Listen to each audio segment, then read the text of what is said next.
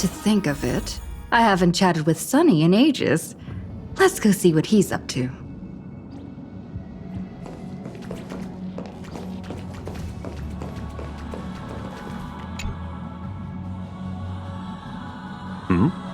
Miss March 7th is looking for you everywhere.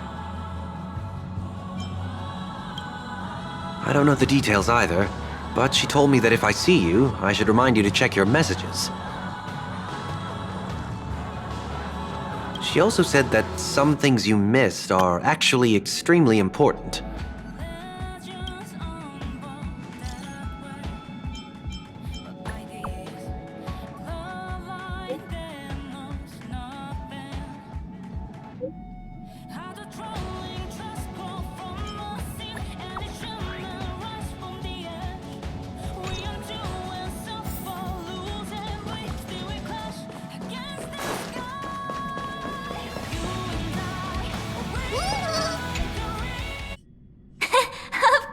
I like it. Big Sis Dahlia always knows what's on my mind. So that means we'll be companions again on the next Trailblaze mission? Of course. I deliberately picked up my pace for that. Though, sadly, I still missed out on some things. Indeed. Had you joined the Amphorian expedition, it would have made a lot of things easier. Oh, you're finally here! Big Sis Dahlia has been asking about you non-stop!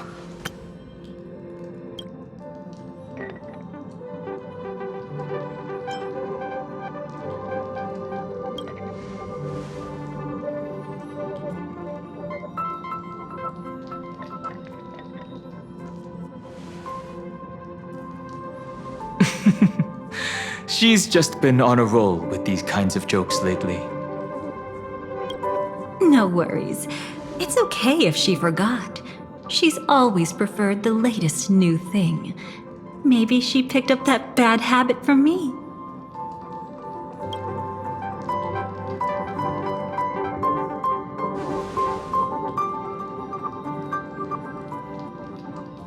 Long time no see.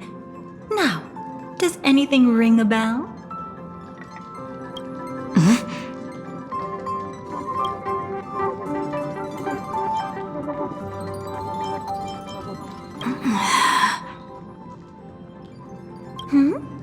What's wrong?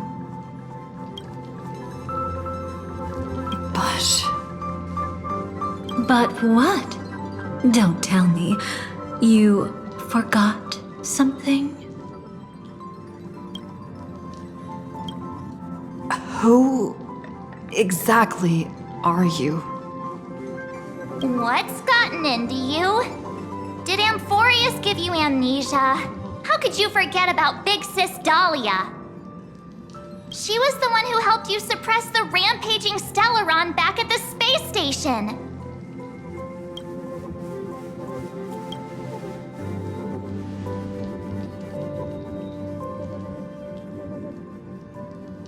Exactly! What's wrong with you? Totally! It was Big Sis Dahlia who dealt the final blow to that Lord Ravager the first time we went to the Cienjo. You haven't forgotten something that big, have you? That was why Big Sis Dahlia had to go back to the garden to recover and couldn't join us in Penacony.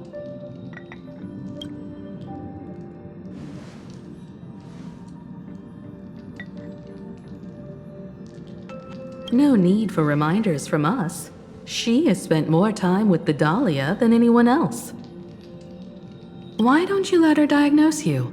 She's the Express's resident expert when it comes to matters regarding memories.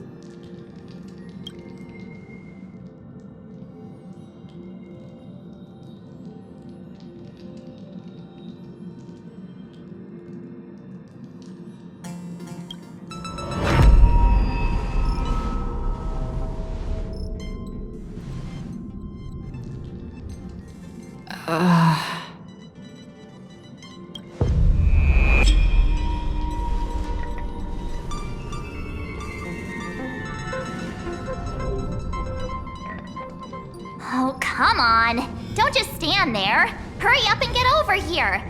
It's not like this hasn't happened before. Leave it to Big Sis Dahlia. It'll be fine. I concur. If there's an issue with memories, then we'd better not waste any time. Why are you all...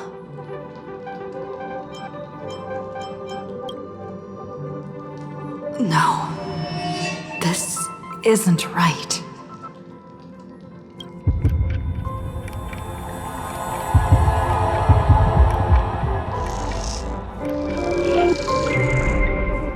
Listen.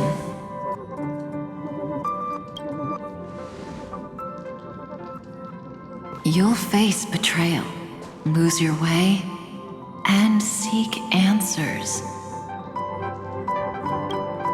It was a wish from the cosmos that set you in motion.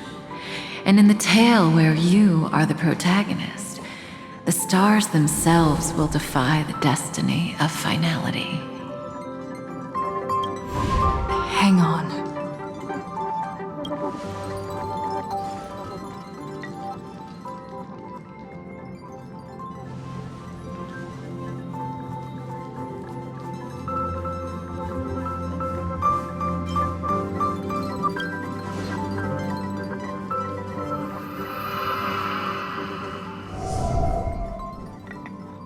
Well, this is quite unusual. Your memories are quite tricky. Is someone protecting those memories? Let's try again then.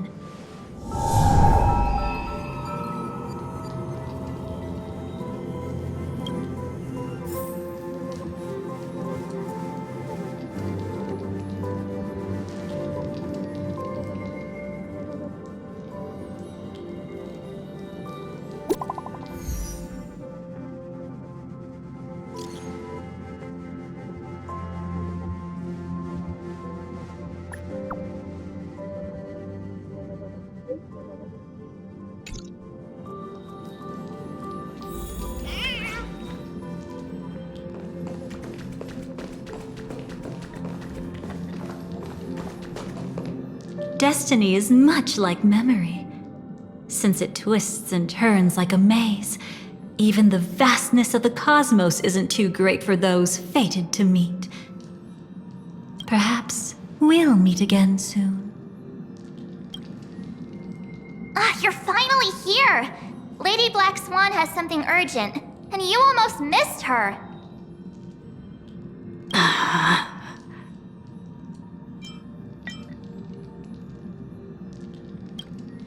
Now's not the time for jokes. We didn't have to be this direct. Guess there's no point in wasting any more effort, right? Your memories are truly extraordinary. It's as if they exist beyond the bounds of time itself. Why take memories so seriously?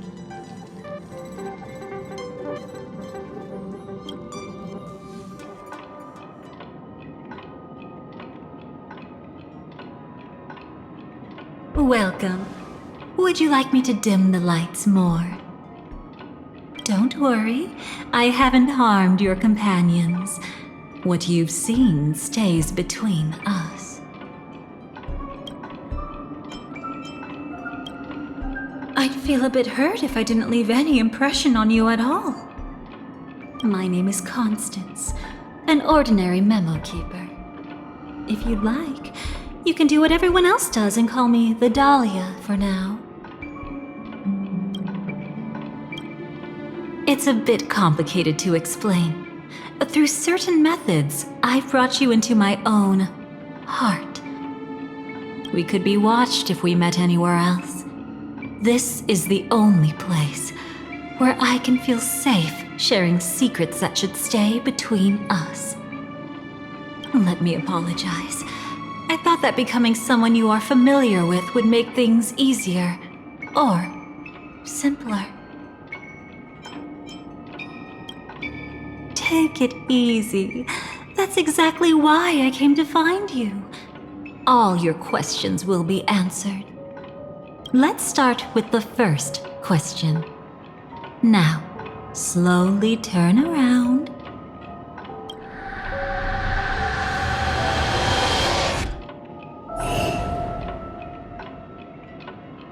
And witness your own death.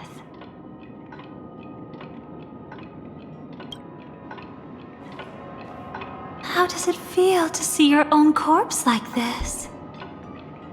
I know death doesn't faze the nameless. It's practically just another day at the office for you. So don't worry, this scene isn't real. It comes from something you're all too familiar with. This was foreseen by the script. It's another possible ending for you in Penacony, but it was prevented by the Stellaron hunters long ago. It's a tomorrow that never came. In other words, it's a non-existent memory.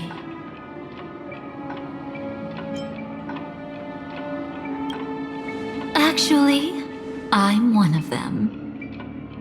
That's quite the incredulous look. Like the others, I can't reveal too much. Even if we are hidden in this place, we can't escape from omnipresent destiny. But I trust you won't be surprised by a Stellaron hunter's sudden visit. After all, that's what our two groups are. The Astral Express travels in pursuit of the light, casting long shadows in its wake. I'm here to tell you only one thing. Your memory of Penacony is incomplete. A part of it has already been stolen.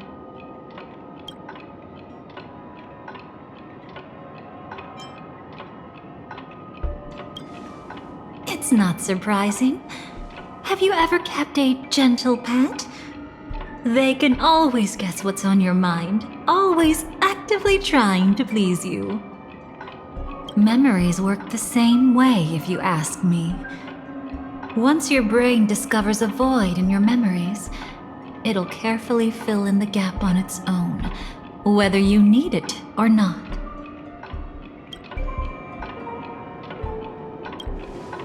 That's hard to say for now, but the gravity of the situation is clear. Someone might have made you forget some critically important information. Either way, I must help you recover everything about the finality. I will keep my promise. I will awaken your memories and save the cosmos's future. Perhaps I can also take this chance to peek into your past, which, if you ask me, should be quite interesting. Don't worry, I won't do anything inappropriate. It's just strictly business. Please, let me touch you a little bit. It's the only way I can probe through memories. You'll need some gentle stimulation to recover your forgotten memories, so brace yourself. Let us now go back to where it all began and see what exactly went wrong. Take it slow. Don't let the memories overwhelm you, and don't worry about getting lost. Remember my voice. Remember the touch you feel at this moment. It will guide you back to me. So, what did you see?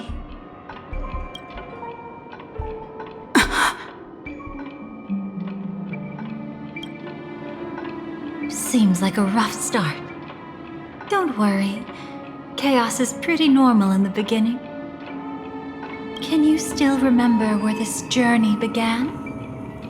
Penacony, the land of the dreams, located in the Memoria-rich Asdana star system. At that time, a grand celebration of the harmony was about to begin, and as fate would have it, an invitation found its way into your hands. The family's esteemed guests are cordially invited to Penacony to participate in our grand celebration. Witness the impossible in the realm of dreams. Find the legacy of the Watchmaker, father of Penacony, and thus the answer to the question, why does life slumber? There, you encountered Aventurine, an IPC executive who appeared to be answering the invitation alone, but was actually there to reclaim lost territory. He desperately sought allies, attempting to tip the family's scales with himself alone.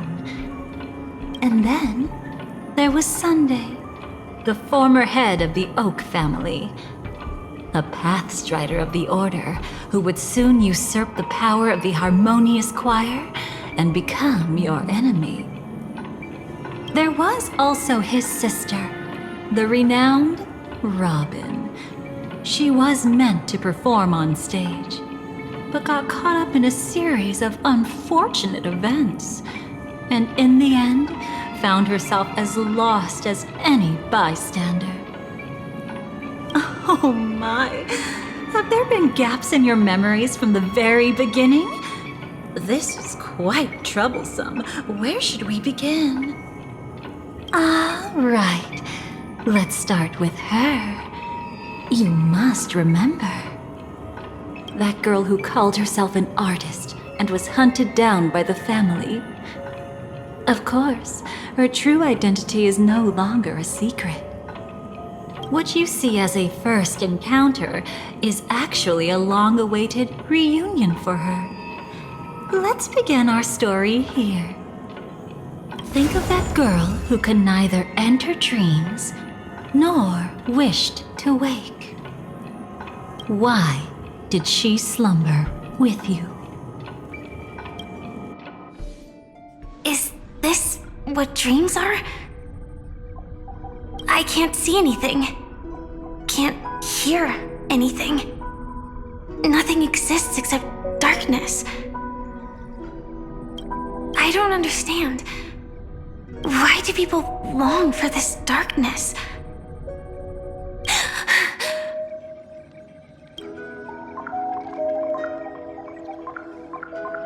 Don't move yet. It's going to hurt real bad. Is the surgery over? Yeah. As expected, you can't recover the ability to dream. Even after paying such a heavy price, we only get one shot at this. It's fine. One chance is all I need. Is there anything else I need to do? Just don't die. Take a breather. Once the calibration is done, I'll let you officially enter the dream. And then I'll be able to enter that land of dreams. Don't get your hopes up. It's just a nickname. Your dream might not come true. I've been waiting for this day. People always describe it this way. Once you wake up, it vanishes without a trace. That's why sweet dreams are so precious. Sounds like you're just trying to make yourself feel better. Maybe. But when the day we cross paths again arrives, I think I'll pretend we've never met and get to know you anew, as if starting all over. I made a promise with her. Our reunion is right before us. I have no reason not to give it my all. Even if she's already forgotten it? But I won't forget. No matter how this story ends, I want it to begin with a smile. In the future that Elio foresaw, we never had an ending. But I still have the chance to wrestle back from fate the right to have a beginning.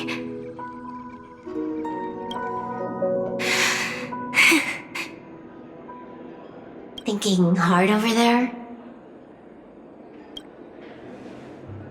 Just spacing out for a while. This is my first time dreaming, so it still feels a little odd. Everything here seems just like the real world. It's mind-blowing to think that I'm actually still lying in a life support pod. Are you sure? Never mind. Hurry up. The Astral Express has arrived. How is the situation? Can we avoid the family's surveillance? ID's already taken care of, but there's a snag. Let's walk and talk. Head to the room I prepped.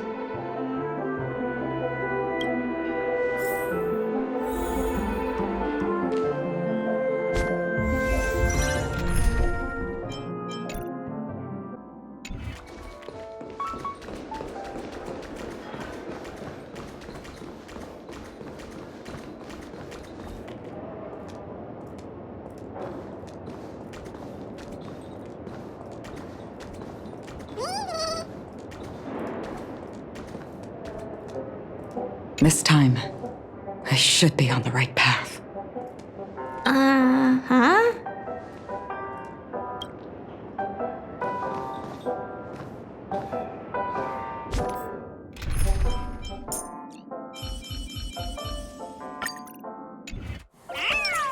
Huh?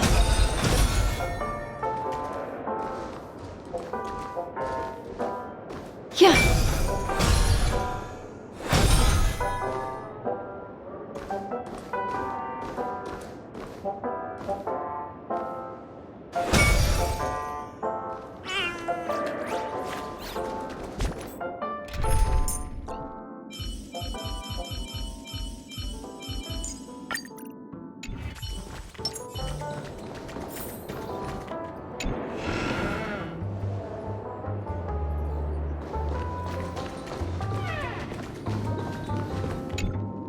So, what's the problem?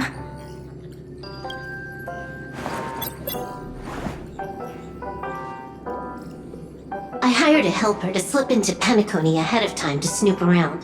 She just sent me some intel. There's bad news. The family is borderline all-knowing and all-powerful in the sweet dream. Is there an emanator of the harmony here? It's not necessarily because of a person. It could be a phenomenon. Can't say for certain. Anyway, just like the script says, no matter how you sneak in, you'll be found out. There's not even a single gap? Even just for a couple of seconds? It's not that we can't create one. The problem is that you're too powerful. You're no small fry. Here in Penacony, you're a colossal threat. They'll be onto you even if you just try to enter the dream. That means, even if I manage to sneak in, I won't be able to escape the family's pursuit. Exactly. And a brawl won't change a thing. This is their turf. You'd be throwing your life away. It might be risky, but I have a plan. The family still hasn't figured out who Stellar Hunter Sam really is, right? At least not this branch family.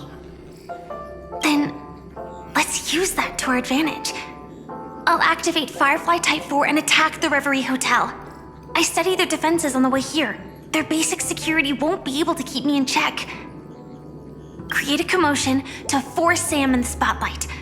Then, I'll rush back here at top speed, and while the chaos is still fresh, dive into the dream as Firefly. Too risky. It's not worth it to expose our trump card Sam just for an uncertain gamble. But we're already here. Might as well give it a shot. Let me extrapolate the route and calculate the security response time.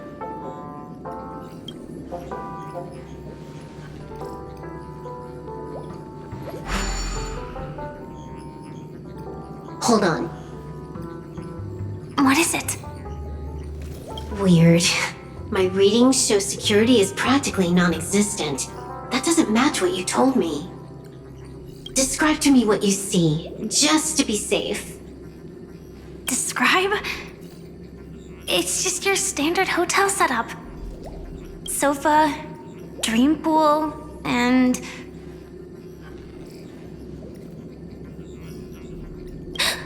Who's there? Relax. There's no one here. I knew it. What you're seeing isn't quite the same as the surveillance I see. That is weird. How does that work? Let me fix it.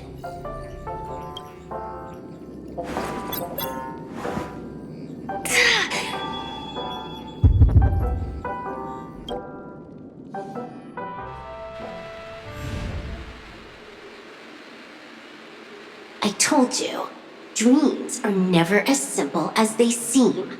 How about now? This place is... You haven't gone anywhere. You've been here the whole time, saying weird stuff. This is my first time dreaming, so it still feels a little odd. Everything here seems just like the real world. And here I thought you were just being stubborn. Sorry. Could you jog my memory again? It's a little fuzzy. Following the script, we secured a discarded dream pool. Wasn't easy. Some IPC lackey decided to fight us for it. IPC? Forget it. It's not like they won. I converted it into a life support pod. Right now, we're both drifting at the edge of the Astana system. I see. We're using the synesthesia dreamscape. But it seems I haven't made it into the real Penacony? This scenery doesn't exactly scream sweet dream anyway. It's probably some kind of buffer zone or something. What you saw just now was probably a mirage. Right. Then the plan to attack the hotel won't work either. Exactly. The only thing you can attack right now is me. In other words, I'm still in the clear. And I'm just one step away from the 12 hours. You always manage to find a silver lining in a pile of bad news. At least things are much clearer now. Let me take a look elsewhere first. Maybe I'll stumble upon a good entrance to become a stowaway. You scout ahead. I'll get in touch with the temp helper. Silverwolf, did you hear something? I didn't notice anything. Strange disturbances in the memory zone are nothing unusual. They say many memories of the past will replay over and over again. You entering the dream will definitely cause a ripple or two. Honestly, if all it did was knock down a light, I'd say that's a win. That's how fragile Memoria is. Relax, I'll take care of it. No one's going to find out.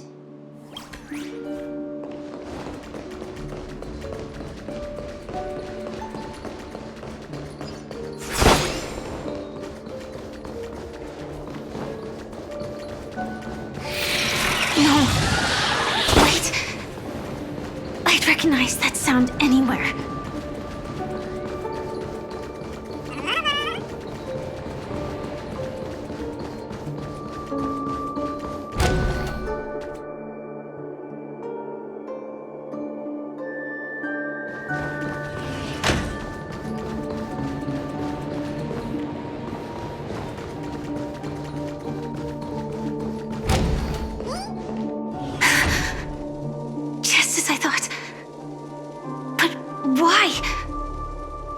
Shouldn't you take cover first? No need. I know them too well. It's not necessarily the real propagation. This star system went through the swarm disaster long ago, remember? And it was anything but small. Are you saying this is just an echo from the past? Ideally, yes.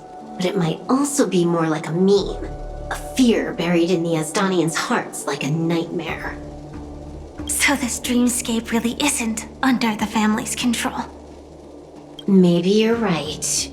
Let's keep searching down this path. As for what they really are... Let me try it out. Then we'll know. Some value as existence is unity. Enjoying yourself? No holding back. Share good fortunes. Until everything burns to ashes! This is more than a battle. Fight to live! Step up! I like that confidence. Set the seas ablaze! There's more. Clouds scattered.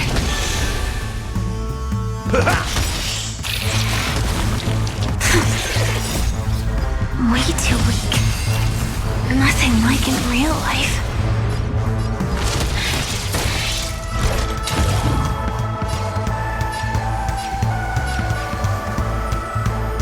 Fight to live! Every petal, all will be swept away by the wind. I like that confidence. Have we met? Dream vanished. Attack In the mood detected! for another beating? How's this taste? Some value, I suppose. Firefly Type 4, it sets the seas ablaze!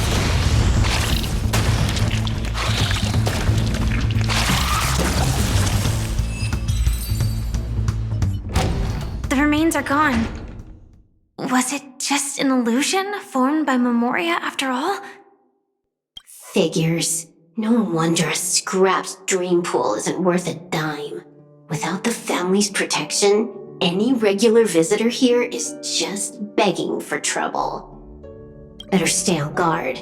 Not every illusion has good intentions. Got it. Also, you can actually just go around them. No one said you have to pay attention to the bugs. That's your bad habit. Sorry. I just can't bring myself to look the other way.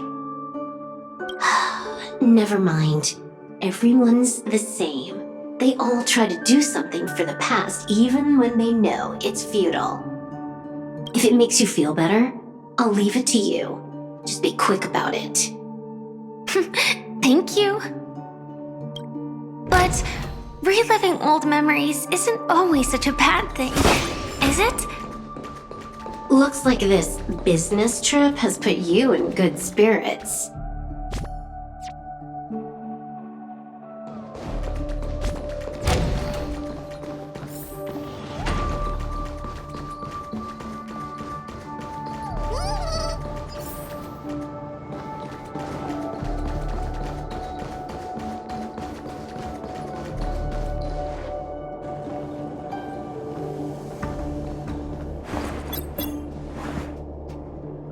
Oh, got a response from our helper.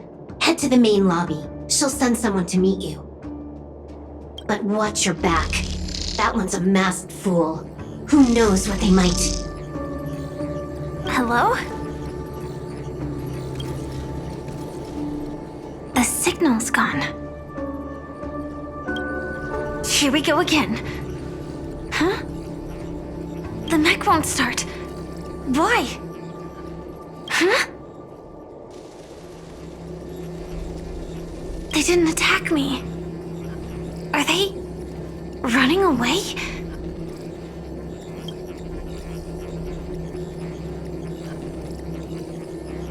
What lies at the end of this corridor?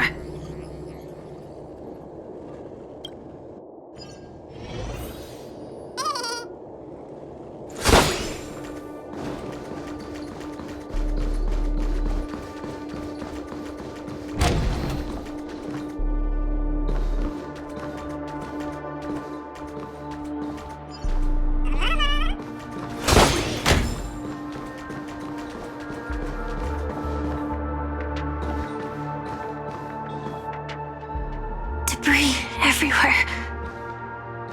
But weren't they just illusions? Could it be that there's someone else here besides me?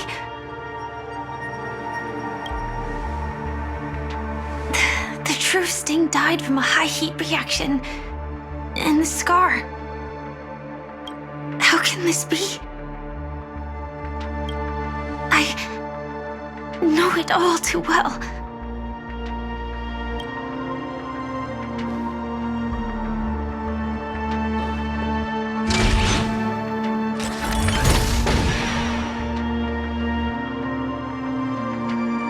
The swarm is one thing, but even for Memoria,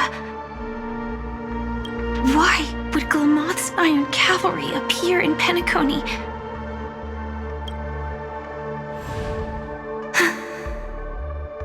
I hope we can see the stars on the next battlefield.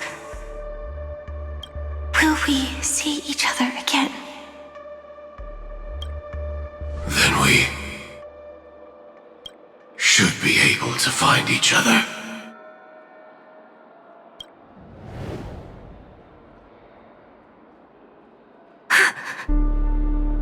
AR 214. Is this what dreams are? Is this nightmare your memory?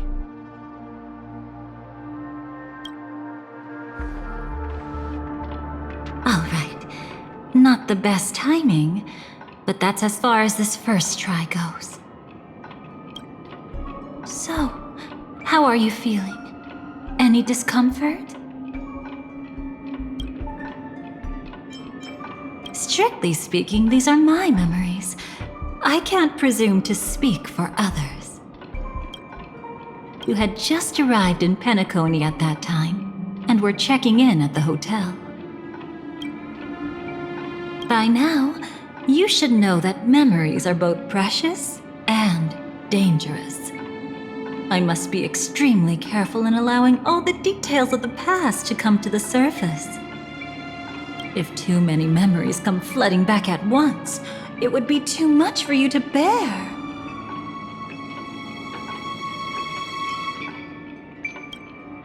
I'm afraid I can't tell you directly.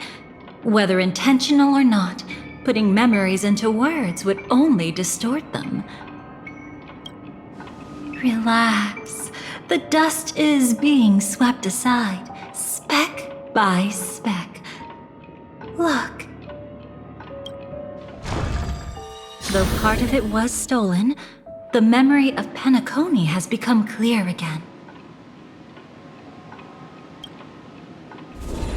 What you just witnessed was her beginning. This dream diverges into two parallel paths. Yours, named the Trailblaze, and hers, named the Finality.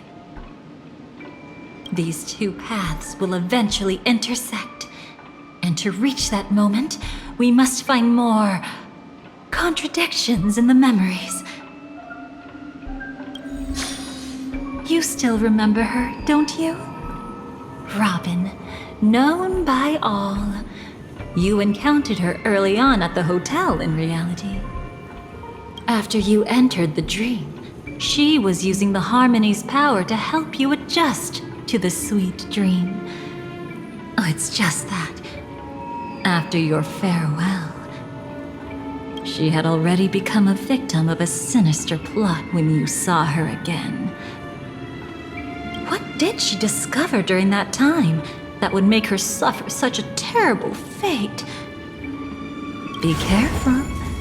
This time, we're going to dig deeper. Into a past utterly at odds with the memories you hold.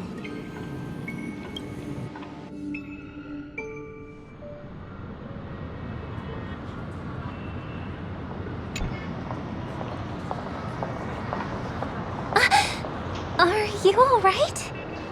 Surprisingly, I don't feel anything. Well, you are in the dreamscape after all. Seems like our guest here hasn't gotten used to the transition. Fret not. Feeling a sense of weightlessness is normal for new visitors. Robin, please guide our friend in getting more comfortable with the new environment. Robin? Leave it to me. Don't worry, just relax. You'll be feeling like your normal self in no time. Even so, tuning is still beyond me. Don't worry. Keep going. I'll help you. But brother, this...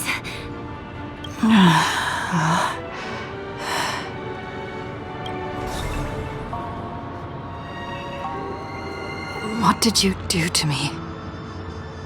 Relax. Just did some tuning on you with the resonance of the harmony to allow you to control your limbs freely in the dreamscape. Essentially, the dream of Penacony is a world formed by memoria. Only by fully understanding its nature can you move freely within it. Unless you're one of the memo keepers of the Garden of Recollection, it can be difficult at first to manipulate the memoria as you wish. But once you've been tuned by the harmony, you can use the same laws of physics from the real world to understand how the dream world works. Oh, oops. I've fallen into my professional habits again. I just can't seem to shake off this urge to be a know-it-all. Don't mind him. He's always like that. Please, enjoy the beautiful dreamscape the family has built for everyone. We shall take our leave. Have a blast!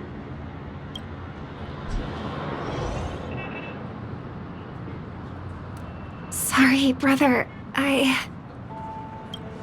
the one who should apologize. I knew you weren't feeling well, yet I made such an unreasonable request. I should have known. Losing your voice was just the tip of the iceberg. The real problem lies with the harmony, doesn't it? Just as I thought. You figured it out too. Your letter. I've kept it with me all this time.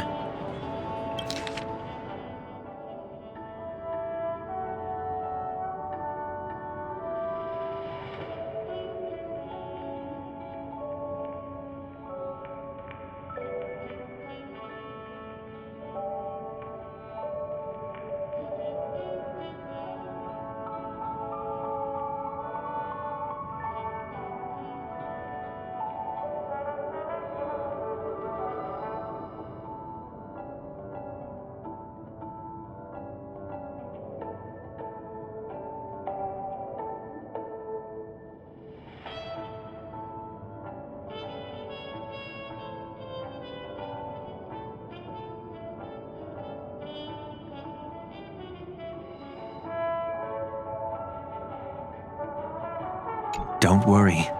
This is crucial. I'll uncover the truth before the festival begins. Let me help you shoulder some of the burden. Did something happen in Penacony? The Charmony Festival is approaching, and with all sorts of guests mingling, Mr. Gopherwood must focus entirely on the preparations, leaving no attention for other matters. This creates an opening for some people to exploit. If there really is a traitor in the family, now would be the perfect time to make their move. I heard the Dream Master has fallen ill. Since I came back, I haven't seen him even once. There was an accident not long ago. He's gravely ill, and I'm afraid he won't be able to appear in his humanoid form for a while. That's why we need to help him even more. Leave the investigation to me. You don't have to worry about anything else. Just focus on the stage. But... No buts. Listen, Robin. Never get involved with death in dreams. You need to sing your heart out. I promise you, when the curtain rises, no noise will drown out your brilliance. Not even the shadow of harmony itself. that's true. Ever since we were kids, there's nothing my big brother couldn't handle. Then I'll go get ready. I won't take up any more of your time. Be careful, brother. And don't forget to save a good spot for yourself. Of course. Who says I can't play favorites once in a while? See you later.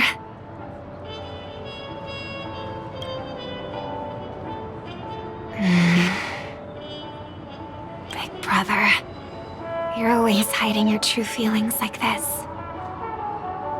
You're acting like everything's fine. But I saw you at Daylight Pavilion. You were clearly at your wit's end. When I wrote that letter, I could still barely manage to tune. Later, things just kept getting worse. My intuition tells me that something must be wrong with the dreamscape. In my current state, I'm wondering if I can even sense any anomalies. I'll do my best. Let's hope this is just a false alarm.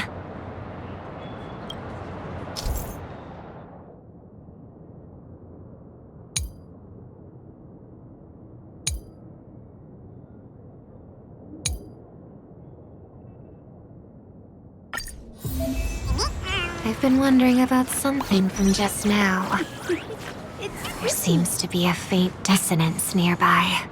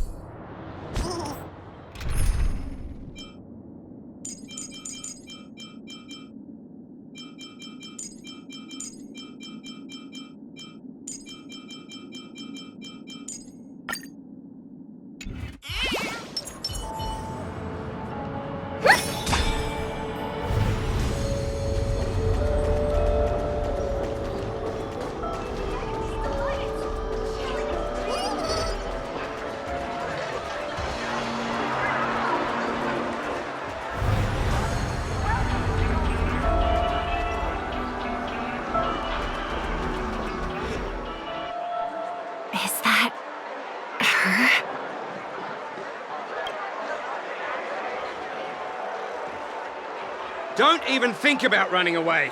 You stowaway. Sorry for bothering you. Please, I need your help. What's wrong? I'll help you. I can't possibly ignore a beautiful lady in trouble. Hey, look! She has an accomplice. Ha! Good work! Now we can nab them both in one go! Stowaway? Seems it wasn't a coincidence. The Bloodhound picked up that strange noise too, just like I did. Better to stay out of sight for now. If that girl really is an outsider, this could be my chance. That's enough, boys. Sir. What's gotten into you all? Open your eyes and take a good look. Is this lady the stowaway we're looking for? Huh? Who's this? Don't you know him? Look at his brown hair and grey vest. He's the officer, sent here by the family to maintain order at the Charmony Festival. I see. Sir, the thing is, we're trying to apprehend a stowaway. And that young lady there looks very suspicious. We're sure she's the one. That's nonsense. Take another look, will ya? The witness report says that the suspect is a lad with silver hair, and you guys are going after a girl with silver hair. Does that even make sense? She's our guest. Well, just get out of my way and I'll take care of this. Yes, sir. Something's off.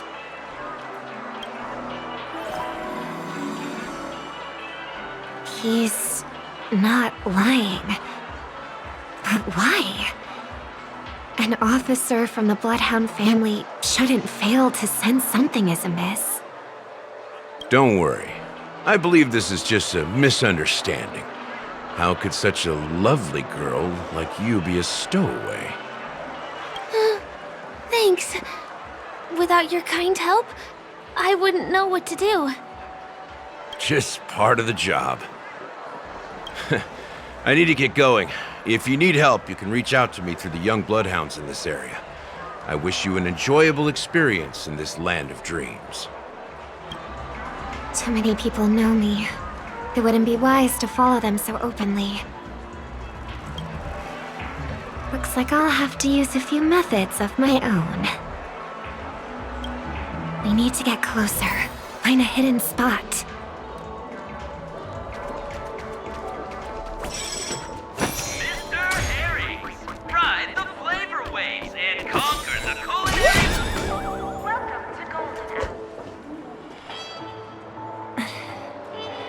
I hope I still have the strength to do this.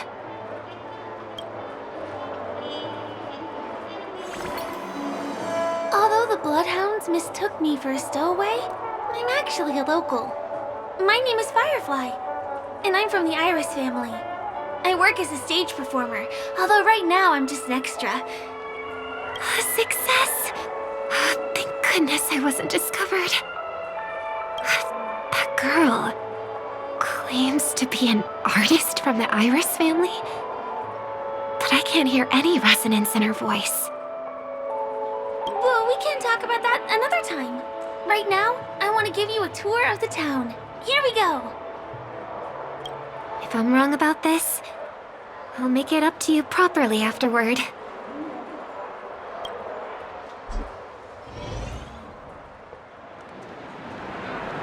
Since this is your first time here, I say we start with the easiest games. The Dreamy Rose and Lucky Wheel are pretty straightforward. Just here to play games?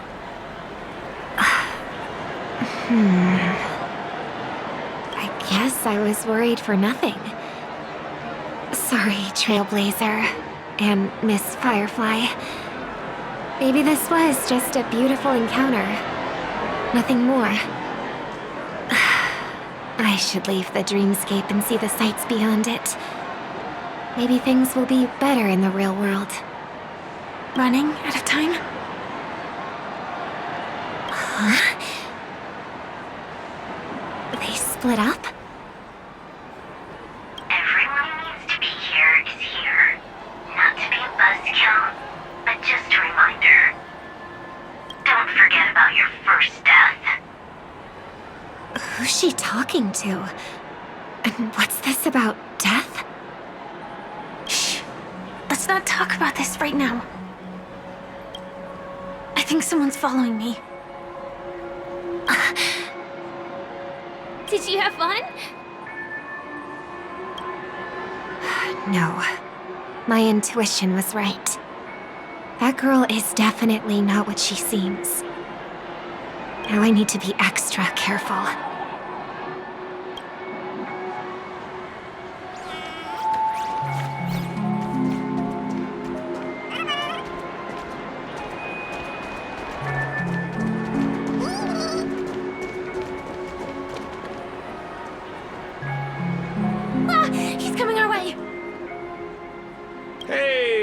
Well, if it isn't my most loyal customer, the Trailblazer girl.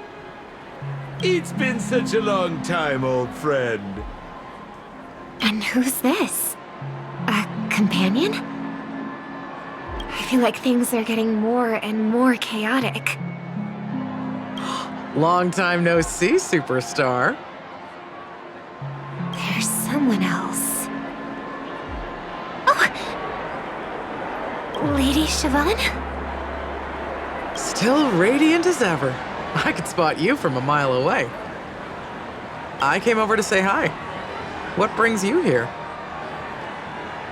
Drawing too much attention is never a good thing. Oh, reminds me of that old saying, from afar, anyone under the spotlight seems endlessly charming. But only when you get close do you realize how restless that heart truly is. Sorry you had to see that. I just came out to clear my head. The Charmony Festival is coming up soon and I'm a bit nervous. I heard about your voice issue. Drop by the Dream Jolt hostelry when you're free, and I'll take a look at what's going on. Thanks. I never thought even after all this time, I'd still be troubling you, Lady Siobhan. You must be pretty nervous if you're being this formal with me. Looks like my analysis is spot on. Follow me, you two. Let me give you a taste of the adult world. I'm afraid I'll have to take my leave. I'll come visit you properly. It's just that, right now... You need some alone time, I get it. It's a date then. Catch you later, superstar. It's a deal. Right. It is the Charmony Festival after all. As people say, you'll be performing for the Harmony. Remember? Before one of your tours, I asked you a question. It's been quite a while since then. I wonder if you found your answer. Robin, what do you sing for?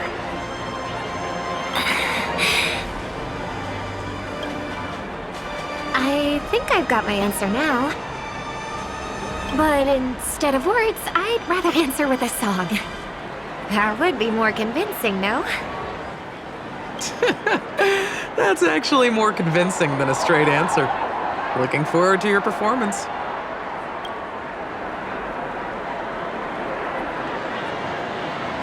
Sorry, Lady Siobhan.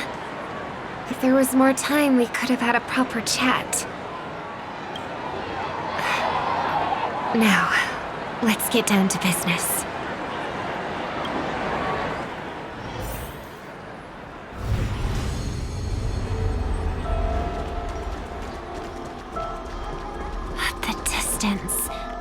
It's so far.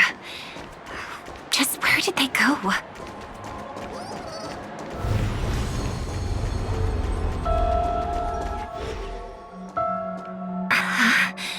The static's gone.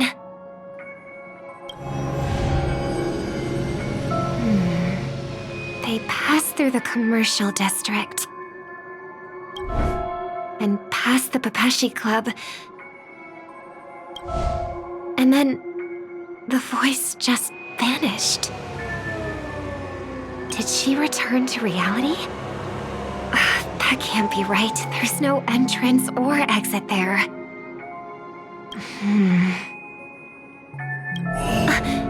Again? Further away than before. This time in... Dream's Edge. Oh, I get it now. It's the underground tunnel. Right. Makes sense.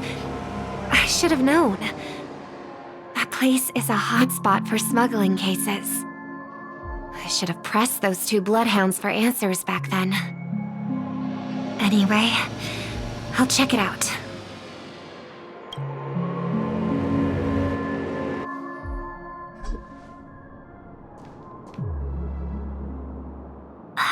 Can't navigate any further from here. Is it because the dreamscape construction isn't complete yet? The family never stops weaving their sweet dreams. And Penacony has always maintained good relationships with the outside world. Why would someone choose this moment, of all times, to plot something sinister?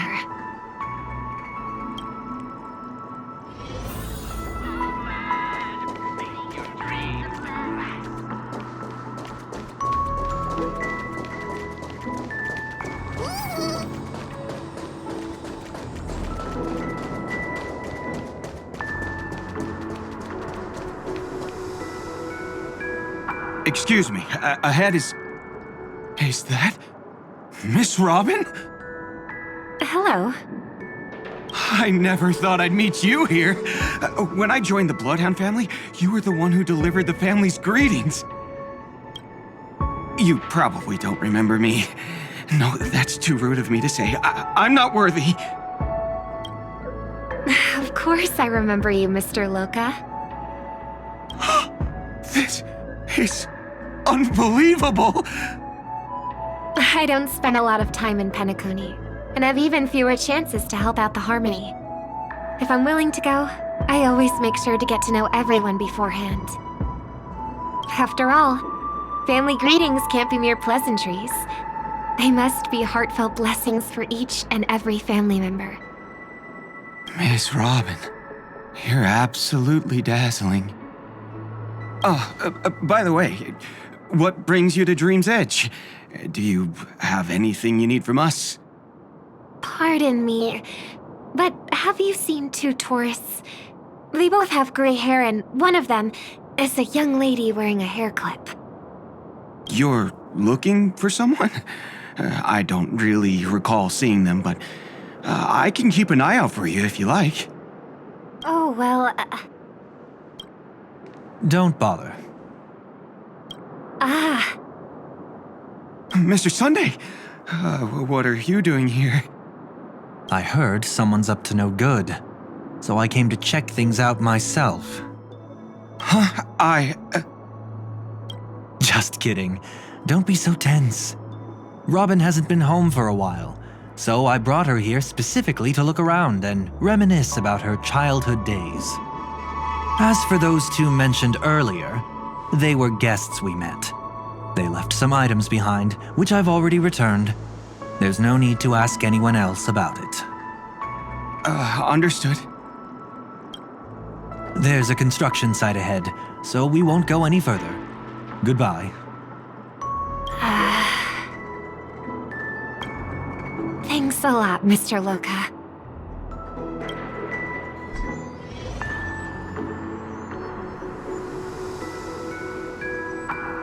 I couldn't speak freely earlier. Robin, why did you come here? Like you said, I'm here to reminisce about old times. What about you? What brings you here? Tracking down criminals is my duty. And you, my dear sister, you've always been this stubborn, and in times like these, I wish you never had this trait. You're still investigating on your own, ignoring what I said? Yeah. I can't stop thinking of death, so I followed some people all the way here. After all, I witnessed that horrific scene at the Dewlight Pavilion with my own eyes. I can't let you bear this burden alone.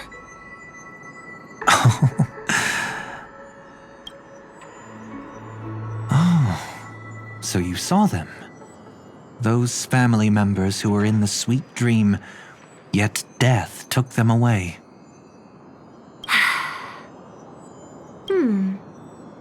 I only saw documents strewn on the tabletop. If my brother had even an ounce of energy left, he would never have tolerated such a disorganized sight. Just like now, if it weren't for getting the truth out of you. I absolutely won't tolerate your arrogant and disrespectful facade.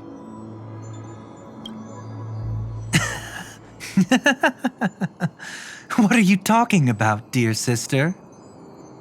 Just kidding. don't be so tense. But my brother never jokes around with strangers. I watched as he smoothed away the sharp corners of himself, bit by bit, hiding them in the deepest corners of his heart. Stop insulting my elder brother. Otherwise, you won't just be dealing with the family. You'll be dealing with me too.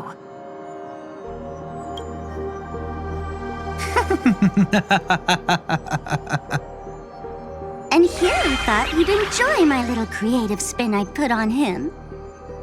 Don't you think he's more likable that way? I trust you're mentally prepared to face the consequences of posing as a family head on Penacony. Jeez, I didn't expect to get played by a little bird. But do you really think you've got what it takes? There's no shortage of people trying to catch me, chicken-winged girly. What makes you so special? This place is still governed by the 5 lineages. And along the way, you've seen how many of their members are stationed here. Besides, here at the edge of the dreamscape, I can also...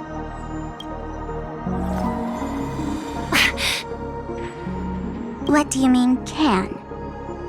You think you can get your lost power back? I'll give credit where it's due. You must be quite talented to have been chosen as a chord master for the Charmony Festival. You're also quite clever. You almost got everything right, except for one thing. Silent little bird. Have you considered that maybe your sweet dreams never changed at all? They just stopped welcoming you because you grew up. Like a mask. Once you wear it for too long, you can never take it off again.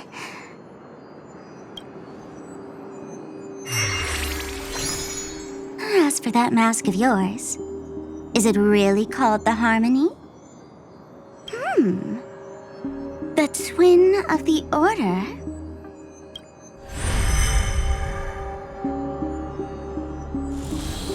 Oh. You know what they say. Robins will fight tooth and nail to protect their territory, even at the cost of their own lives. Looks like that name suits you pretty well. Oh, right on schedule. Gray hair should be wrapping up soon. Miss Sparkle, time to head to the next scene.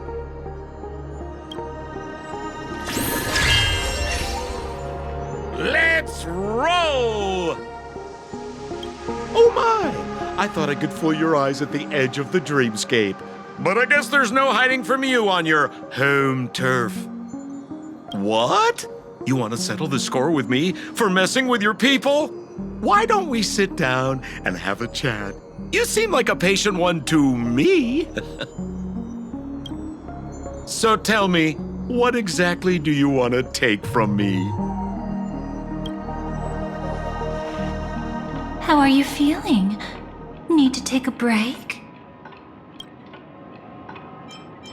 The fool killed her, and the crime scene you witnessed was staged by her. Of course, there's no such thing as true death on Penacony. For Robin, this is just a minor setback. That stage is called the Sweet Dream. Everyone upon it carries their own desires, striving to see them fulfilled. Yet when those desires intertwine and collide, the sparks that fly are dazzling, and clarity itself becomes obscured. Before we continue, I have one more question. We've spent some time together, so at this moment, how do you feel about me?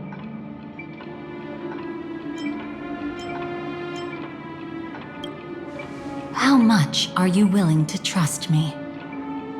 As a matter of fact, I've appeared in your memories before. And similarly, it was related to Penacony.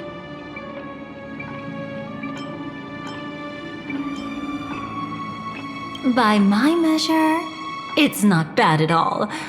But talk is cheap, So let's keep going. When the time comes, if you still can't trust me, I'll give you plenty of time. I can take whatever criticism comes my way. Let's follow that train of thought and delve deeper. Even I don't know about your experiences in Dream's Edge. When I asked Firefly about it, she declined to give an answer.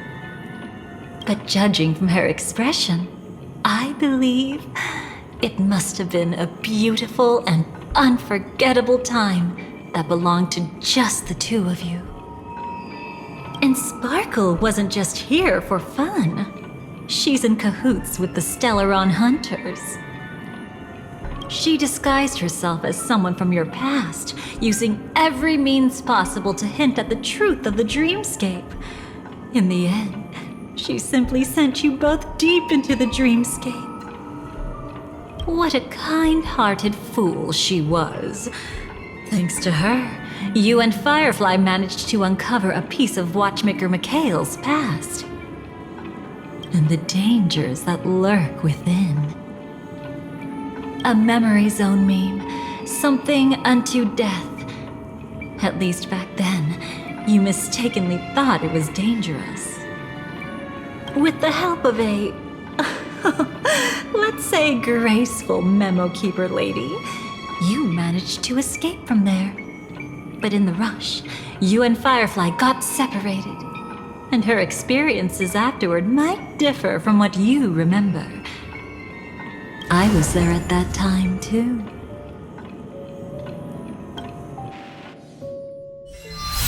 See you next time. Hurry.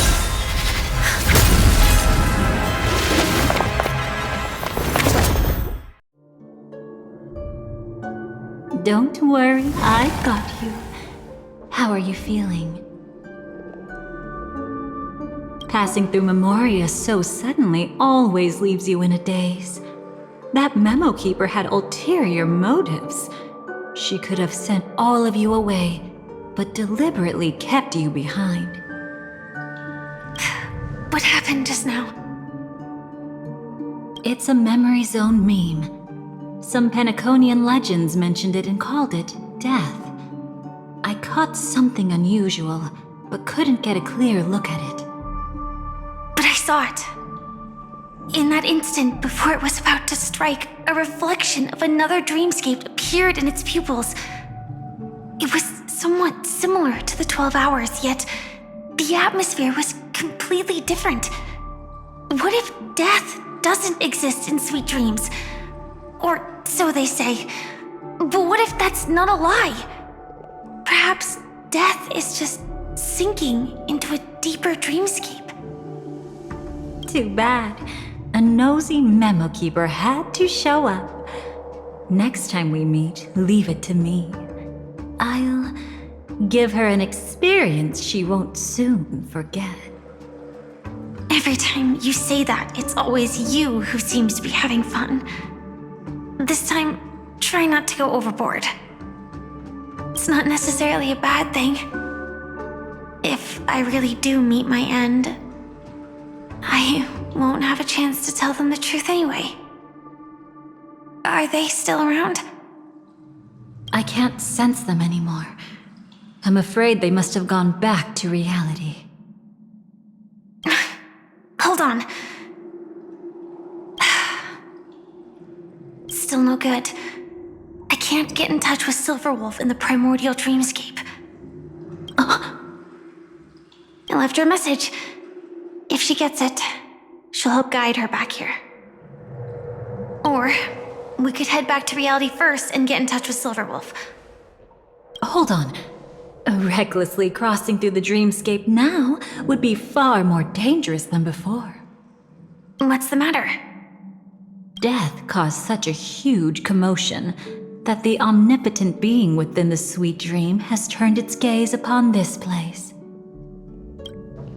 Then aren't we? We should be fine for now. Death has his attention. As long as we are careful, we won't be exposed. In fact, within this dreamscape, we might find a way to strike back against him. Before you arrived, I did some digging around. From what I've learned, he buried his darkest crimes right here. Whatever it is, I believe it'll be of some use. Let's go look for it before they come back.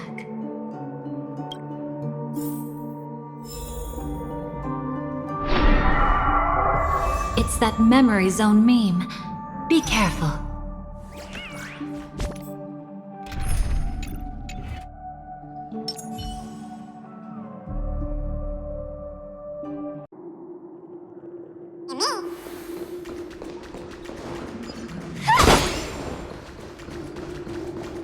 What's that? Firefly, let's go and check it out.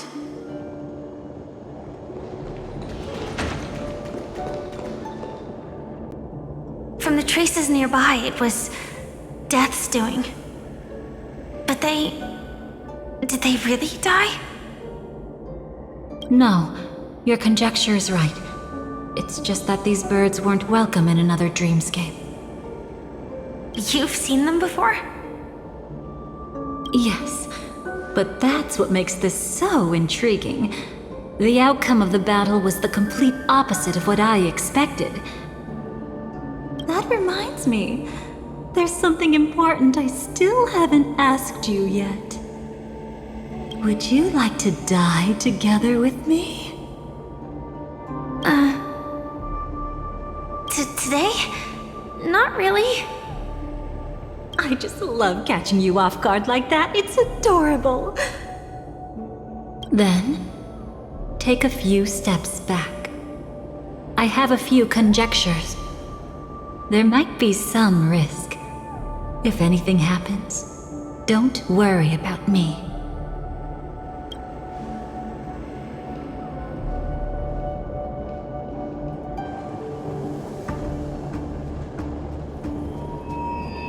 What are you... Just as I thought. So, what happened? These ravens are the incarnation of the Dream Master Gopher Wood, that omnipotent being in the sweet dream. In front of him, even death has no strength to resist. The power I just released should have been enough for him to notice and deliver a fatal blow. Yet here we are, completely unharmed. You know, you're quite similar to Blade sometimes. I mean, when you're staring death in the face. It's not relief I feel. I'm savoring a once-in-a-lifetime thrill. If only it was just once for me too. But was it really him? If I remember correctly, the Dream Master's body was burned to ashes in a riot long ago. And he can now only sustain his life within the sweet dream. Not only that, over the long passage of time, he has merged himself with every inch of Penacony's land. The title Dream Master doesn't mean he merely controls the dreamscape. Rather, it means he has already turned the dreamscape itself into his second body. In extreme cases, he could probably burn all of Penacony to the ground, though hopefully he wouldn't have the heart to do it. We better act fast. Easy now. We're safe for the time being. Maybe it's not that he doesn't want to act against us, but rather that he can't. At least, not yet. Lately, Gopher Wood has been claiming to be ill, never appearing in the 12 hours. Yet just recently, he buried his darkest crime deep within the dreamscape. So, you're saying that burying this crime took a heavy toll on him, leaving a flaw in his supposed omniscience and omnipotence? That does sound plausible. Could it have something to do with the Watchmaker's legacy? I don't think so. After all, that secret was branded as the darkest. And perhaps the legacy is not one alone. Only by seeing it for ourselves can we know.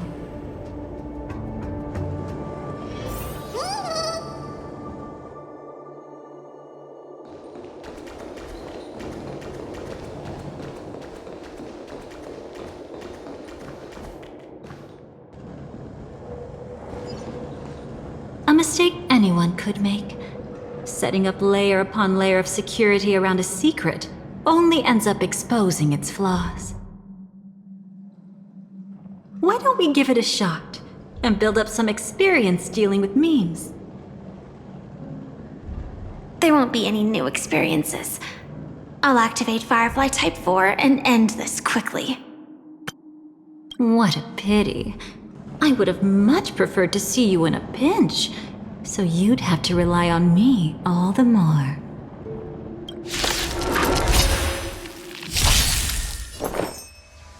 Existence is unity. Have we met? Unite our goals. Dreams of a... Let us dance once more. Initiate cleanup. Nate. Like until everything burns to ashes! Firefly Type 4.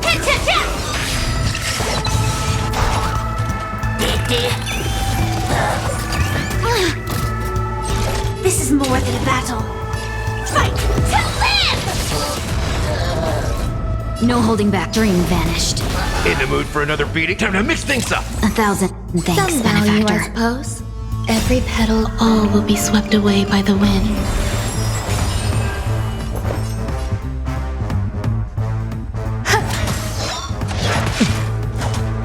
I like that confidence.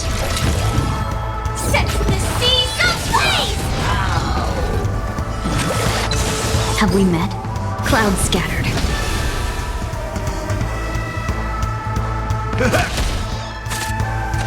Attack detected! Fight to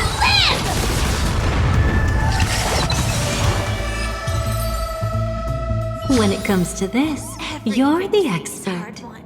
Yet I'd always imagined that calling upon that power would make you profoundly melancholic. I'm not now, and never will be.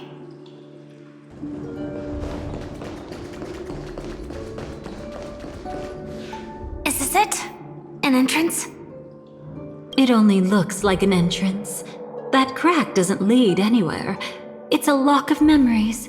And the key is a light cone carrying specific memories. Clearly, Gopher Wood had help from a memo keeper. And since that light cone isn't in our hands, I fear we'll be returning empty-handed. Is there really no other way? We could try our luck. Perhaps the memo keeper helping Gopher Wood shares the same habits as me. I'll take a look, but don't get your hopes up.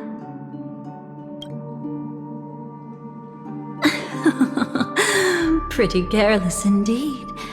Just like an old friend of mine.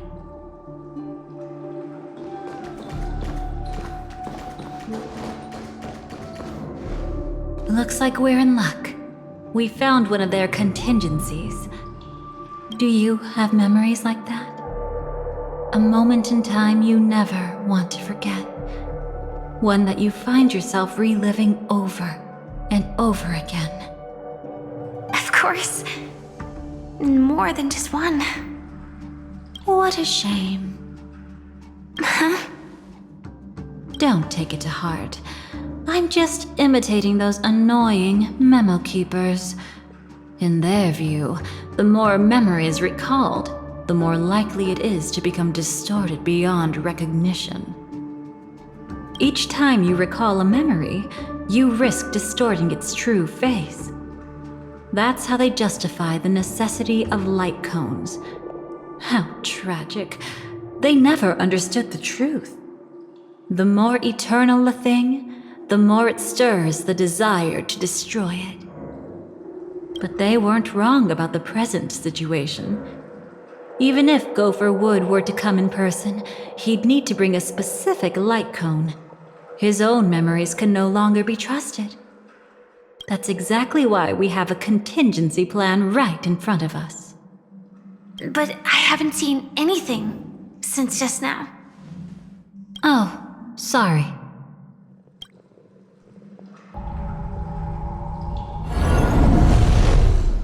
Inside here, there must be some kind of gentle trigger that would help him recover his memories before they are subjected to distortion. But for us, that's probably meaningless. Whatever triggers his memories would just seem bizarre and random to us. Still, let's go take a look inside. We might pick up some clues at least. That's right. Go ahead. Every action brings joy.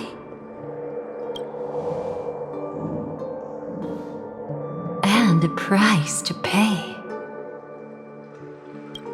Paradise shall fall into this world of sorrow. And once dawn breaks, it will shatter in the light of day. How could anything golden abide in glory forever?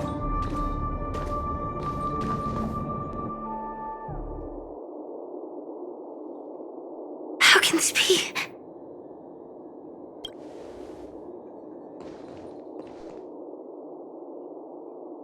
AR 214.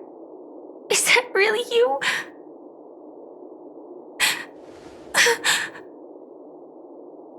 You don't have to force yourself. I can take care of it. No, it's okay. Was it her that you saw when infiltrating Penacony? Yes, I saw her fighting off the swarm. But it was just Memoria, and it vanished quickly. Silverwolf mentioned that Penacony had also faced a swarm invasion before. I kept telling myself that she was just passing by and lending a helping hand. And after everything was over, she had already left, safe and sound. So this time, do you still want to know the answer? Would it be any different? I really want you to tell me that this is not real. It's just Memoria. But thinking about it calmly, nothing can change it. A memory is ultimately something that's already happened. You're more composed than I expected. I wish I wasn't like this. She and I, we could be called friends. I wish I could just break down and cry for her, like any normal person would, to mourn her loss. But what surfaced in my mind was that one sentence. This is our predestined fate, and one day, I too shall meet the same end. One day. Not today. Though it's already too late, there are still other things I can do for her. Maybe you should calm down first. Unfortunately, this isn't Memoria, but a real Glamoth Knight. Clearly, Penacony was her final destination. I'm surprised she made it to Penacony at all. Oh, the Glamoth regulations. She broke those prohibitions? Worse than that. She was the first and only deserter of the Glamoth Iron Cavalry. The Empire hadn't fallen yet, but she didn't want to accept a fate of dying in battle. So she left on her own. She said she wanted to choose how she would die. We had a brief farewell, but I didn't stop her. I couldn't. Leaving the Glamoth Empire itself would quickly drain her life away. If we can't change the outcome, why should I stop her from making her own choice? Quickly drain her life away. Oh, entropy loss syndrome. Yes, just like me. Leaving the cockpit without permission is strictly prohibited. Surviving knights must actively return to formation.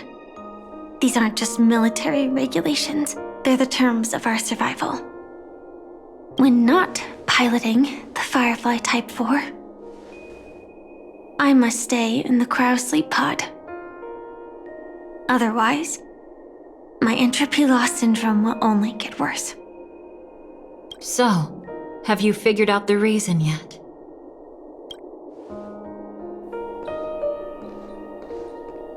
When she and Kafka found me, I had just finished my duties as a Glamoth Knight. My final battle as a Glamoth Knight. The Empire fell, and all restrictions vanished. For the first time, green flames ignited upon my body. And for the first time, I touched the true path power that the Glamoth Knights wield. That's when I realized entropy loss syndrome is a death called living.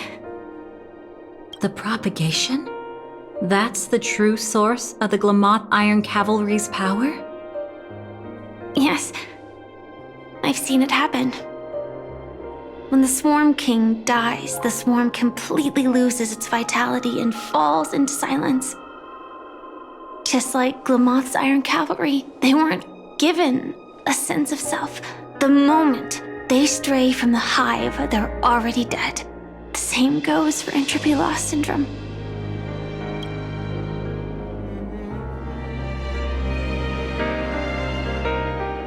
Could you help me take her away? I don't want to leave her here alone.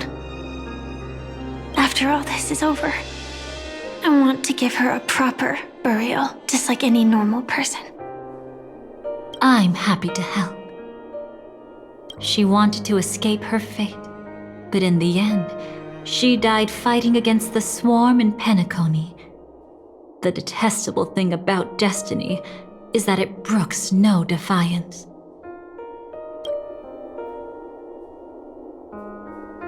Do you know her name? When we parted, she had no name, just like me. But I hope, by the time she leaves this world, she will have found both a name and a purpose for her life. Why did Gopher Wood leave her here? No matter how much I think about it, everything he's scheming couldn't possibly be connected to the propagation. How deeply is your past intertwined with this place? It's not clear yet, but obviously she had multiple fatal wounds on her body. She didn't die from entropy loss. Before we left, Kafka told me, in her view, dreams are inherently a convergence of the past. It's the same for everyone, no matter how much you want to avoid it. No matter what you're seeking, you can't avoid it. Perhaps she was right. However, the Dream Master's weakness has also given us an opportunity. Good. Now then... Oh? Good news. It seems like we've got a few intruders in this dreamscape. Looks like Silver Wolf can still pick up signals from here after all. That was fast. Must be that Memo Keeper's guidance. Either she's lost her sense of restraint or got something nasty up her sleeve. Let's go check it out.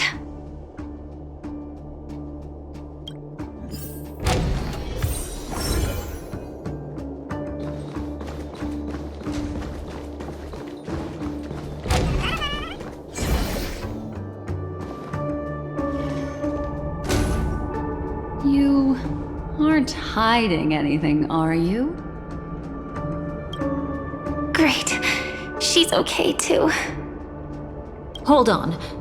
There's a troublesome stranger here. She looks familiar. She's... Oh? You don't know? Setting allegiances aside, she's much more dangerous than the Dream Master. When facing an emanator who walks in the nihility, We must always tread carefully, no matter when or where. An emanator of the Nihility. Was she ever mentioned in the script? No. If it weren't for my father's death, I wouldn't have known about this either. Your arrival is timely. This dreamscape is fraught with danger. Since our destination is the same, how about we join forces? I can protect you from harm, but in the memory zone, I'll need assistance from the Memo Keeper as well. And if we run into the family, it wouldn't hurt to have one more person to explain the situation. Absolutely not. We need to keep her away from her. Shh, be careful. What's wrong?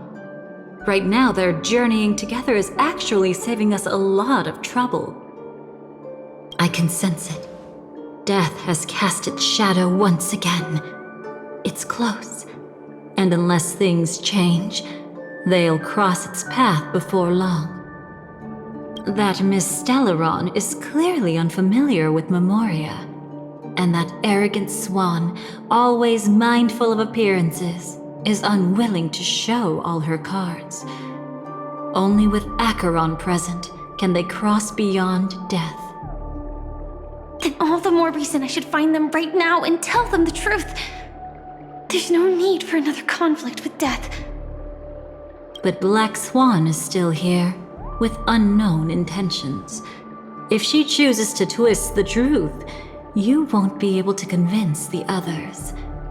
Here, a Memo Keeper's word carries more weight.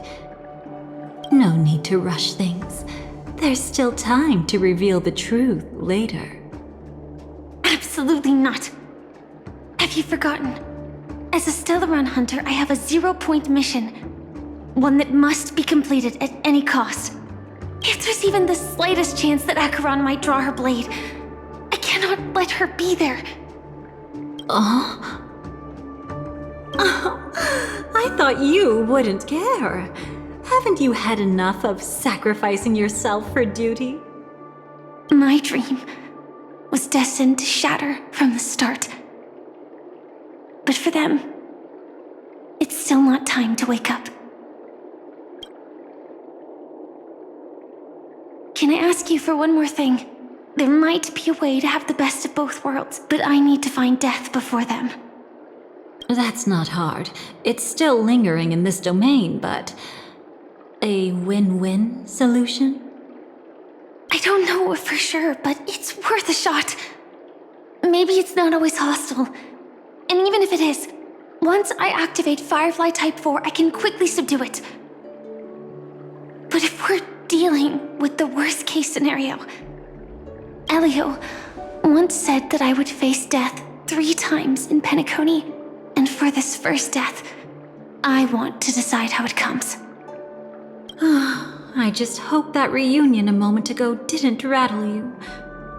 Go on ahead. I've burned a hole through the Memoria that'll take you straight to the meme. Better hurry, though. It might not stick around in one place for long. Got it. Thank you.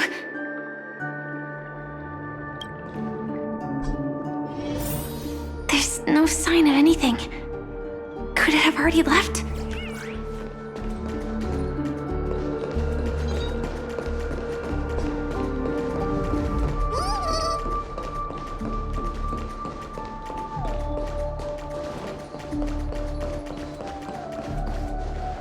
Nothing strange here either.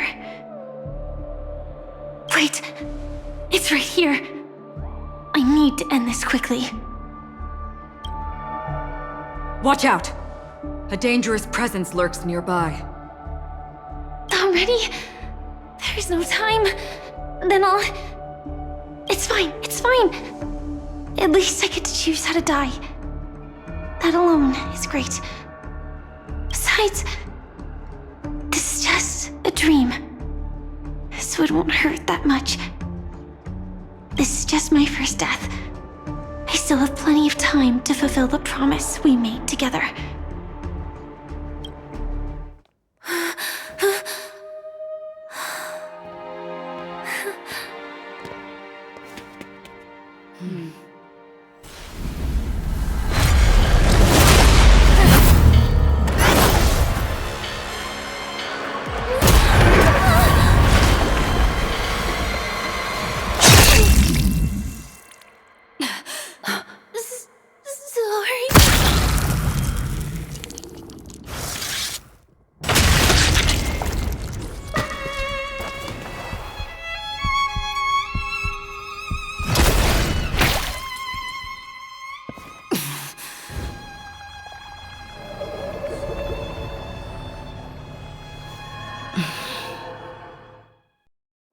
you should be able to recall at least some of what comes next.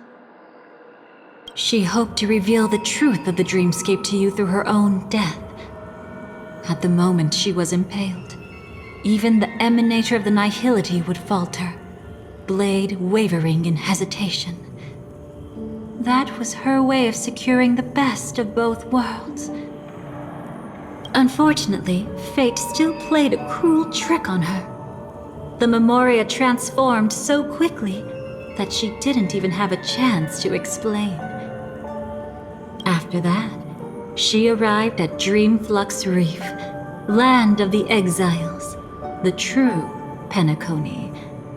The family went to great lengths to conceal its existence, using death as their justification.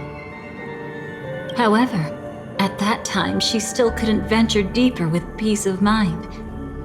Unable to reveal the truth, the situation that had worried her before continued to persist. She was burning with anxiety to return and get you away from the battlefield. Fortunately, a kind and caring lady was still watching over her.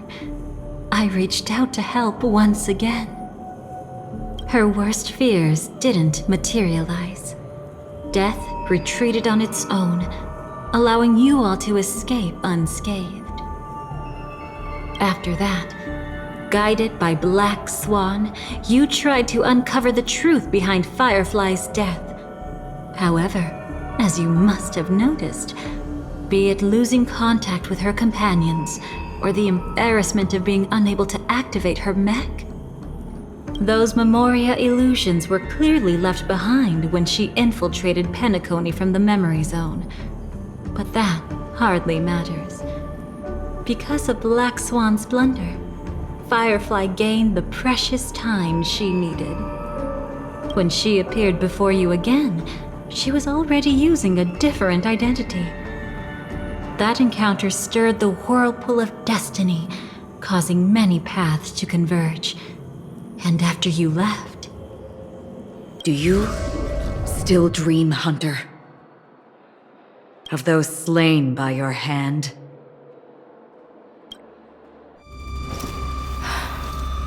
I still see them in my dreams. Hold it. Your time hasn't come yet. My time?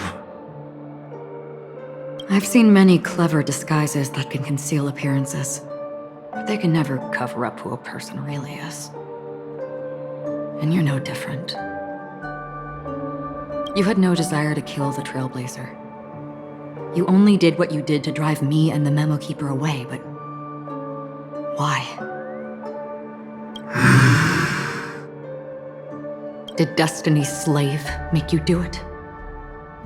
You know, Elio. I thought this is just the kind of thing that'd get written into your script. My script has always been brief. Other than that, anything beyond that is unnecessary. Now it's my turn to ask. Who exactly are you? Why ask when you already know the answer? I tend to forget things. Which is why, rather than memories, I'm accustomed to using my emotions to capture what I normally wouldn't otherwise. So, I know who is inside that cold armor. Therefore, I can sense it.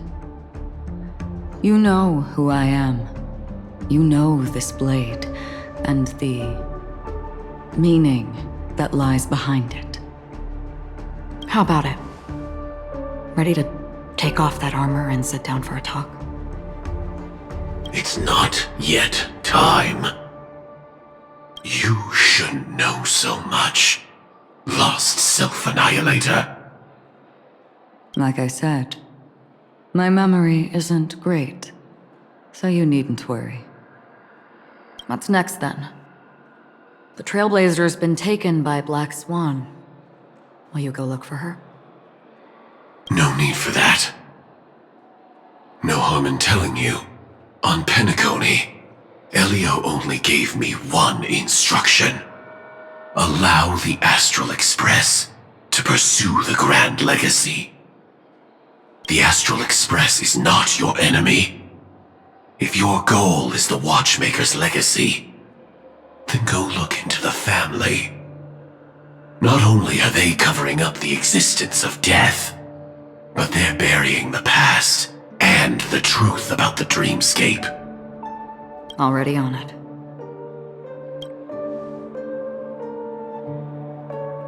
Before we part ways, let me give you a piece of advice. No matter which path you and I walk, death is the inevitable finale. Even if we say farewell in the mortal realm, we shall have one final reunion when Terminus ascends to godhood once more. And the same holds true on Penacony. I've already been to the Dreamflux Reef. It's not a secret that's hard to uncover. Well, I'm afraid you have yet to realize just how awake you truly are. It is precisely because life dares to slumber that they can awaken. Ascends to godhood once more. Even if she's an emanator, she shouldn't. After today, Japella's name will disappear from cosmic history, and the Everflame Mansion will take its place. In the not-too-distant future, you'll receive an invitation. That's your next stop. Land of the Dreams, Penacony. I hope you find whatever you seek there. Be it answers or salvation. Thanks. I hope. Huh? A phone call? At a time like this? You can turn him down. You know what I mean. But Elio said I'm the perfect candidate. Candidate? So Elio finally came to a conclusion. Yes. He said he saw the fourth fate clearly. There won't be any more surprises. He also chose me as the last survivor. Just like her. Which path is it? The Nihility. After it engulfs everything, I must be the last survivor. Giving my all to turn the tide. How ruthless. However, it's a bit different from the other three. Before that, I have other matters that need my attention. If possible, I must prevent her from being tainted by the power of Nihility. Even the slightest trace of it. After all, everything she carries is not only heavier, but also more precious. If possible is a bit vague. I suppose, if it comes to that. Even if I have to die for it. I cannot run away. In the future that Elio foresaw, we never had an ending. But I still have a chance to wrestle back from fate the right to have a beginning.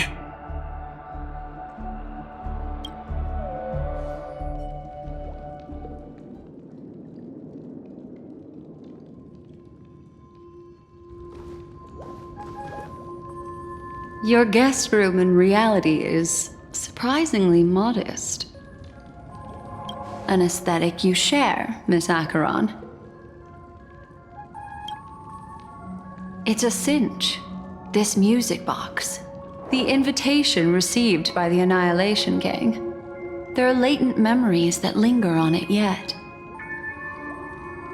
You see, memories of you are not yours alone. They travel in other people. Other things. I know much, and I can predict even more. With some help, the dead can be made to speak. The Annihilation Gang, that band of desperados who all disappeared after meeting you. What exactly happened to them? Well, let me reveal all.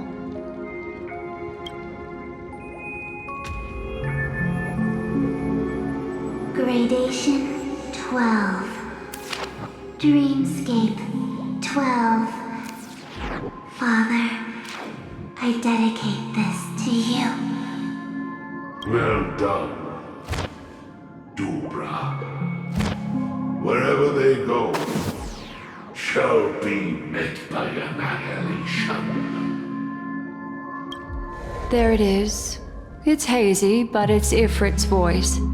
The other one is probably his progeny. This is the residual memory from when the invitation was first delivered. They were abruptly interrupted. Then, what happened next is... They sought refuge in a land of sleep, merely wishing for undisturbed rest away from the storms. Children of the flame, this marks your rite of passage. She won't be necessary. I alone am enough. When have those on the path of destruction feared death? The Everflame Mansion has set out on a journey. Those poor people, they have no idea what lies in wait ahead of them. Memory recovery is going well, but slowly. She'll be here soon, and time is short. There's nobody else here, so there's no need to be delicate. In fact, I think I'd better go all out.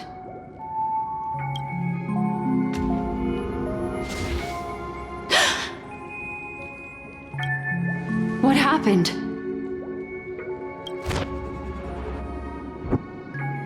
The memory after that is blank. How is that possible? This music box fell into Acheron's hands, and she brought it to Penacony. That's a fact, and that's how it should have gone. But along the way...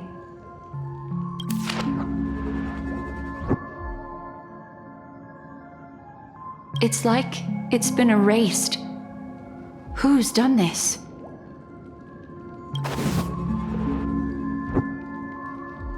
Who are you? Who are you? It's... no. Is this not a memory? Oh, a memo keeper. Do you serve the Garden of Recollection? Or the Cremators? My name is Constance. A pleasure to meet you. We were supposed to meet in Penacony and spend an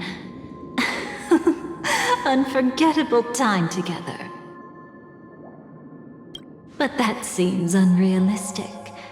Dahlia is not welcome on the Banquet Star, and I don't need a coming-of-age ceremony. And you, I know what you're looking for. Want her secret? I can give it to you. And then, you can enjoy the banquet for me.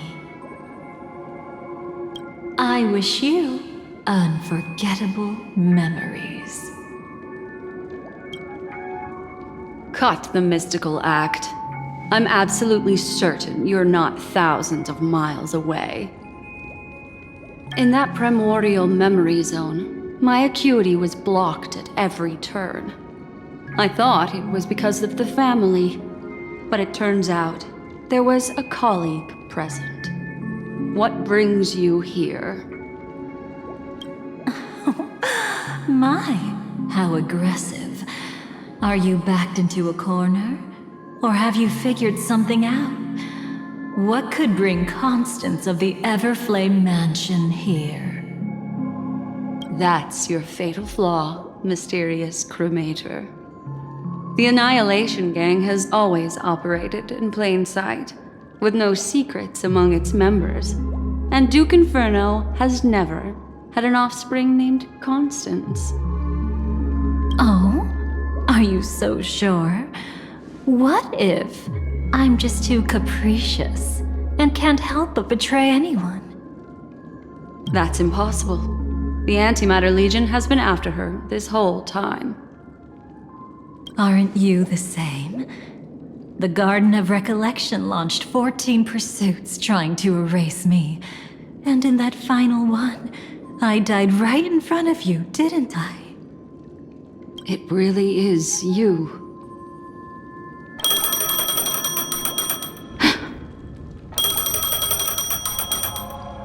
To interrupt another's reunion. Such a graceless act. But by all means. After this, we'll have ourselves a nice long talk about your ingratitude, my dear cellmate.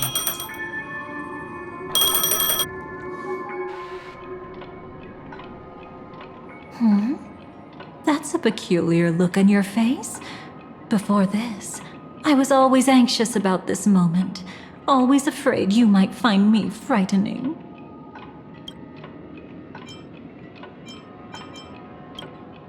Of course, everything about Penacony is more important than you think. To prevent other terrible outcomes, the Stellaron hunters were forced to use great power. If you're willing, and if you can endure it, I can keep going. Or perhaps...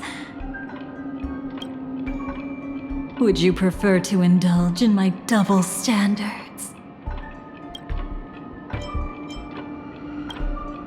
Yeah, we were quite close. Don't get the wrong idea from how I phrased it back then. I've always thought that when two people are locked in a knife fight, with their blades pressed to each other's throats, they become more intimate than any pair of dancers. Now, let's turn our gaze to where the threads of destiny intertwine. Soon after, you finally learn Black Swan's intentions. She made a deal with the IPC to bring you before Aventurine. In order to reclaim Penacony, the IPC had been seeking temporary allies. As a show of initial sincerity, he revealed his discovery to you. The crime scene of Robin's death that was staged by the Fool. From that moment on, Aventurine embarked upon his great gamble.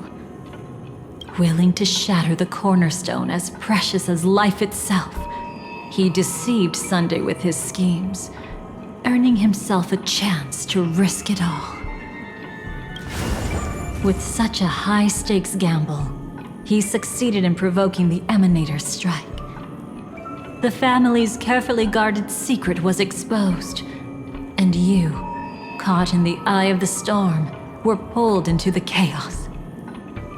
But that's all about the living. In the same moment, what became of those within the world of the dead? Miss Robin arrived at Dreamflux Reef ahead of you.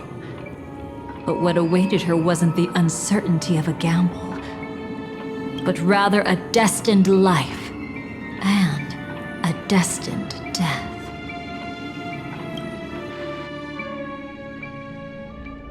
Brother, I don't understand. For a bird, does flying also need a why?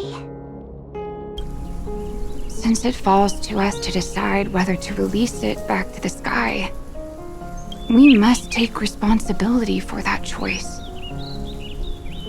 That really sounds like Mr. Gopher would. But I've made up my mind. Let it soar free and wild. If I had feathers and wings like it does, I definitely want to fly. Even if just to try it once. Besides, Big Brother will help it, right? But It's truly reassuring to hear such words before parting. Come, Sunday. Your little sister will be walking ahead of you now. Mr. Gopherwood, how did you... The gods bestowed upon us heavenly fire, and with it divine tribulations. Let them be, for we are all mortals, born to love and to suffer. Today, more than one little bird will embark on their long journey. How could I miss the moment of your departure? Come here, child. I've prepared a farewell gift for you. What did she give you? Miss Robin? Sorry. Where was I? In Dream's Edge, a masked fool attacked you and left behind a parting gift. Oh, it's hard to call it a gift. When the fool killed me, they put a mask on my face. But when I woke up in Dreamflux Reef, it was gone, and I couldn't feel any effects from it. As for that mask of yours, is it really called the Harmony? The Twin of the Order? She might be hinting at something, but I still can't figure out what she means. Speaking of which, how is that anomaly of yours doing now? I'm gradually getting better. There's no denying that Dreamflux Reef also spreads the Harmony, and it hasn't been affected by the family's traitor. As for my loss of voice, I still need to keep investigating. Perhaps I've been wearing a mask all along, without even realizing it. If you need any help, just say the word. Thanks for your help. I'm starting to get familiar with this place. But Dreamflux Reef is so isolated. Is there any way to know what's happening outside? I want to check on my brother's situation. That's easy. Just head to where all the action is. Want me to show you the way? I'll take a walk around by myself. Thanks, Mr. Micah.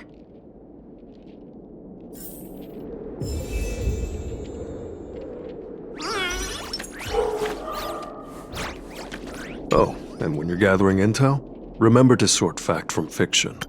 Rumors do pop up from time to time. I'll keep that in mind. Thanks for the heads up.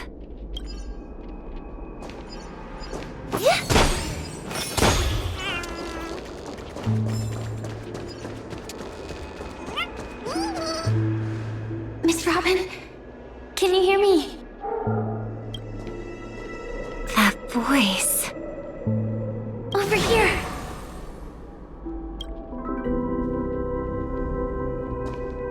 Are you Miss Firefly? So you did notice me after all. Sorry, but I can't show myself right now. Could we talk somewhere more private? To be honest, I have no reason to trust you. I get it, but I can assure you this isn't a trap. If you really need a reason, there are anomalies in the 12 hours. We are suspicious of the Dream Master's true identity. Lead the way. But let me be clear. Agreeing to me doesn't imply anything about my stance. Understood. My companion will show you the way.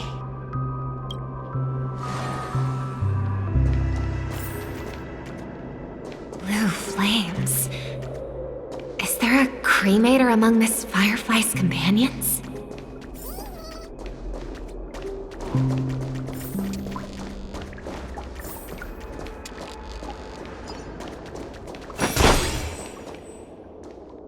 Miss Firefly?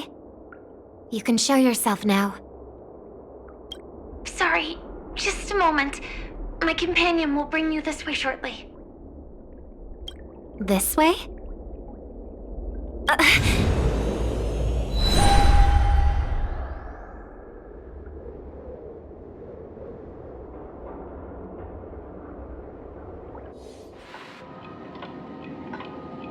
Where is this?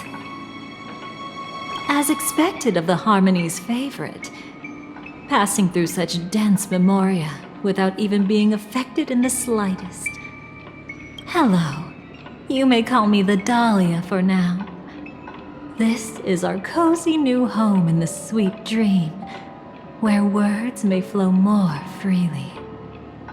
A new home burned out of the sweet dream? If you really wish to have a proper conversation, you shouldn't resort to provocation like this. I apologize, but she's different from other cremators. She has no intention of stealing memories. The same goes for me. I have never wished to destroy the sweet dream. Sneaking into the dream was my only option. I really like Penacony as a tourist. This is my first time dreaming, and Penacony is more wonderful than I imagined. Thanks. So, what brings you here? I'm sure you've noticed it too. The Dream Master Gopher would completely merge with the dreamscape, becoming virtually omniscient and omnipotent in Penacony. But now, he's losing his grip on the dreamscape. To find out why, we conducted some investigations. In the primordial dreamscape, we uncovered a crime that he had buried away. We suspect that's why his powers aren't what they used to be. And that's why he's been telling everyone he's under the weather. Crime? I'll show you later. Belonging to his family, you wouldn't believe me unless you saw it with your own eyes. You've indeed uncovered many clues. But before we proceed, I must confirm your true intentions. My purpose is about a reunion, a rescue, and a farewell. Will you believe me? Miss Firefly, that expression and tone of yours just now, I've seen it many times in my audience. Expression? That's the look one has when describing what they hold most dear in their heart. So I'll trust you this time. When I first left Penacony, the Dream Master gave me a parting gift. A divine law, so to speak. For a leader of the 5 lineages, that's pretty cheap, isn't it? Since then, I've walked the path of harmony as a Pathstrider, wielding its power. Until I returned once again for the Charmony Festival. In the 12 hours converged by the Dream Master, I developed symptoms of losing my voice, and the strength of the harmony began to wane. Yet in Dreamflux Reef, I wasn't affected at all. I believe that the path he once pointed to might not have been named the Harmony. That's why I gradually became incompatible with the sweet dream. In the past, the Dream Master would harmonize for me. But when he was too busy to tend to me, I finally noticed something was wrong. So, which path did he choose to walk? It's not clear yet. There aren't many clues about this, but I suspect it's the Order. Thank you, Miss Robin. You've helped us clear up many of our doubts. However, regarding the Dream Master's path, we have different conjectures. What is it? Come with me. It's time to see it with your own eyes.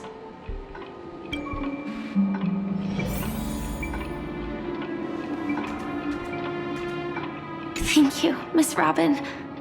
You've helped us clear up many of our doubts.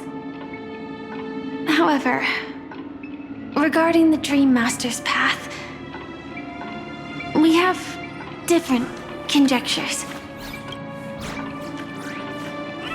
Come with me. It's time to see it with your own eyes.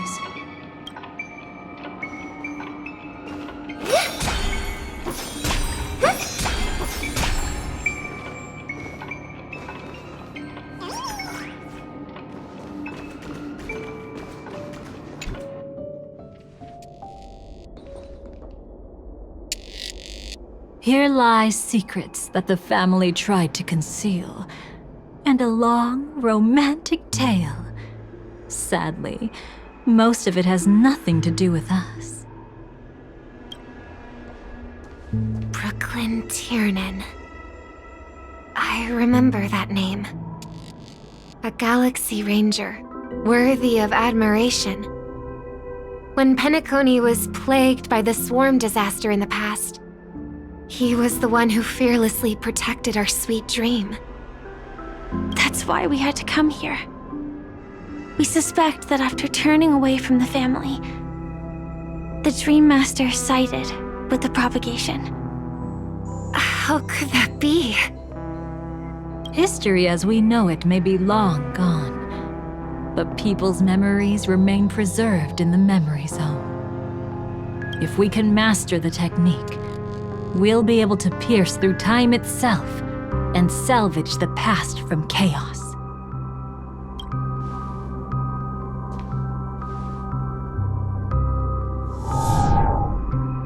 Is this Memoria?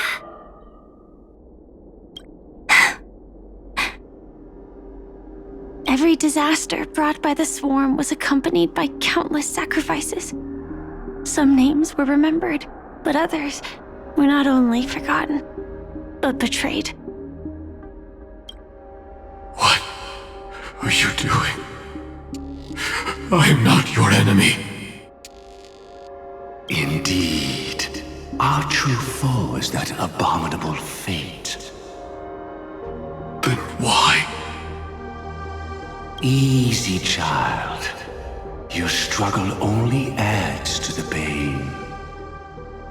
The strike I just delivered, dishonorable though it may be, did not miss. Here and now, your death is certain. But I was clearly helping fight against the swarm here.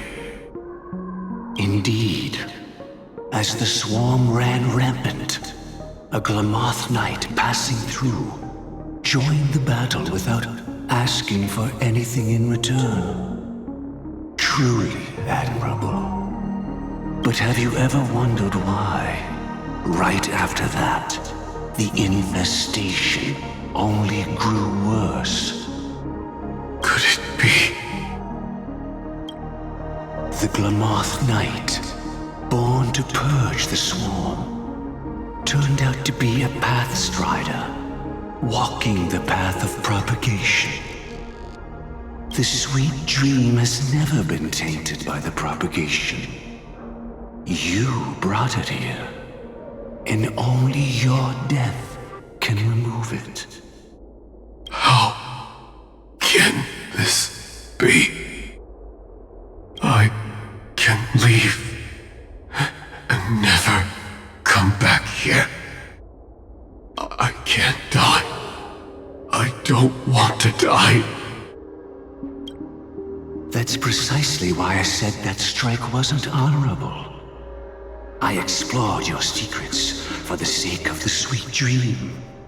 But striking you down, that came from selfish desires after glimpsing eternity. Paradise shall fall into this world of sorrow, and once dawn breaks, it will shatter in the light of day. How could anything golden abide in glory forever? You shall become my darkest crime and the beginning of a great undertaking.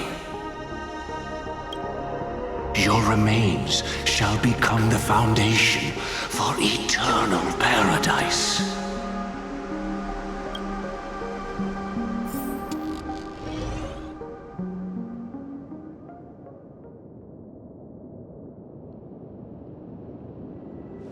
You're quite familiar with the Memoria, so you should be able to tell whether this memory is fabricated or not.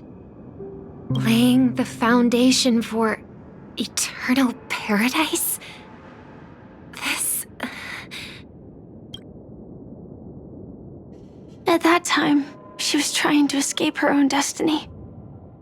But when the swarm was discovered on Penacony, she didn't just stand idly by. Even though she died while fighting against the swarm, it wasn't destiny catching up with her again.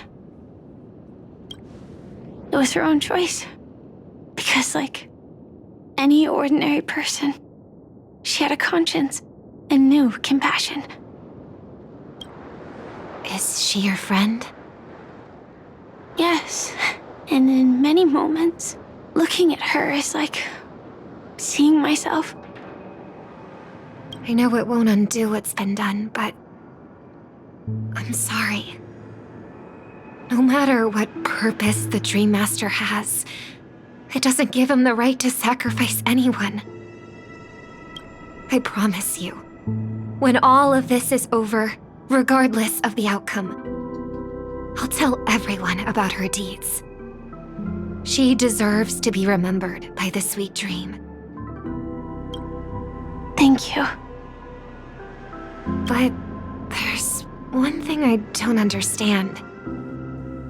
Even if the Dream Master is after the power of the propagation, there are plenty of swarms left in the cosmos. Why resort to killing?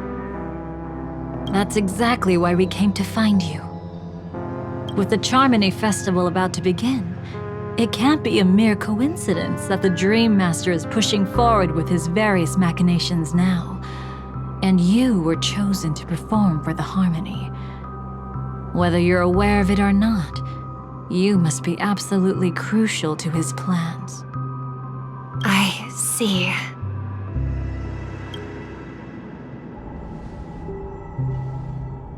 You want me to become the conduit to retrieve the past from the memory zone?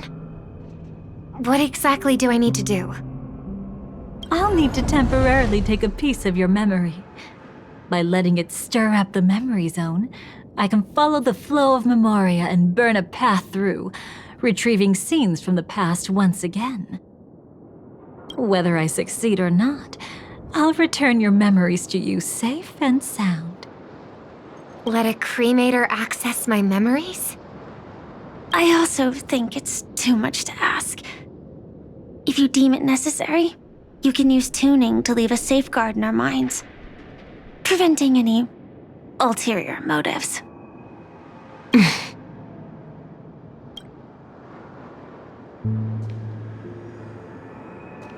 There's no need. Let's get started. May the harm that befalls you never lead to your downfall. This is a blessing that has been passed down through the family for generations. I don't want all trust to be built upon mutual threats. So this is what star power looks like. You've even made me a little starstruck. All right. Looks like we got lucky. Oh? What's this? A piece of worm-eaten oak? Found something new? This time, I'm afraid we've uncovered quite a disaster. Let's go see it with our own eyes.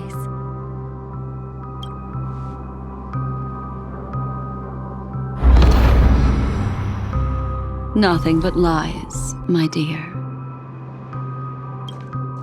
Hiding behind the title of a memo keeper? Tell me, how long have you been lying to them? You really seem determined to savor those unforgettable moments, don't you? Be smart and take a hint. I don't have time to entertain you right now. Oh, because you're busy pretending to be a Stellaron hunter? Who are you talking about? Quite the clever move there. Miss Firefly, if you're willing to take my advice, why not make a trip back to reality? Ask that silver wolf lady carefully who your true companions really are. How did you... All right, you. Still can't help sticking your nose into everything, huh?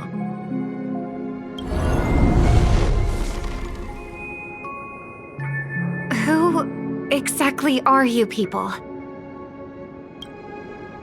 She's just a cremator who manipulated memories and pretended to be a Stellaron hunter's companion.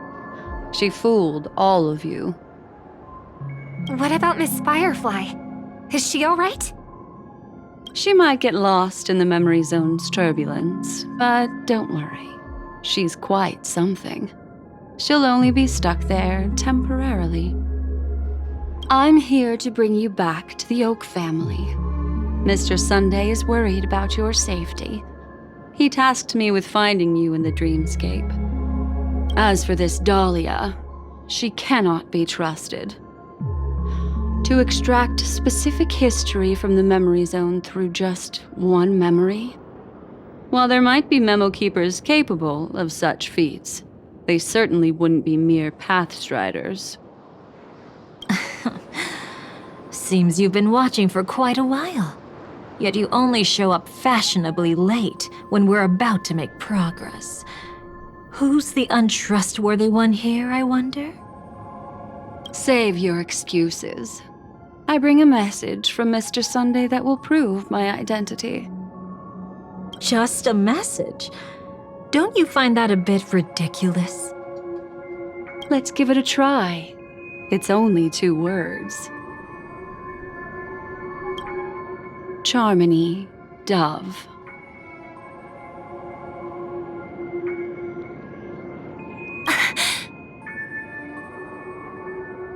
I don't know the details, but Mr. Sunday said you would understand. Indeed. Unless it's an extreme situation, this is enough to earn my trust. The IPC, Astral Express, and now you're even taking assignments from the family? My, aren't you popular? But you just had to choose the path of your own demise? Back then, I not only kept Lady Acheron's secret, but also left you with your life intact. What? You're that eager to rekindle our past? Well, you are the Dahlia, after all. I have to keep an eye on what kind of trouble you're going to stir up next. I've been questioning this for a long time. How could Destiny's slave possibly accept someone like you, whose very nature is betrayal? And what's the deal with the Stellaron hunter? Let's get somewhere safe first. Then we can talk. She's too dangerous for us to let our guard down. Many thanks.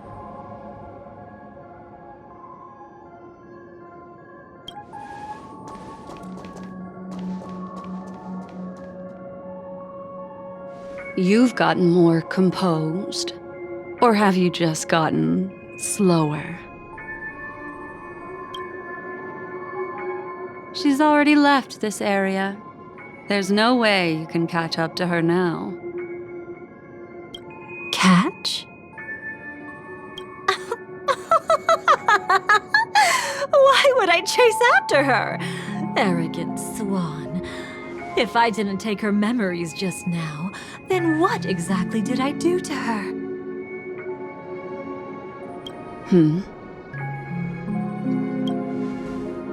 I might as well tell you. I planted a spark of the cremator's fire in her memories. It will spread silently, and in an instant, it will burn away all her memories of seeing me. She'll believe she was never here. The suspicions that have already taken root in her mind will also gradually fade away. No matter what she has discovered, the moment she attends the Charmony Festival, she'll revert back to that good child who was born to walk on the Order. You're the one who's run out of time.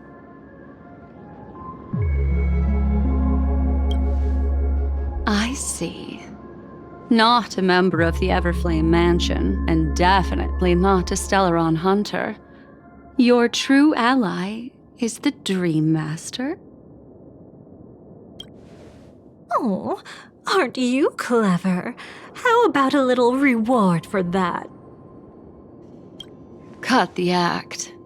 Even with your usual reckless methods, you can't handle me alone. You're right. I can't do it alone. But I rarely feel lonely anyway.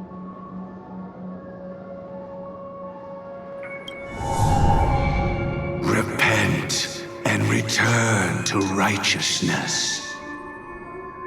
Though you soar like an eagle and make your nest among the stars, I will bring you down from there. Now, can you still keep your cool? He actually gave you strength through the divine law. The Dream Master would go this far for an ally? What can I say? I'm just that trustworthy. If he hadn't done that, how could my control over Memoria far exceed that of ordinary memo keepers? Let alone allow me to tamper with the Stellaron Hunter's memories. Unfortunately, you lost your composure in your euphoria. In the dreamscape, I might not be your match. But if I want to leave, you can't keep me here. Harsh words. Want to test that theory? It's easy to throw away a flower, but the fragrance lingering on your hands won't fade so easily. I can be quite persistent, you know. Even if we rekindle what once was, I remain unchanged.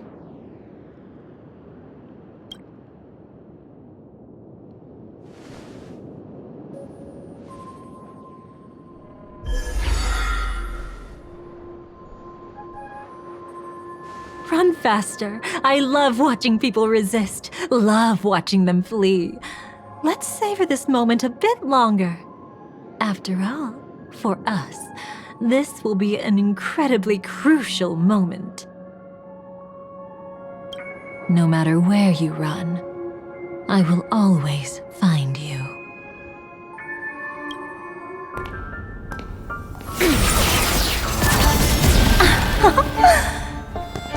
I have the numbers advantage. You have no chance of winning. I don't want to use the cremator's tricks. Not that I can't. I knew it. Your ever-shifting morals. Never changed.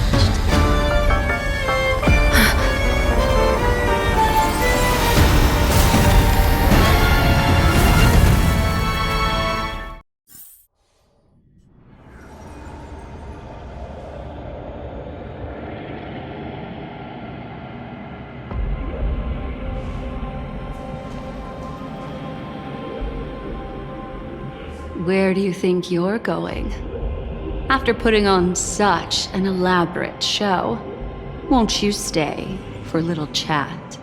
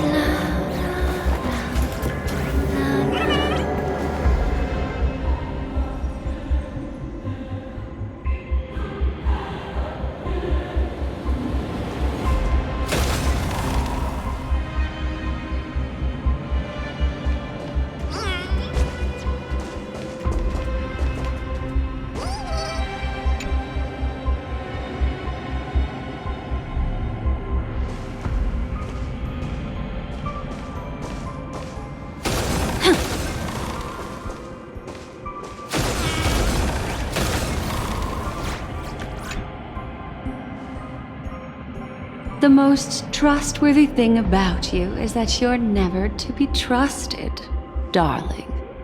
And that's one thing that's never changed about you. When did you figure it out?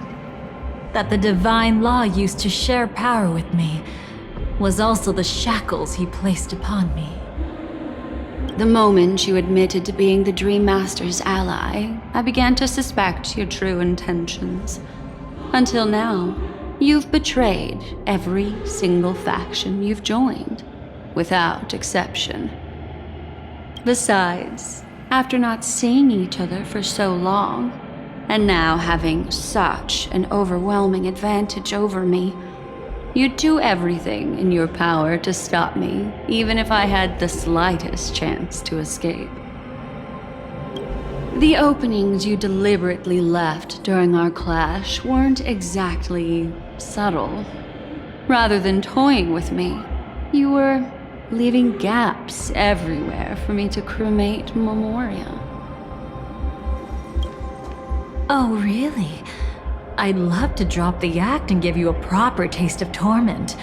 But alas, as long as the constraints on me remain, I'm not my own master. I can't do anything that would harm Gopher Wood, nor can I reveal his secrets. Good thing we've always had this kind of tacit understanding, always trusting in each other's capriciousness. I wish that wasn't the case. I'd rather not draw the Garden's attention because of my association with you. Aw? Back to your old tricks again? It's an epiphany, dear. Something you'll never understand. Let's talk about what's really important here. What are you hoping to get from the Dream Master that made you willing to submit to his control? After putting on such an elaborate show, using me to regain your freedom, which kind of memories are you trying to steal from the sweet dream? Why, of course, the destructions. Stop joking around. You abandoned that path long ago.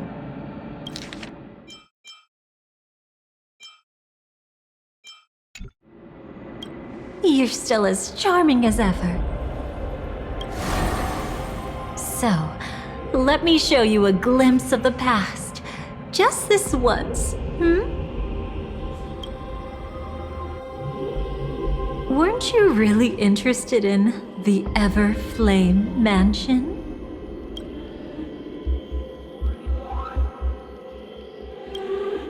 So you were the one who erased the memories from that music box after all. That's right. I kept only this scene as a memento. I wanted to remember how I felt at that moment. And look closer. It's not just the memories. The Everflame Mansion itself has ceased to exist. Those claw marks. You've long since strayed from that path, yet you can still wield the power of the destruction. Isn't it the same right now? I've betrayed the Garden of Recollection, yet I can still show you the memories. If you have time, I can help you savor the memory of our first encounter. Go ahead and savor it on your own. I want to put it behind me. The sooner, the better. But can't you tell me something I don't already know? You betrayed the Everflame Mansion. Is that really supposed to be surprising? Destruction is a glorious moment. As Duke Inferno's daughter, I will see his last wishes carried out to perfection, even if my role as such is only temporary. And besides, who said I betrayed them back then? I came here to fulfill Duke Inferno's last wishes. This was his command to me. Make the Knights of Penacony crumble and wither. Leave naught but a tomb of remembrance. In other words, everything on Penacony related to the Remembrance was my target for destruction. But this was already a world of Memoria. How could I possibly accomplish this without any help? Working with the Dream Master may be like dancing with the devil, but I have no better choice. Oh yes, everything tied to the Remembrance includes you, of course. Grateful? You should be. My whim is the only reason you're still alive. I won't be grateful for that. You couldn't have done it anyway. Filial piety has never been one of your strong suits, so drop the act. That's exactly why I'm saying, you only think you understand me. Think about it carefully. As a Stellaron hunter, didn't I work my hardest to help Firefly get closer to the truth? As an ally of the Dream Master, I also helped monitor the dreamscape. And when a hunter infiltrated Penacony, I seized the chance to pose as her companion and trapped her in the memory zone. As for Robin, whom he chose as his songstress, I burned away her doubts too, leaving nothing to chance. Like the destruction, betrayal is but a fleeting moment. And before it came, whether with Duke Inferno, Gopher Wood, or Firefly, I wasn't pretending. I truly, wholeheartedly became their companion. What about Robin? Those sparks that burn through memories. Don't you think that was a bit too much? Oh my! I thought I could fool your eyes at the edge of the dreamscape. But I guess there's no hiding from you on your home turf. What? You want to settle the score with me for messing with your people? Why don't we sit down and have a chat? You seem like a patient one to me. So tell me, what exactly do you want to take from me? Don't worry, I only went with the flow, suppressing her power a little to make it easier for you. I trust.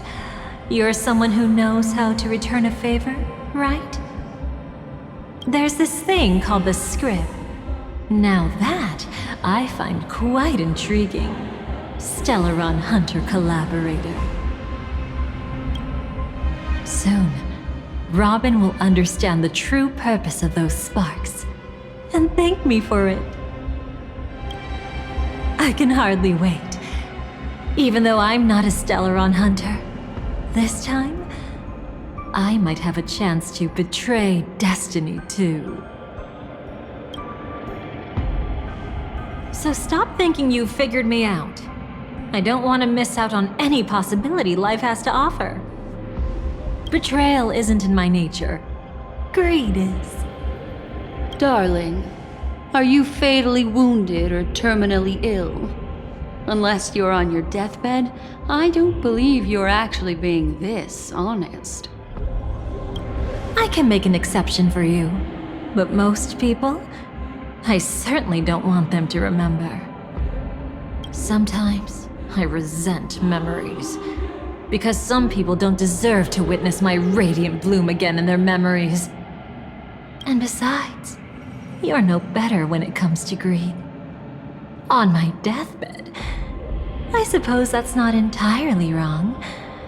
I was hoping a little honesty could talk you into dying with me.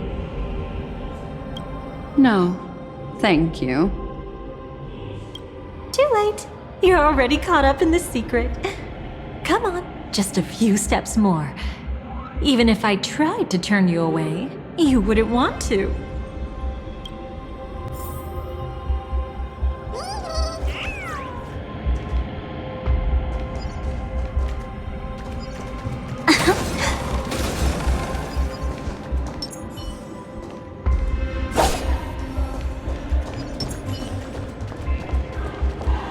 I see now. A piece of worm-eaten oak. You weren't just making that up. Oakwood is prone to insect infestations. Nothing surprising about that.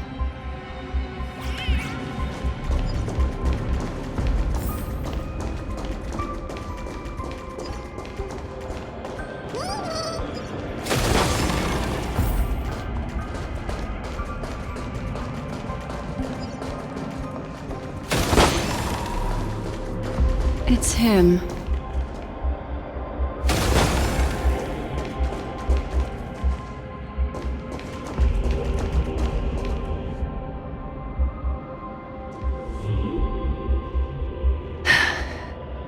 Just look at this place. Shouldn't be this lively here. Ladies, which one of us would you say is the uninvited guest? Mr. Aventurine, what are you doing here? Well, the game's over. And I scored a big win. Oh, what did you get out of it? The Nihility Emanator cut me, and I died in the most spectacular fashion. Oh, speaking of which, you must know exactly how that feels. My dear lady who loves to dance. Still better than having no invites at all, my dear helpful lady. You two are really something special. You're quite interesting, Mr. Aventurine. However, you weren't supposed to find your way here. Unless you can give me a reason, I'll indulge you by letting you die once more.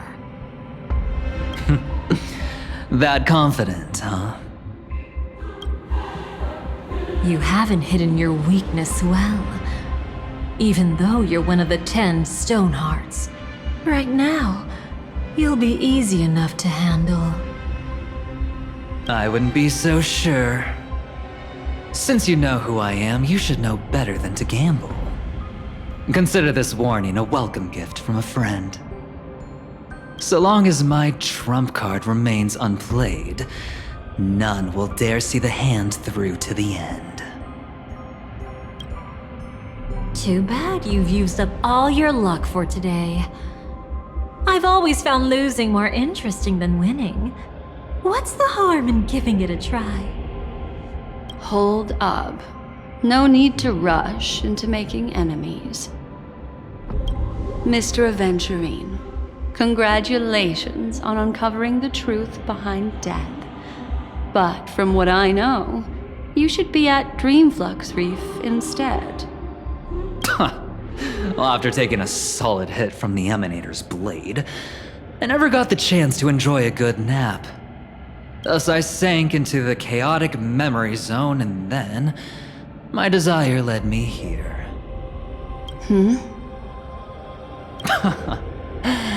As I thought. You two haven't noticed. The answer was right under your noses this whole time. You can traverse through Memoria without relying on roads, which is exactly why you missed it. Ladies, you didn't think the IPC would enter Penacony unprepared, did you? Backed by a most attractive package, I quietly assembled a team to research the memory zone. And I only asked for one thing in return. How to escape alive if I accidentally got lost in Penacony's Memoria. To be honest, they didn't contribute a thing. But they did help me discover a certain legacy. Rosalina Jane Estella, the former undertaking once belonging to this nameless. She once boarded the Astral Express as an outstanding surveyor. Years ago, in pursuit of the primordial dreamscape secrets, she ventured alone into the memory zone and was never seen again. Everyone believed she had perished, taking the mysteries of the dreamscape to her grave. But that wasn't the truth. Before departing from this world, she single-handedly forged the pathway of Memoria. Mr. Aventurine, do you even realize what you're saying? Look, I didn't believe it at first either. But the Nameless, as it happens, had quite a unique background that led her to devise a brilliant solution. Using the technology from the Zarina Erd system, she gave her life to the memory zone, giving Penacony's dreamscape a unique signature. When dream chasers wander into the memory zone, they'll drift towards places that can fulfill their desires. Those who yearn for freedom will witness the form of the primordial dreamscape. Those consumed by obsession might encounter certain special dream bubbles. And those who are lost and directionless will return to the 12 hours, seeking their path within their own past. The family discovered this trait and cleverly utilized it, allowing guests to be sent to different hours upon their first dream entry. In other words, this Nameless is the true founder of the planet of festivities. As for me, maybe I ran into a good doctor. From the look of this place, he's the one who let me blunder my way in. The impossible in dreams is not death, but dormancy. Do stay alive. I wish you the best of luck. Looks like I'm pretty lucky. I can't wait to see what I'll discover here.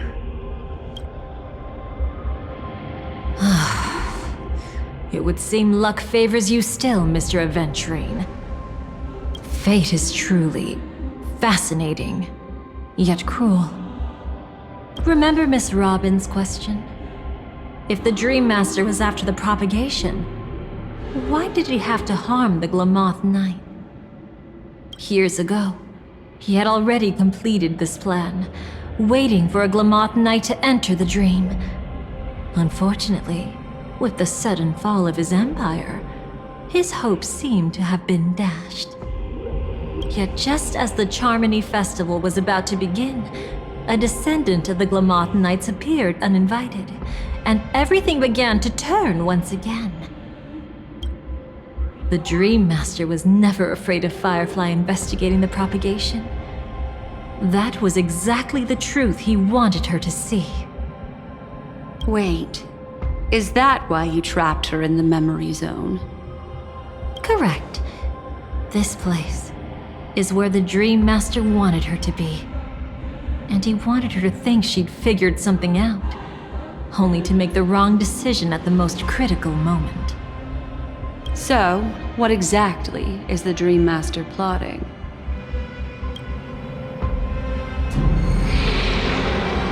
It doesn't matter anymore.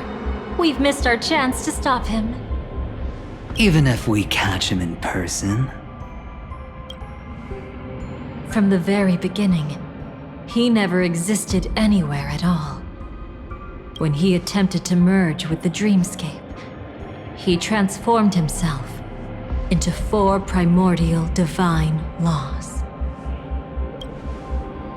The gods bestowed upon us heavenly fire, and with it divine tribulations.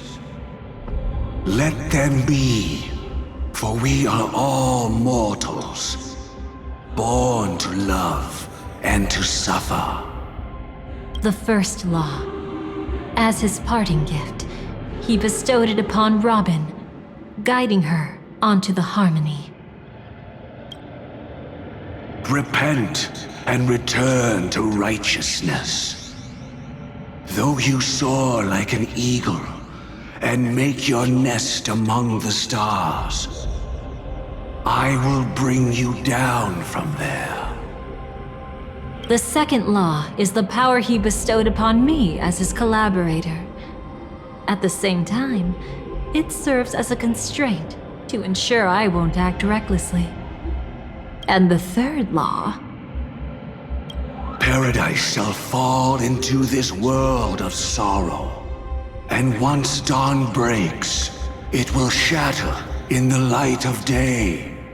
How could anything golden abide in glory forever? I haven't seen it myself either. According to him, it was an all-out attack, like a torrent of fire pouring down from above. And the last one? Nobody knows. after claiming to be ill and withdrawing from public view. Even though the constraint remained in place, he never contacted anyone again. Not even me, his collaborator. It's just my theory, but I'm pretty sure I'm right. By then, he had finally completed the last law and used it to eliminate the one weakness that exists in any plan. The mastermind himself. The moment the plan was set in motion, Gopher Wood died a martyr's death for the just cause he believed in. And the swarm disaster shall reappear again in the sweet dream. The moment has finally come. Resentful from being deceived, confused by conflicting memories. Your expression right now is so similar to what I had imagined. Every side. I'll try to fulfill Duke Inferno's last wishes, advance Gopher Wood's plans, and yes, indeed, I've helped the Stellaron hunters uncover the truth. Don't be too mad. I wasn't a Stellaron hunter back then, but wasn't everything that happened in Penacony the perfect opportunity to join?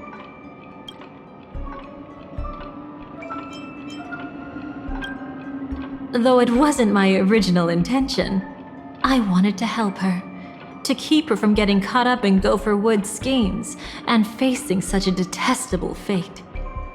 Alas, I couldn't make it happen. The path your predecessor Rosalina left in the Memoria pushed Firefly towards a new lease on life. Indeed, how could a nameless who walks the path of the Trailblaze leave behind a legacy built on evading destiny? As you can see, he became a martyr, leaving all his power in the 12 hours, like a self-turning hand of time, driving his plans forward. The Order truly is a harsh path. Enna, Gopher Wood, and Sunday, the one you know even better, they all chose to sacrifice themselves for it. But then, something interesting happened. You turned out to be that variable. As Aventurine said, Rosalina's legacy would send dreamers to where they truly yearn to be. For Firefly, that place turned out to be by your side. She revealed her true self to you, reuniting with you as a Stellaron hunter. Then, guided by a history fictionologist, you witnessed the life of the watchmaker Mikhail. It was truly a life worth remembering, worth giving everything for. I would have loved to raise a glass of hello and goodbye to him, just like the one who saw things through to the end, Mr. Gallagher. What a shame I can't do it properly here. Sunday also came here, feigning cooperation, to reveal to you the truth about Penacony, the foundation of the sweet dream, hidden behind the Grand Theater's curtain, was actually a Stellaron, and the true mastermind behind everything was none other than the Dream Master Gopher Wood. But you know now that his words weren't entirely true. What followed was one of the few beautiful memories that Firefly has held onto to this day. In order to win tickets to the Grand Theater, you and Firefly participated in the moment of scorched sand auditions. Your coordination was so perfect, like you were companions who'd long shared the same rhythm. See? Even though you've forgotten everything from before, some traces remain etched in this moment, becoming part of your instincts. Until, following the script, Firefly sent you all to the final stage before departing on her own. In those beautiful moments before that, she experienced the joy of living, yet she still had to face the terror of death. However, You may have noticed that during this period there was a small gap. She and you weren't together the whole time. You returned to a child's dream through a dream bubble left by Mikhail and witnessed his legacy. However, Firefly was not a trailblazer, so she couldn't enter it. While waiting alone, she met her true collaborator, and thus learned that there was more than one legacy in Penacony, and more than one watchmaker.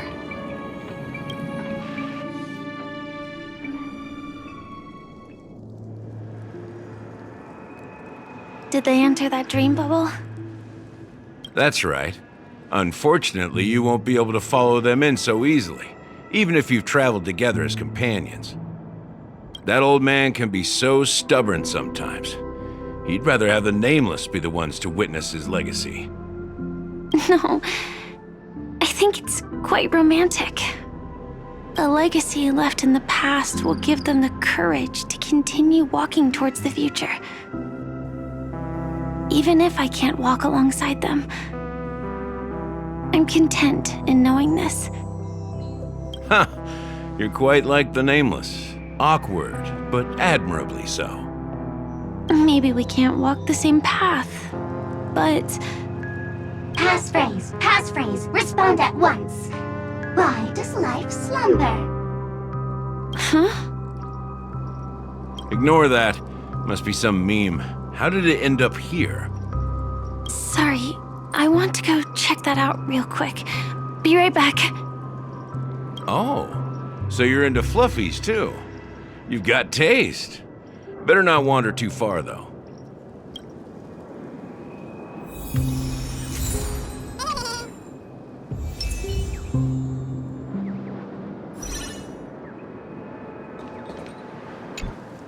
That old man can be so stubborn sometimes. He'd rather have the Nameless be the ones to witness his legacy.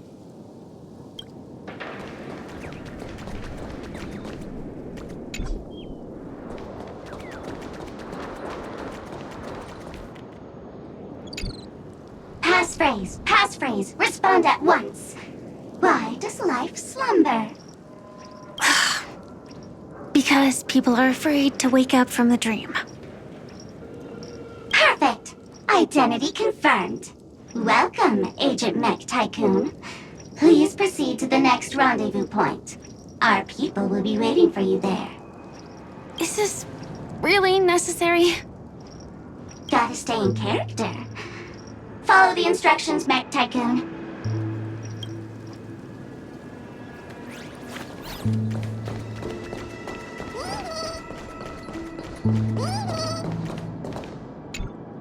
Hello. Please submit identity verification for Agent Ultra Firepower Instant Star Traveler.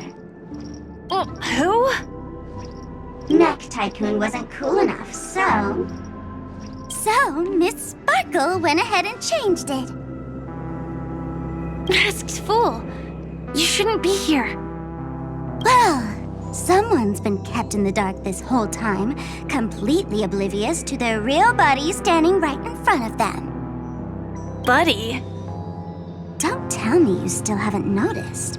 That memo keeper has already stabbed you in the back once. No way. Silverwolf never mentioned me. But she's the one who invited me to team up. The family's omnipotence in this sweet dream, that was my intel. Now you all are going back on your word. Your intel? With Kafka's Spirit Whisper, my cognition shouldn't be susceptible to distortion. Could things be different now that I'm in a dream? Before heading to Penacony, Silverwolf did tell me to keep an eye out for anyone asking, why does life slumber? But as evidence, that's not enough. Oh, really? Then what if you were to die 3 times in the sweet dream? Then why is this the first time we're comparing notes? What else could I do? As a fool, how could I ever catch up to a memo keeper in a dream? Every single time, just when I was about to reach you, poof! she'd vanish with you.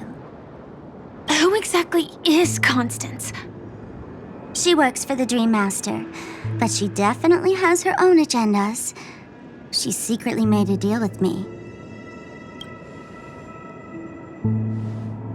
She pointed to a nightmare in which all the Dream Master's schemes would be carried out. I've been looking everywhere for you just to give you this spoiler. A nightmare? What exactly is in it? Tell you straight up? No way. I went through hell and back for this. Here's the short version. After you've lived through the best of times, soar toward the sky with all your might. You'll hear insects chirping at the oak's crown. That's way too cryptic. I can't trust you. Please, we're working together. I'm not some lackey. Just because someone else fooled you doesn't mean you get to pin it on me. You're back sooner than I thought. Any results? Yes. And now, it's up to us to forge ahead. Sorry, I'll catch you later.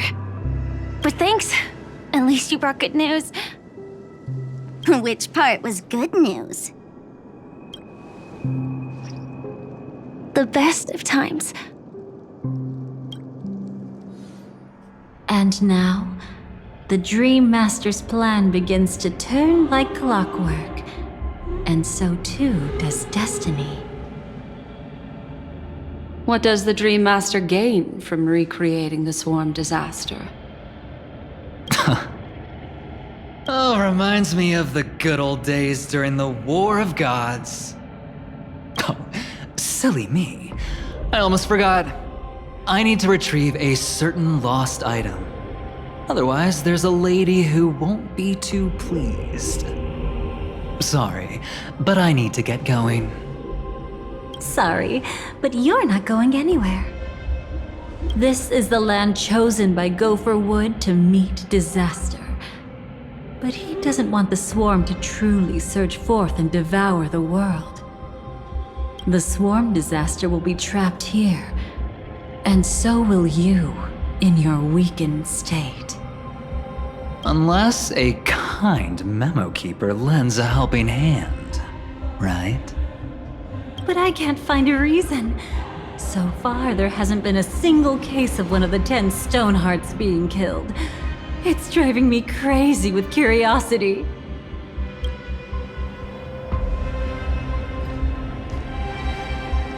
Glory above all! My friends, in the face of the omen of evil, we must stand united more than ever.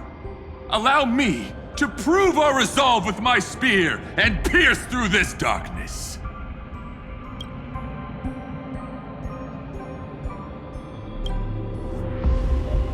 Huh? Whose backup is this? Pardon my late introduction. I am Argenti, of the Knights of Beauty, traversing this cosmos to eradicate all that is unsightly in this world. In the name of beauty, the one and only has brought me to this place. Perhaps it is destiny's guidance that led me here. In this dreamscape tainted by the propagation, I shall uphold the name of beauty and clear the path for all of you. Ah, passing knight. You found just the right person. I am an IPC envoy trapped here. Lend me your aid. For Adrilla the Beauty is the most peerless beauty of them all. Someone's a quick learner. Nothing else to say. This is far too much of a coincidence. What else is there to say? Would this Sir Knight even listen to us try to reason with him? That's the fascinating thing about destiny. Some people are just born lucky. Let them be. We should get moving now.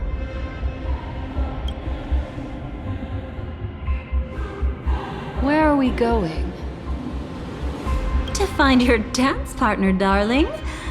By an unexpected turn of events, the Dream Master's plan is about to come to fruition.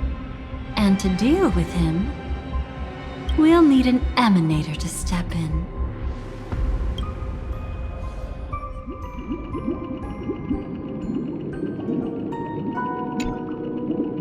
Since the future of the Stellaron, Penacony, and even the entire cosmos is at stake, let's draw a conclusion there, in all fairness. Does that mean he wants to fight us during the Charmony Festival? I'm afraid so. Anyway, we can't leave the Stellaron unchecked. This is about trailblazing a bright future for Penacony, and fulfilling the long-cherished wishes of Mikhail and our other predecessors. After you've lived through the best of times, soar toward the sky with all your might. You'll hear insects chirping at the oak's crown. It's all over now.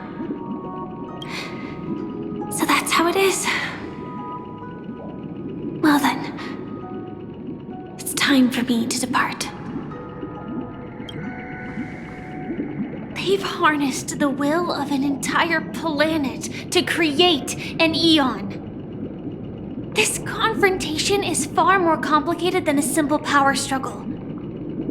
To secure Penacony's future, fighting on the stage alone is not enough. What do you mean? Are you not coming with us? I believe Firefly is trying to say that she's heading off to another battle.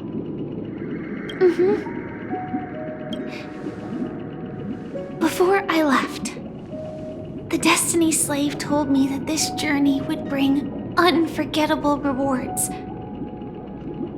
Even though the script he gave me only had a few lines, I couldn't ignore them.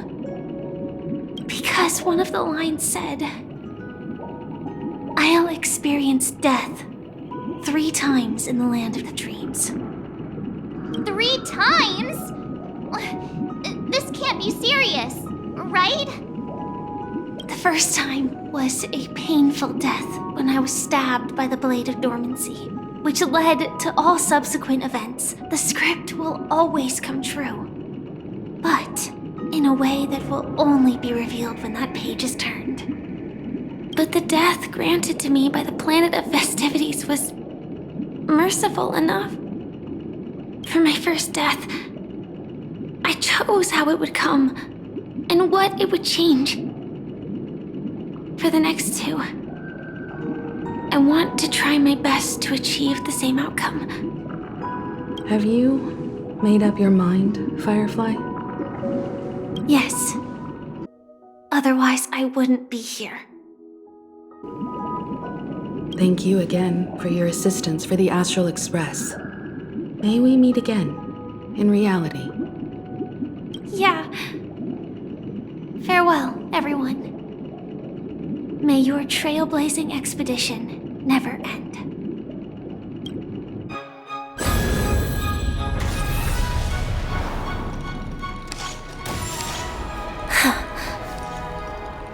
I dreamed of a scorched earth. Everyone, are you ready? A new shoot sprouted from the earth. It bloomed in the morning sun and whispered to me.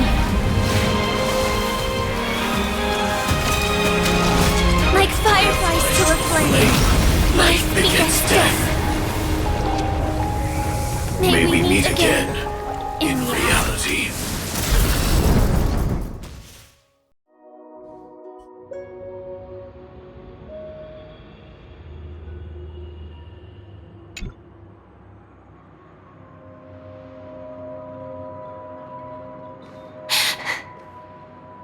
Is this the place where the Dream Master executes all his schemes? Or perhaps it's the place where he'll find redemption. Dream Master?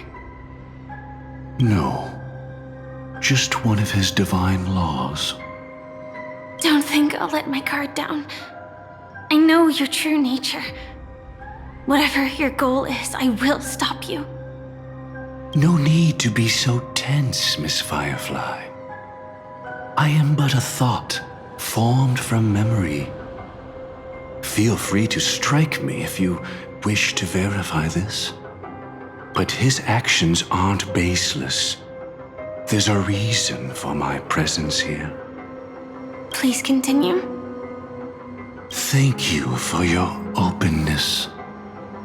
I'm equally unaware of the Dream Master's malicious plans, but he's been waiting for your arrival. That Glamoth Knight he killed with his own hands, through me. He hopes to restore justice for her, and you, her friend, are meant to witness it. Justice? Indeed. I'm quite familiar with this place, and can guide you. This has its own significance for you, too. Witnessing his confession is tantamount to unveiling his crimes. I don't need your guidance to get this done. But you need someone to decipher the truth. Force alone won't solve anything.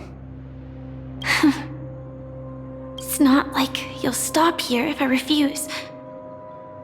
Lead the way. But I'll be keeping my eye on you. What is this place? Oak Manor. Once part of the Dewlight Pavilion. Before becoming the Dream Master, he used to hold family councils here. But it's been abandoned for years now, sinking into the primordial memory zone.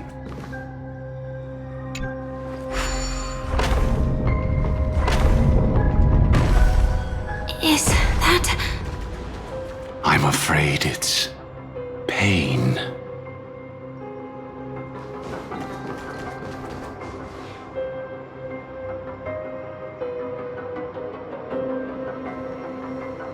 Did Oak Manor always have decor like this? After taking over the Sweet Dream, he never turned away any sincere dream seekers, even if they were shady characters. Walking along the Harmony, he firmly believed that even villains could be transformed by Xipe's benevolence to show mercy, act with justice, and walk with humility. It seems his wishes didn't come true. Indeed. Those villains never learned their lesson. They even conspired with one another, foolishly attempting to establish their own family lineage. Such arrogance. They went as far as sending a messenger across the vast cosmos to seek permission from the main family. In the end, they only brought shame upon themselves. And then there was a revolt. Fortunately, his heart was already aligned with the Oak family, allowing him to survive by sheer luck. Though he could never leave the Sweet Dream again. Soon after, the manor was decorated this way. Was he trying to warn himself? If your beliefs lead you down a path of plight, why stubbornly cling to them? That's exactly what I'm getting at. At least now, I can understand those feelings. And I think I've come to understand why I exist here. At that moment, Gopher Wood stood at a crossroads, pondering whether the Harmony was still the right path. But my fragmented memories have not yet revealed where this would ultimately lead. Since he was about to commit a great evil, perhaps the Dream Master who left behind these laws was hoping I would choose a different path. But it's too late to change anything now. Not necessarily. We might as well keep moving forward. Good intentions are always the final creation of evil deeds. For they know they must be stopped. And his past choices will reveal his schemes to us.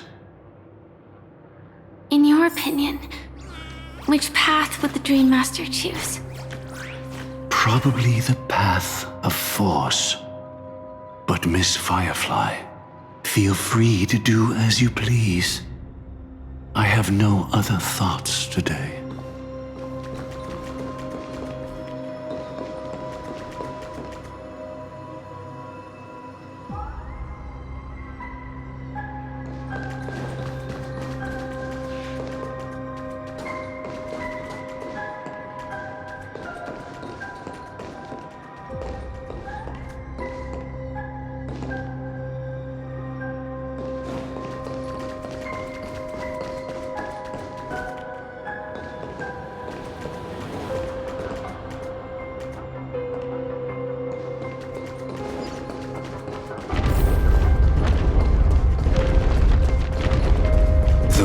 Not taken can never be retraced. Even in dreams, this truth remains.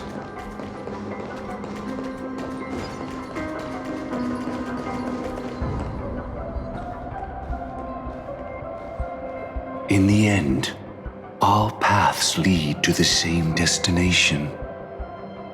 Human will, it seems, truly has very little impact. Is this?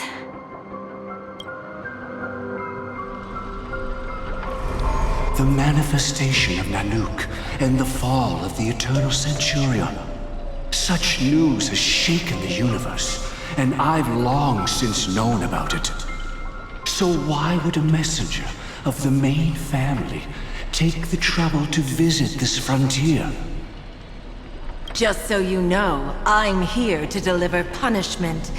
And you're the guilty one. I barely escaped death, and I still can't reveal my true form. Tell me, why have I been branded a criminal upon returning to this place? You've already confessed to your crimes. The family doesn't tolerate incompetence, even from a branch leader on the frontier.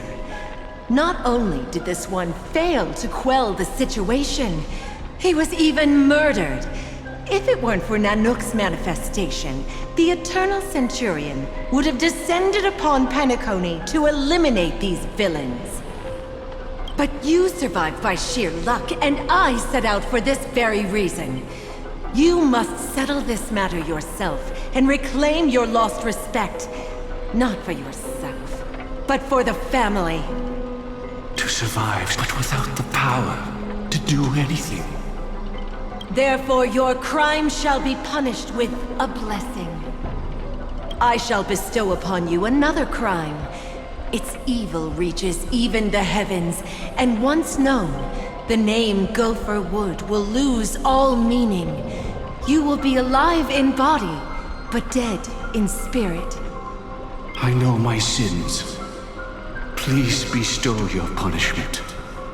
Here and now? That's not possible. Before I lead you to that honeyed fountain, I shall tune you, so that you can no longer speak out. People believe it to be a creation of the destruction, for it always arrives coupled with calamity. I shall clear the shadows before your eyes, so that you may once again behold that almighty force that giveth and taketh, and worship the mercy bestowed by the triple face. The harmonic cancer, the Stellaron.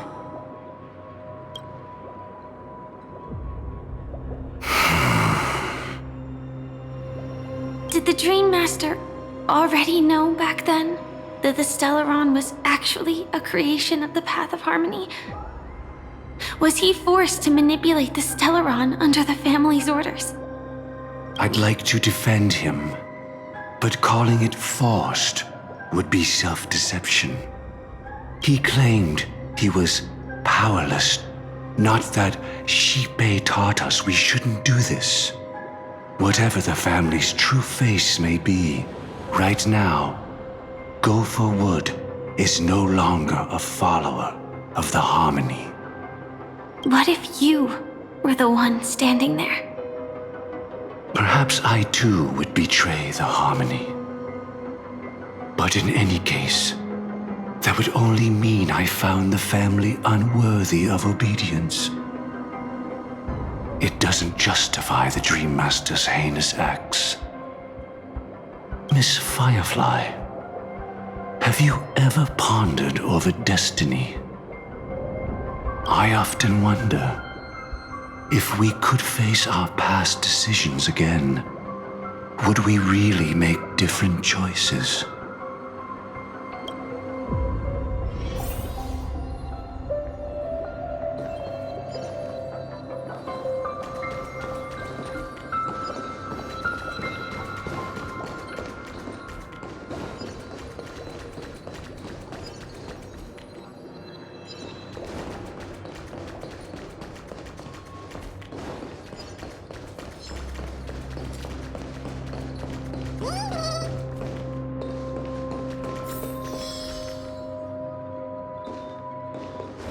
It's in that puppet's hand, Lady Firefly.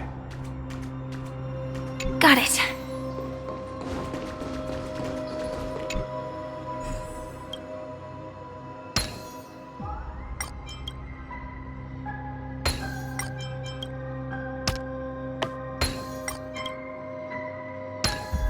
Impressive. Impeccable precision. Rest in peace now, old friend.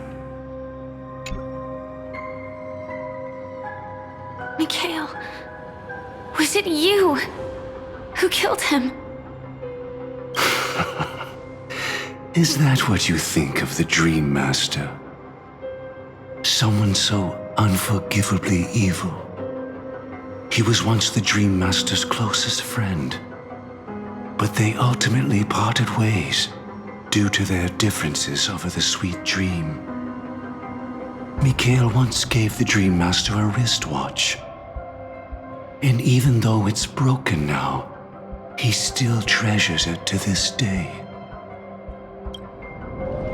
I came for a confession, old friend. I wonder, what did death feel like to you? I died once, yet returned to the mortal realm. If you were as fortunate as I was, would we still walk different paths? In my eyes, you can still hold on to hope precisely because you've never faced inevitable death. Would you blame me? Would you, Mikhail? I tried to unveil Xipe's third face, but I was wrong. It wasn't the propagation. Yet destiny was so merciful, making me realize the propagation was able to continuously evoke people's prayers for the order through the fear brought by the Swan. When the Swan disaster ravaged the universe, that was also when the order reached its unprecedented peak. But after that, the Great One deliberately ignited a war among gods, leading to their own downfall. They would rather fall than let the Order ascend upon a staircase of falsehoods. They were wrong too. The Great One wished to restore justice to the mortal world. But what people prayed for wasn't justice. It was freedom from fear. Will you forgive me? Will you, Mikhail? I shall commit an act of transgression, mending the errors of the gods. I will restore the missing hand to the celestial clock and show mankind death. I know my sins. They are ever before me. But I shall never repent. Using the propagation to lay the foundation for an eternal paradise. So what he meant was recreate the swarm disaster using fear to force people to pray for the Order's return? Perhaps that's why your friend was killed. The Dream Master wanted to find out how the Glamoth Iron Cavalry obtained the propagation's power. That's not a power that can be easily controlled. We need to pick up the pace.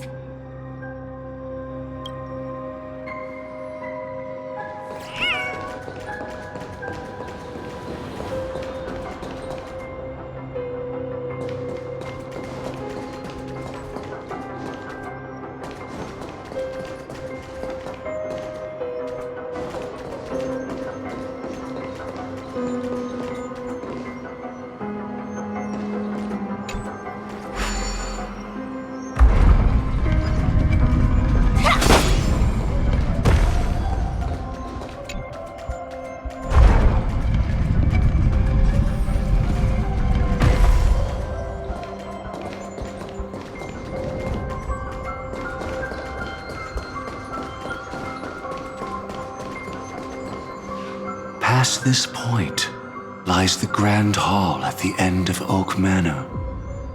And before us lies his final decision. Where to go after turning away from the Harmony. Since he wants you to choose again, which side will you take?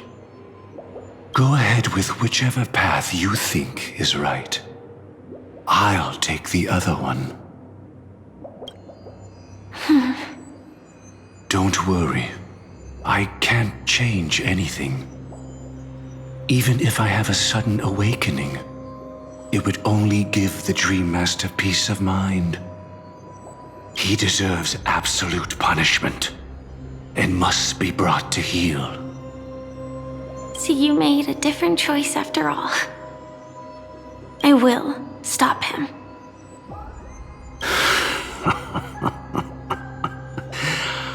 I hope everything goes well. This is goodbye, then.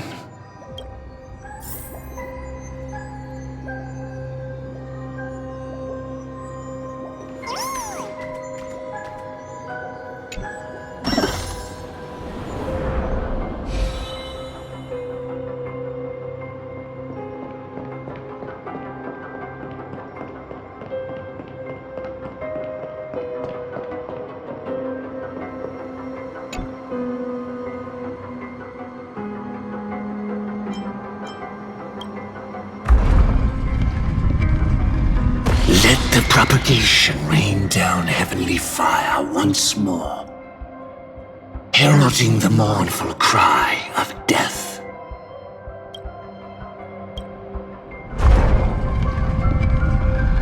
Let the Harmony's lies be exposed in an instant, revealed by the piercing blade of truth.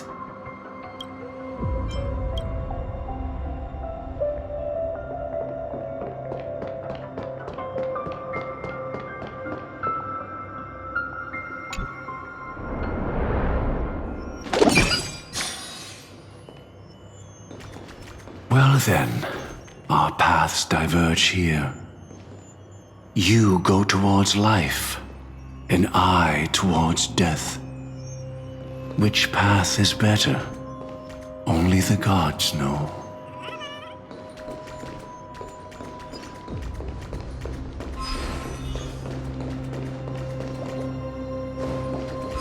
What a desolate sight.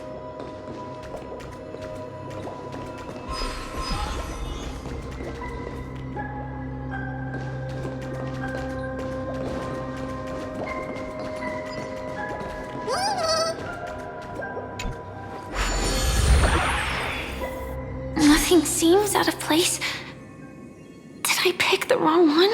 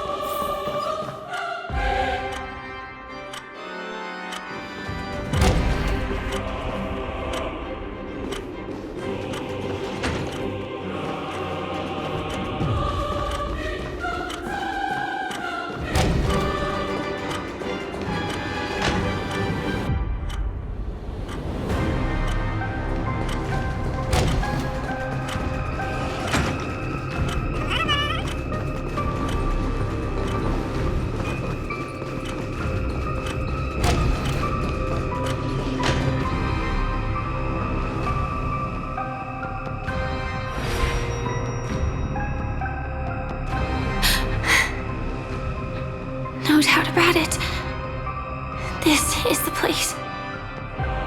My apologies for keeping you waiting, Lady Firefly.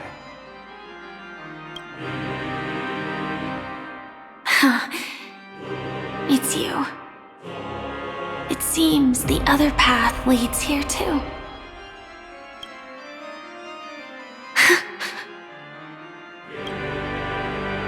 What is this? It's the terror that humanity dares not recall. The Swarm disaster's chrysalis of extinction. The Dream Master's devastating strike, like a torrent of fire, lies hidden behind the stained glass, waiting to shatter it and unleash the Swarm disaster once again.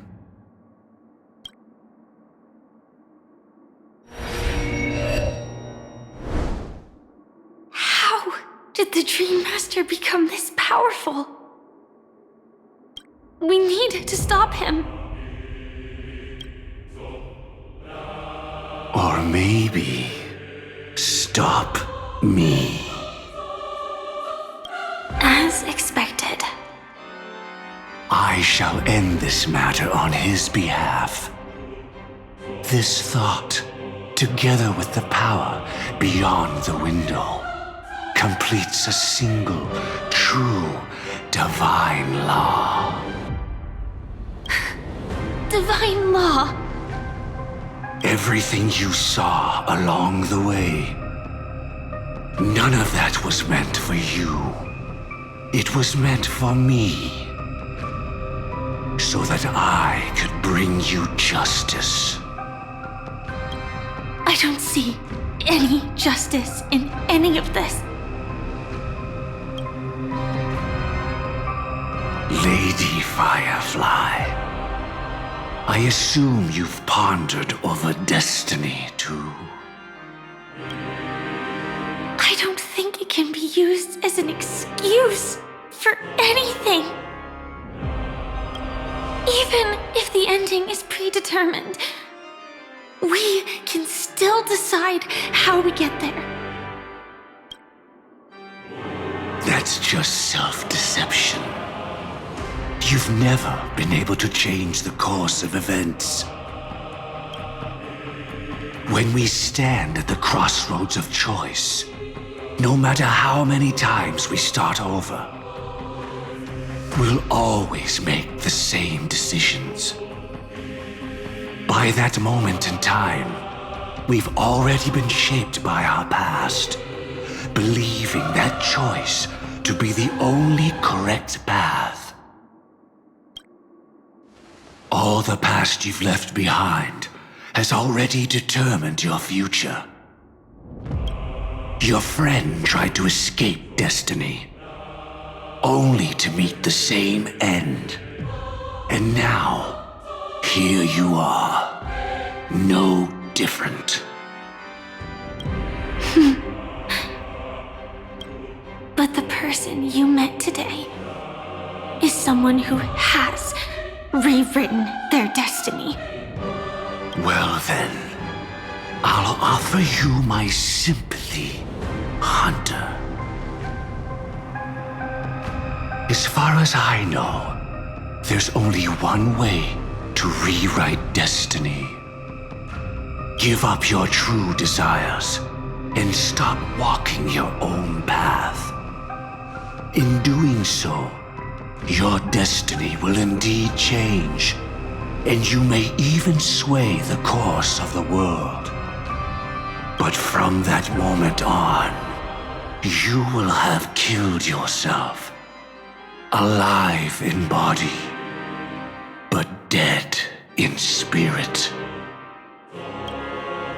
This is the price we're willing to pay to defy destiny.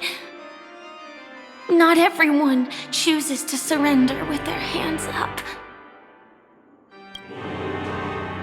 Everyone has the power to see the world as it is, and to bear that weight. This is the true meaning of sacrifice. I admire your resolve. Since you don't mind sacrifice, that's enough talk. Stand down, Hunter. You can't stop that strike. I won't let you get away with this. Oh, really? How did the Harmony succeed in spreading its cancer across the universe, then?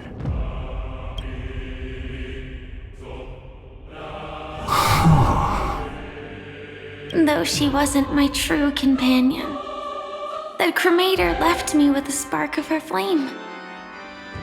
I never trusted you. During our journey together, I planted it on you. And now, I'll let it reignite. It can burn away a thread of thought with ease. Impressive. But do you really think you can get ahead of me? If I can't, I still won't run away. If that strike is inevitable, I'll be the only one who dies in this nightmare. Your courage shines like pure gold. Even so, paradise shall fall into this world of sorrow, and once dawn breaks, it will shatter in the light of day. How could anything golden abide in glory forever?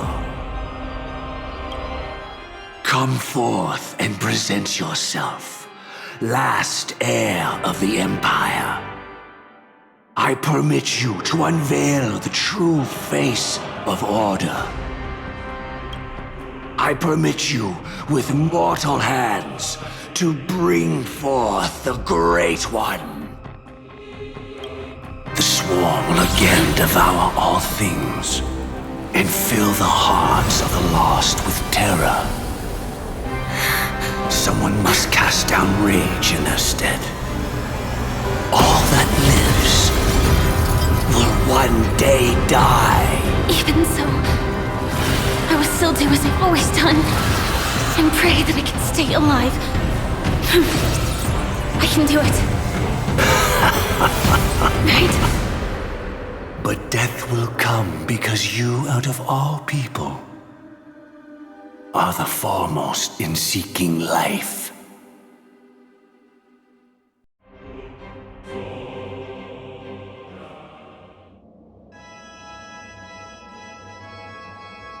Your last confession took me by surprise, Mr. Gopherwood.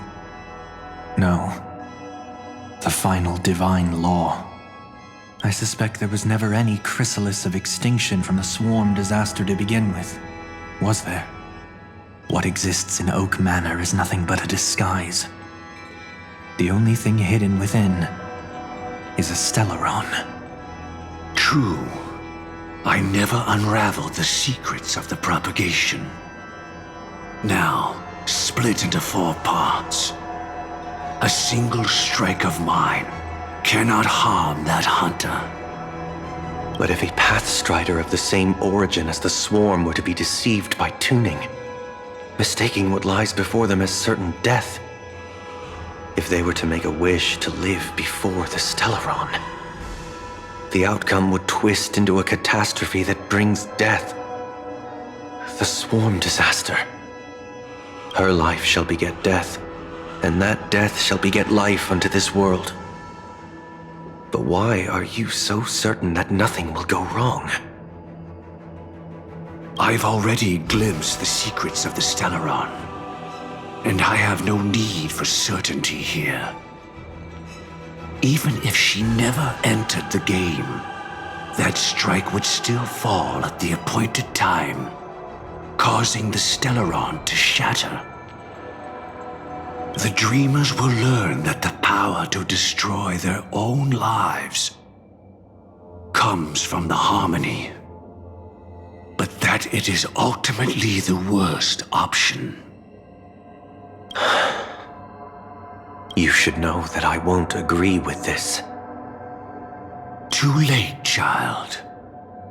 The hands of time have struck midnight, Look up at the stars. Do you know why they are so cruel? That reason shall be the final divine law. And with this, we entrust everything into your hands. Because the stars belong to everyone. They have never belonged to anyone. If you love everyone, then you love no one. Well, that's where our conversation ends. Go ahead. The 107,336 souls of the Oak family have dreamed of this moment too many times. The opening is near. Go, my child. Seize the power of the harmony and reveal your karma. I shall walk the path of the Order to its end, as you wish. But I can no longer accept your divine laws. If I become the only star in the sky, even if I belong to no one, there would still be no cruelty. The stars are cruel, only because they have never shared their heat with the masses, burning fiercely only for themselves. Well, there can't be two suns in the sky. I'll step up and take down the other sun if necessary. Moreover, how could I allow other stars to shine during the day? Paradise shall soon be created, not at midnight, but at noon. I shall initiate the first and only divine law of the great Septimus. I shall ascend to the heavens, becoming the scorching sun.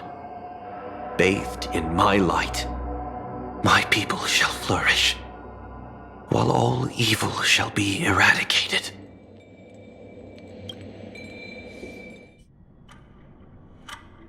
Very well, child. Do what you must. Perhaps I was never without choice, merely too entangled with the fear of losing, never knowing what was possible if I chose to act. I should become a watchmaker too. The harmony I seek has but one note, repeating endlessly, never falling out of tune. Life, too, has its time. We did it. He faded first, causing their power to lose control.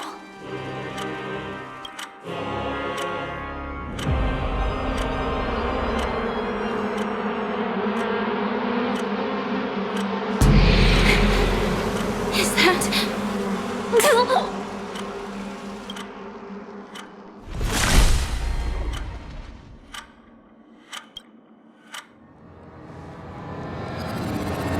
How did you...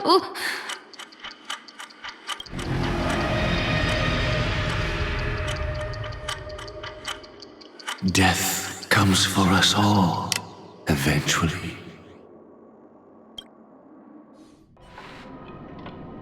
I'm starting to hate how powerless I am. How I wish that I had some way to comfort you right at this moment.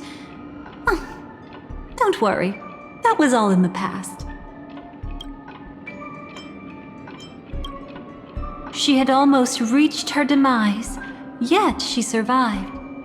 Her second death hadn't come yet. It would be upon her soon. He lured a Glamoth Iron Cavalry to face a Stellaron after years of plotting. Though everything Firefly had learned since entering the dream was true, they were only truths that the Dream Master wanted her to see.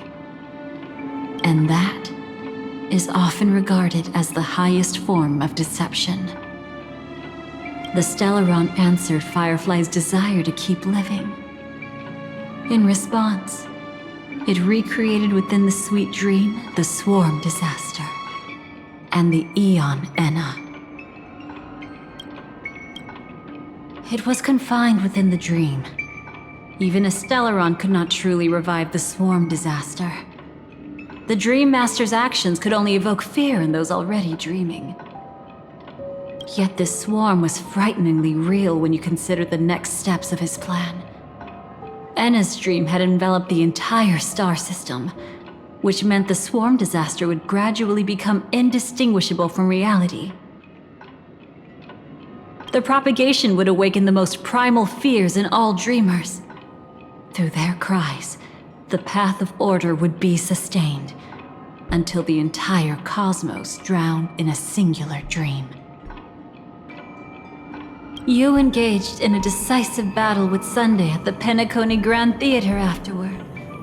He had, without question, become an emanator at that time after usurping the harmonious choir. But you showed no fear and gave it your all in your fight against him, and you emerged victorious with the help of your allies. Yet that battle, the setbacks, the victory, was just an illusion woven by Sunday. Enna's dream had already enveloped the entire Asdana system. It was impossible for you to beat Sunday at that time. Enna's dream was so terrifying that even memo keepers could not act freely in it. Fortunately, we sought out Acheron first, and she lent us a helping hand.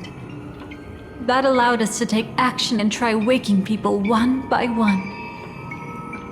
Indeed, don't forget that, even within the sweet dream, there were still many people yearning, striving, and pushing forward with all their might. At that moment, you too would face a similar deathmatch. Being woken up by Black Swan was a watershed moment.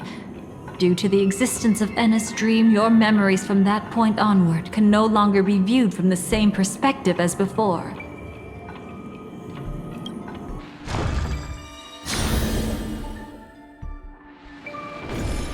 It's not that they're not real enough. Things always look different when viewed from different angles. Ever thought about whether we've truly seen our authentic selves in a mirror? And from that moment forth, I would also no longer be able to help you.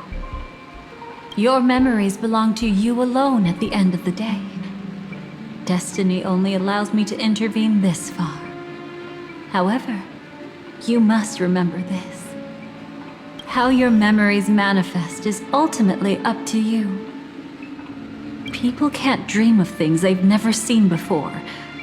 They're afraid to wake up because the sweet dream is woven from their own past. A past they still can't let go of. It's just like your actions at this very moment. Only by embracing the past can you find the strength to walk towards the future. Firefly, me, the Stellaron Hunters, this entire world, we're all waiting for you to reach that moment. I can hardly tell if this is nervousness or excitement. You are different, unique, and worth waiting for. Go and write a prelude to memories once more.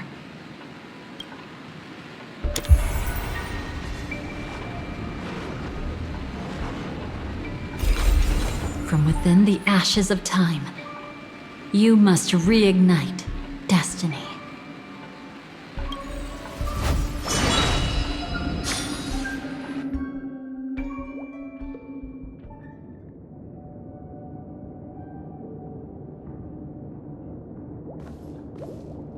This way, darling.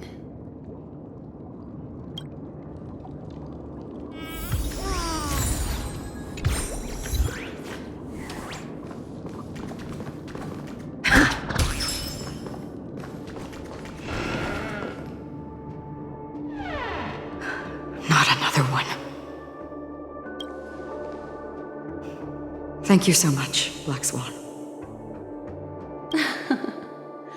Finally, I can breathe a sigh of relief.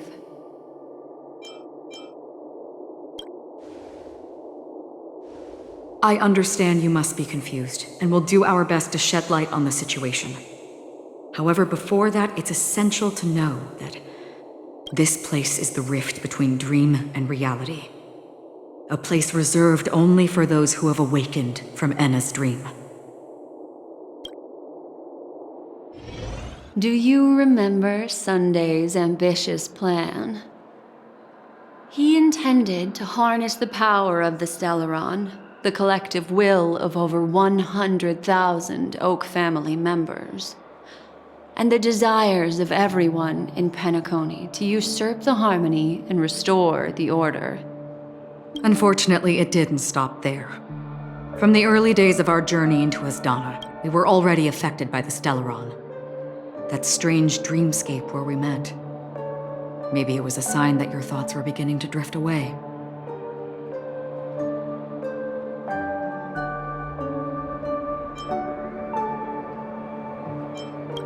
I don't think the goal of the Order was to put everyone into a deep sleep. Quite the contrary. They used the Stellaron to catalyze the leakage of Asdana's memoria into the material world, allowing the dreamscape to blend with reality. People think they are awake, but their spirits have long since stepped into the Temple of Order. This is what makes Enna's dream so powerful. In this paradise governed by the Order, everyone indulges in their delightful dreams and lives happily ever after. I believe what you experienced in the sweet dream, except for that flaw, was real. Only in this way could you reach the destination, lifting the crisis in Penacony and embarking on your next trailblazing expedition. If it wasn't for Acheron's plan, we might have been trapped in this dream forever. Well, I'm not as fortunate as she is. Even if I'm a memo keeper, I was still influenced by the power of the Order and fell into hallucinations. However, thanks to your memories, now we still have a chance to turn the tide. We still have a chance, though. To make it happen, please, Black Swan, guide us to those with a strong will. The truth of the dreamscape runs deeper. We must notify anyone willing to wake up, so we can end the long night together. All right, please come with me.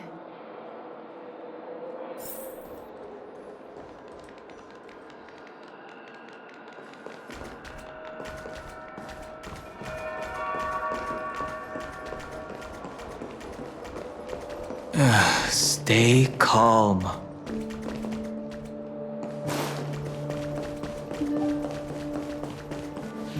I bet that even if I don't resist, you'd still...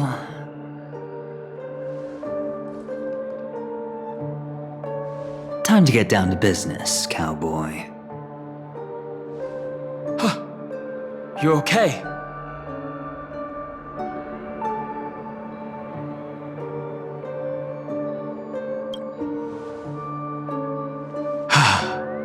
Me too. Quite the fateful encounter we have here, friend. Seems you're also a light sleeper. I'll send you some of the IPC's sleep aids one of these days. Unfortunately, we need to stay awake right now rather than sleep. We're still nowhere near capable of breaking free from Enna's dream. Let me break the bad news first. The enemy we're up against isn't just Sunday anymore, nor is it the harmonious choir that he's usurped. The Dream Master has awakened the swarm disaster within the sweet dream, and cast shadows into the hearts of all dreamers through Enna's dream. The primal fear taking root in people's hearts had led them to call out to the Order for protection. The path of order is gradually being restored, and this has transformed Sunday into Enna. Specifically, he's just one step away from becoming an Eon. The IPC starships converged here at an opportune moment, and the power of the preservation seeped into the sweet dream to prevent him from completely ascending. However, that is only temporary. Well, with the IPC around, the cosmos doesn't need a second order. But it doesn't make much of a difference for us. Sunday's true form has broken free from the dreamscape, becoming as vast as an Eon. The Asdana system is no more than a plaything in the palm of his hand. Indeed. Forget about stopping him. We can't even manage to face him again.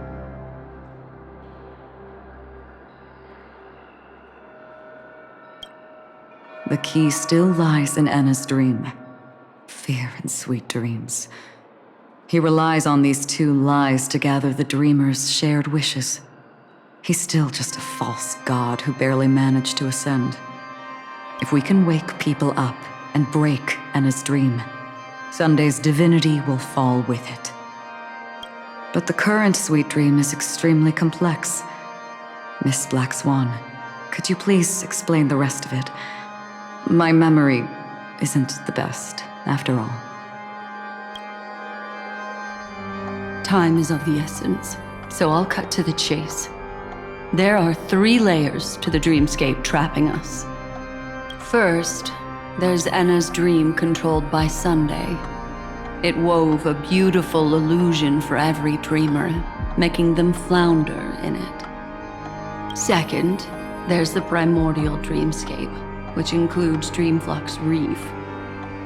The swarm disaster is manifesting again in the Oak Dream within this layer, and is continuously empowering the Order through an endless stream of fear. Third, there's the 12 hours established by the family. This layer was the first to merge with reality and is itself an enormous trap. Forget about winning. We need to cross all 3 layers of the dreamscape before we can even face Sunday again.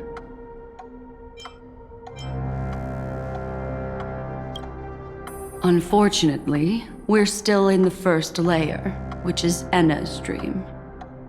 Although we've regained our sense of self, we're still dreaming. We've only managed to connect our individual dreamscapes, but have not escaped. To destroy it, we must make everyone in Penacony want to wake up from their dreams.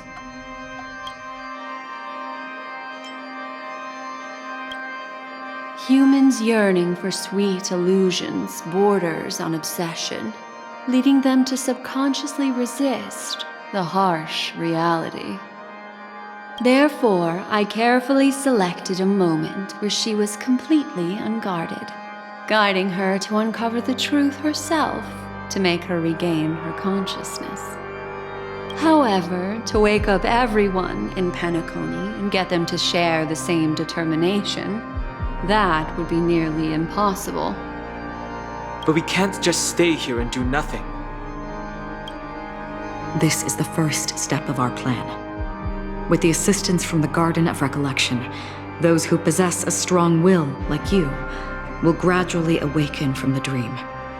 These free wills are the discord that will sway Enna's dream. However, awakening a mere handful of individuals is insignificant compared to the vast number of people immersed in the dream.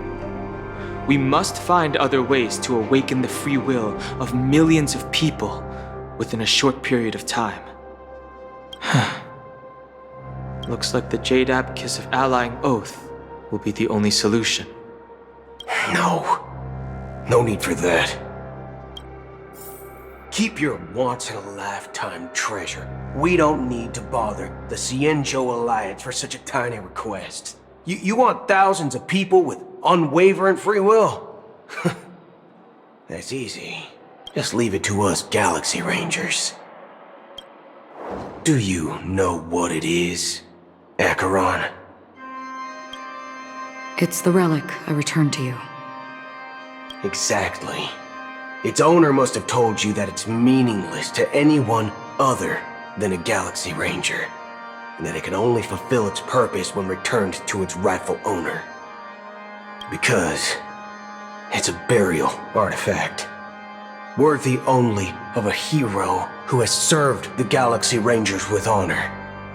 When its light illuminates the universe, it means the fall of a hero. And in the direction it falls, countless meteors will streak across the sky. Those meteors are Galaxy Rangers, coming from all corners of the cosmos, driven by a shared purpose, without questioning the cause or counting the cost, because we abide by a bottom line. The shooting stars of the hunt only descend on the longest night, and with them comes the dawn. We've stayed silent for far too long. Now, it's time to remind all the cowards, oppressors, and villains of the universe of our presence. I'll be the one to ignite the first spark. This should be enough to delay his ascension to godhood. As for the foundation of Enna's dream, it would take an immense power to shake it in an instant. I think that shouldn't be too hard. So, you're the key in the end, I assume? Even if it is just a counterfeit god, we'll need an emanator to step in. Perhaps it's not about being an emanator. This is a different collective wish. I will do everything in my power to strike down that evil god for you all. What about the other two Dreamscape layers? There's nothing we can do about them. They are even more dangerous. Unlike our current gathering, the dissipation of Enna's dream will take time, which will draw Sunday's attention. Exactly. Once we enter the next layer of the Dreamscape, we'll be facing an eon's strength head on. But by then, we'll have played all our cards.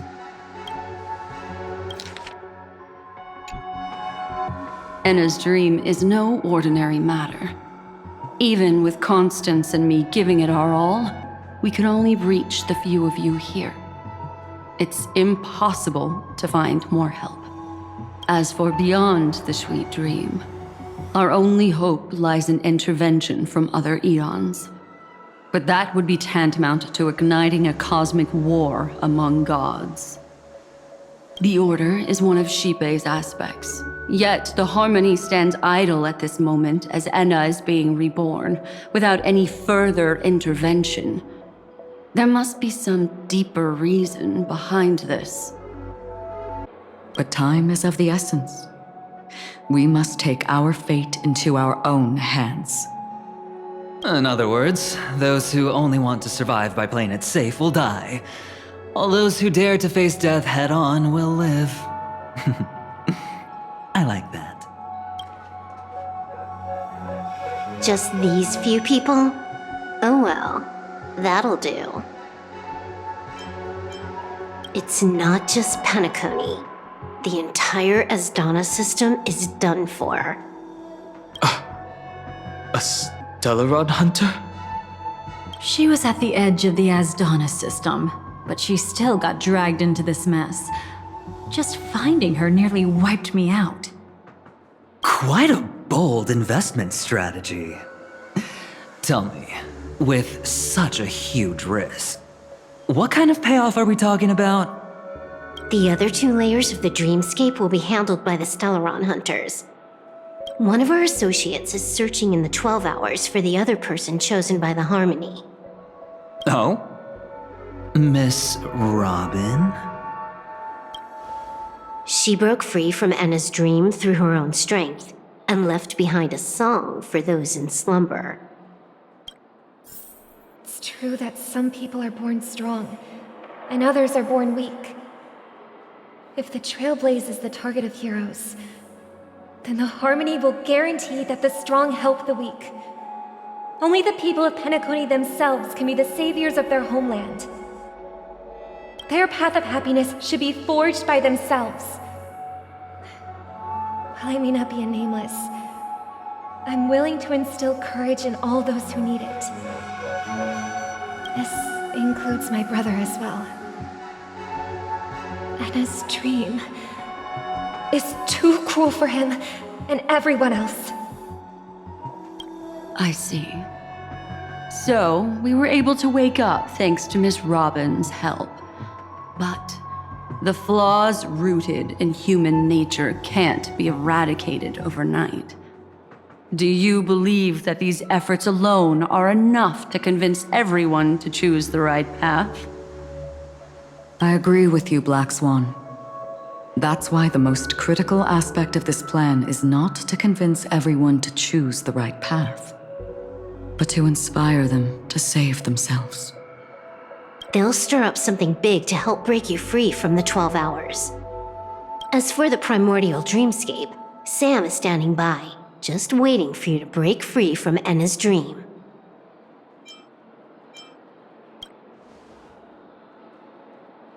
Now, I'll tell you, but don't panic. She will die. She will die a second time, facing everything she wants to run away from. But her fate will be determined by you. She will help you break through the second layer of the dreamscape. Then, she'll fall into Enna's dream, which hasn't fully dissipated yet. If you defeat Sunday and wake her from that dream, then her second death, too, will become nothing but an illusion. But if you fail, the dreamscape will ultimately merge completely with reality, and her death will become a fact. But that still doesn't solve the fundamental problem. What about Sunday? He could wipe out all our efforts with no more than a glance the moment we cross the 3 dreamscape layers. Oh, Miss Memo Keeper. It's time for a game of recall. I once said something to you lot back in the Oak Dream. So long as my trump card remains unplayed, none will dare see the hand through to the end. And now, it's time to reveal that ace. Let me point out 2 mistakes. One of them is yours. Having personally been to the heartland of the Dream Master's plans, wouldn't I have already found a way to inform the IPC? The fleet's deployment was never meant for a direct confrontation. It was to seed the preservation's heart into the dream. The other mistake was Sundays, and it was a fatal one. He should never have confiscated my cornerstone. He should have kicked me out right from the start. That's how every gamble with me goes. The moment you sat down at my table, you've already lost. A jade-colored light still sleeps deep within the dreamscape, and it does not require the presence of its owner to unleash its powers. So what? Even the power of the 10 stone hearts can't rattle an existence already approaching eonhood. That's why I said the cosmos no longer needs a second order. The Dream Master's plan is indeed flawless. However, when faced with the terror of the swarm disaster, how is calling for the preservation any different from calling for the order? The release of the Cornerstone's powers will absorb the Dreamer's desires and offer them the preservation's promise instead, guiding them to cry out these words. All for the Amber Lord. Is this the IPC's real goal? To completely take back Penacony on a conceptual path level? What, you think I'm also trampling over others' beliefs? Sorry, but that's exactly what the IPC believes in. Don't question your own ruthlessness. All that matters is profit. The new swarm disaster will end the same way as it ended before.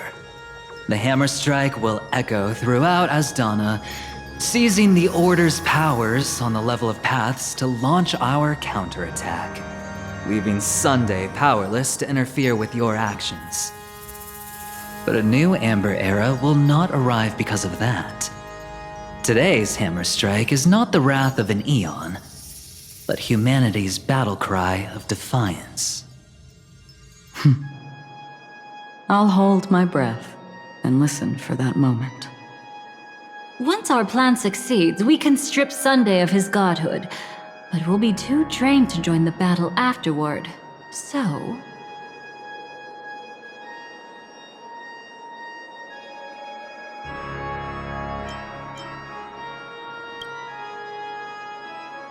Take your time to prepare. Before you head out, may I have a moment alone with you? There's one more thing I need to explain to you.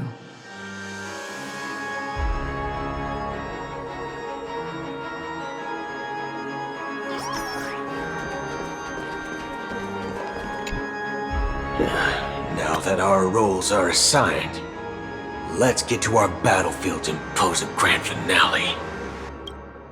Go. You already know what I want to say.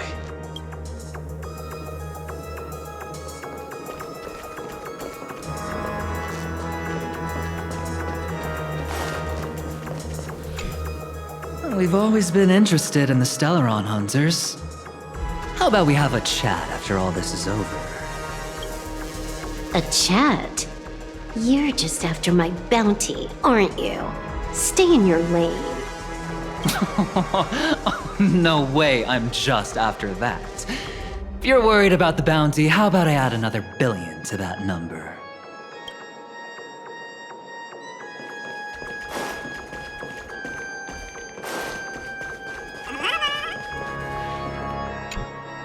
It's you.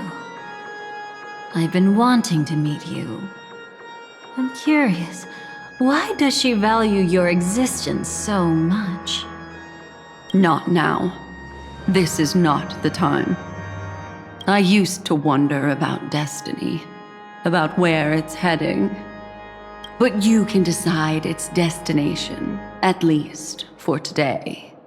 The bigger the stage, the more you need to be composed when stepping onto it.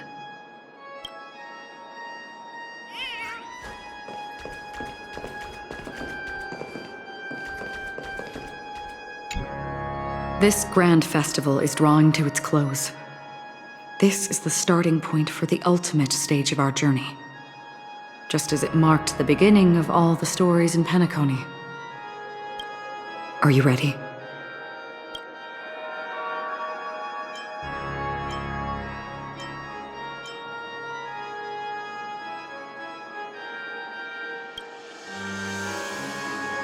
Very well.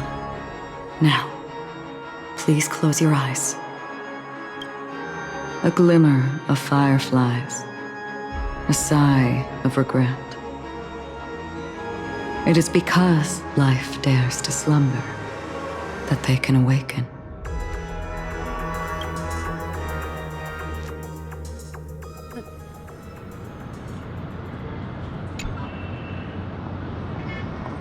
Am I awake? Sorry, Robin. It's just you. I did not wish for you to know this. It's a pity that things have turned out this way.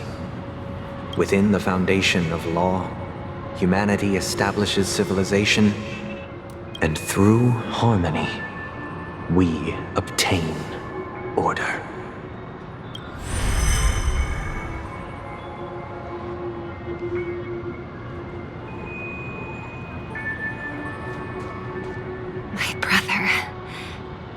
Did you still bring the Order's sweet dream into our paradise? Ow! You're still trying to play the family card at this hour? Your brother doesn't exist anymore. As of now, you'd better call them. And now, Impressive. You really woke up on your own. Let me reiterate. If you've had your fill, it'd be wise to leave before it's too late. The music of the Harmony doesn't tolerate discord. Ow! Then I'll reiterate as well. I've done my part, and now I'm simply waiting for the fireworks to begin. Why don't you just cut to the chase? Time's short, so I'll condense the report. Oh, that even rhymed. I'm so talented.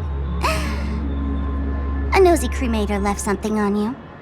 She wanted to use it to burn down the illusions you received from the sweet dream, allowing you to wake up from Enna's dream. But it looks like you don't need it anymore.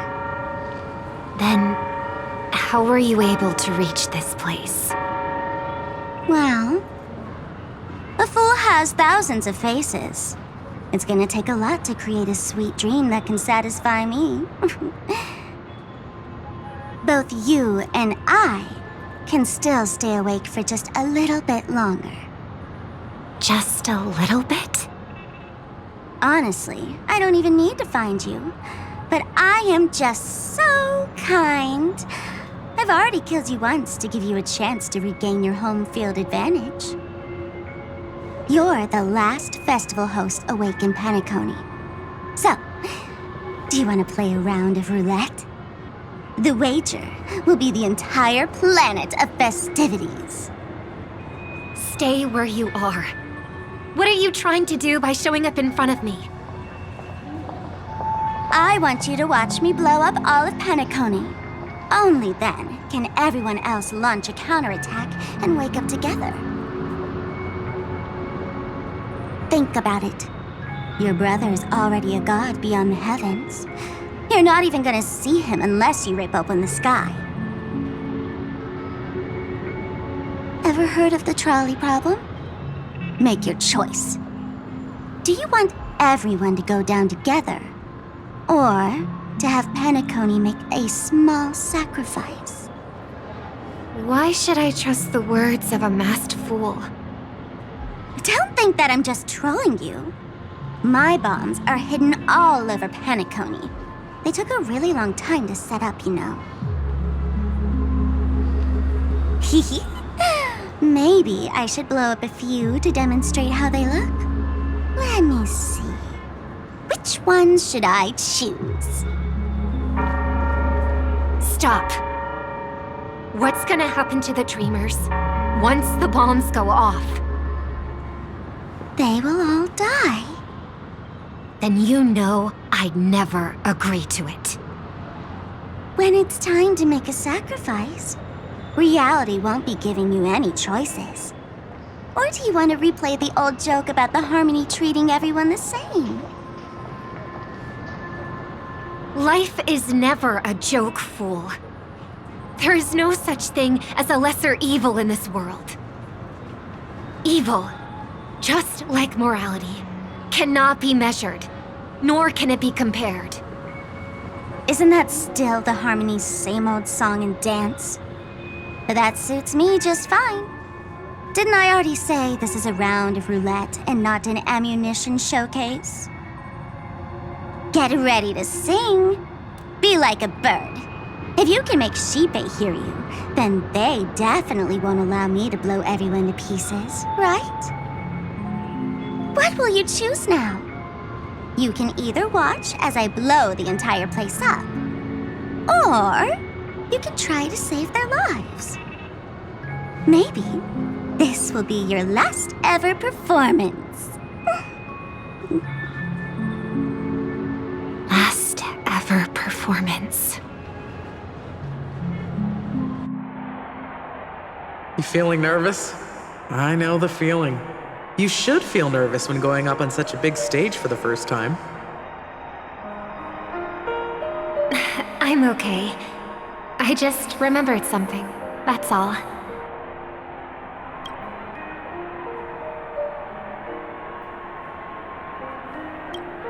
Miss Siobhan, why do you think birds fly? Why are you asking that all of a sudden? That was my response as well the first time I heard that question. It's what my brother asked me before I left Penacony. I keep finding myself thinking about it. I don't know. I fly when it's time to fly, and I stop when I don't want to fly anymore. There's no reason. It seems that your answer is really similar to mine. You've also asked me, why do I sing? I think I can answer both of these questions in one go. The answer wasn't what I initially had in mind. Originally, I wanted to sing because of something specific that I experienced. A Stellaron fell onto my homeworld when I was young. Everything I knew was instantly destroyed. We didn't even get a chance to react to it. No matter what we did, it was too late. But for some reason, my mother chose to hum a song when she tried to comfort me and my brother. I remember that story. Everyone thought that's why you decided to sing. No. That experience only made me detest singing. I've believed for a long time that songs can't change anything when disasters strike. That music is the most useless thing in this world. I might be extraordinarily talented in singing, and I might feel super happy whenever I sang. But its futility had always made me depressed. Then what changed? I grew up, and I realized that my brother would sometimes hum the same tune as my mother did. And I thought maybe he missed her, but I was too embarrassed to point that out. I tried to comfort him instead. However, his answer to me made me realize what I should be singing for. Obviously, he didn't give me an answer directly, but it got me to think. Maybe some things don't need a reason or meaning at all. Go and do what must be done, fool. It's for the sake of Penacony's future. But I won't let anyone get hurt. Oh, did you just have a flashback? Now I'm even more excited. Let me check one last time. If you were to die, how would you want people to remember your ending? Like a bird, she lived her life, graceful and composed. Now her beak parts slightly with a sigh, as soft as falling feathers. Like it? Drop the sanctimonious mask. Singing only needs one thing, and that's sincerity.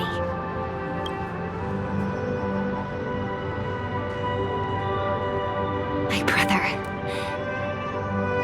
Birds born with wings need no reason to soar into the sky. And those forced to fall back to Earth don't need anyone's condescending sympathy. The sky and Earth are each other's proof and aspiration. When a soaring bird looks down below, it discovers that even after falling, life still holds hope to continue. And when a fallen bird looks up to the sky, it discovers that the possibility of soaring once again still exists in this world. Perhaps they'll never truly understand each other. But what people need is an understanding. It's showing a little more compassion for the way others choose to live. And, when necessary, extending a helping hand, even if you become the only star and prevent everyone from soaring into the sky. They will still be inspired by your radiance, flap their wings with all their might, regardless of whether they've been hurt in their fall. Thus, the Order's sweet dream will eventually fall. Oh, triple-faced God. If I manage to step onto the path of harmony, then please extend your hand and shelter those who believe in you. And if I am a bird destined to fall, doomed to never sing again, then while the sound of me hitting the ground may be my last note for the harmony, it will never be this world's swan song. In the name of the sweet dream, the Charmony Festival now begins!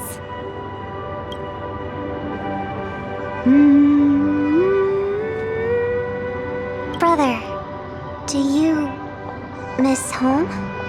Even if I do, it's too late. But you're singing the song Mom used to sing. Because even if it's too late, we still have the choice to sing whatever we can.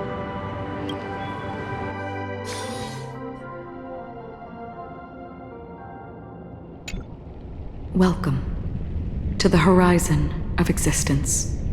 This place is one of the thousands of manifestations belonging to the sleeping and shapeless. Let's bid our final farewells here.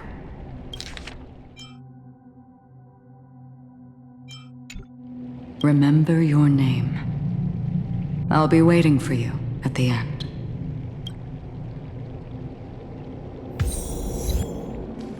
If only people could have each other beyond jeopardy. I want everything this world has to offer.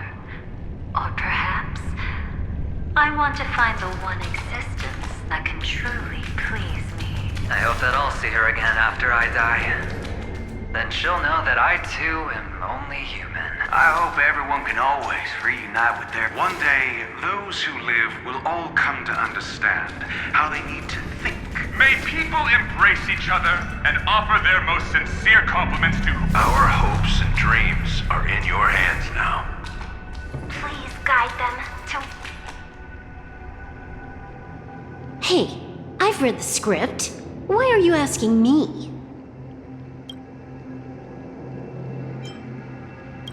As long as you're not afraid to fall asleep, you'll definitely wake up.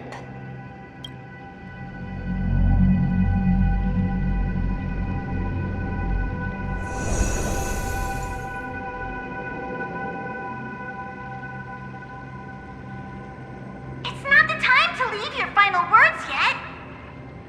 We all believe in you. You need to believe in us, too. We'll wake up together.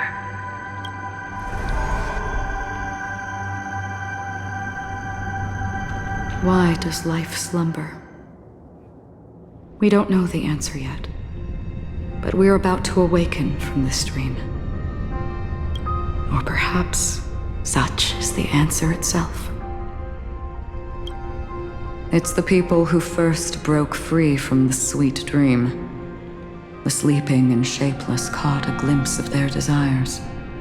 It was because they held on to these desires that they could dream. It was because these desires were never fulfilled that they could wake up.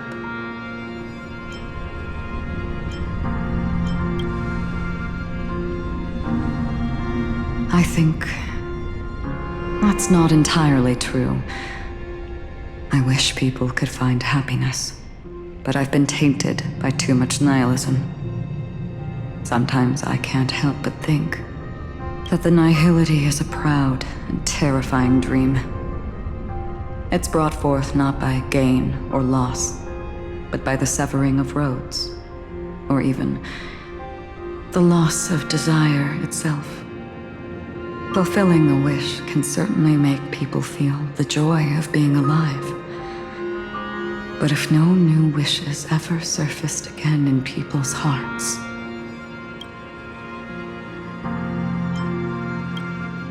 indeed, behind the shadow of the nihility, there must exist the most blazing source of light in the world. Just as every life that edges closer to death fervently approaches the end of the nihility, we must pursue that primordial light. Before you go, would you tell me your wish?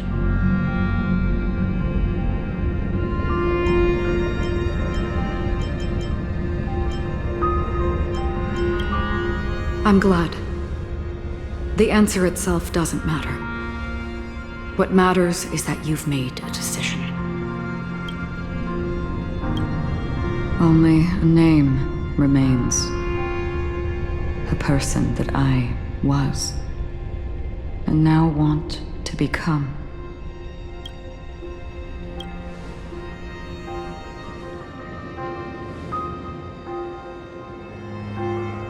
You're looking right at it. She is a hunter who treads upon the finality, destined to sacrifice her own wishes to defy destiny. But no matter which path you and she walk, death will always be the destined finale and the last reunion. Are you ready? She too was here not long ago. You can witness her resolve through this. Witness how that tiny spark of bug light broke free from the pull of the nihility.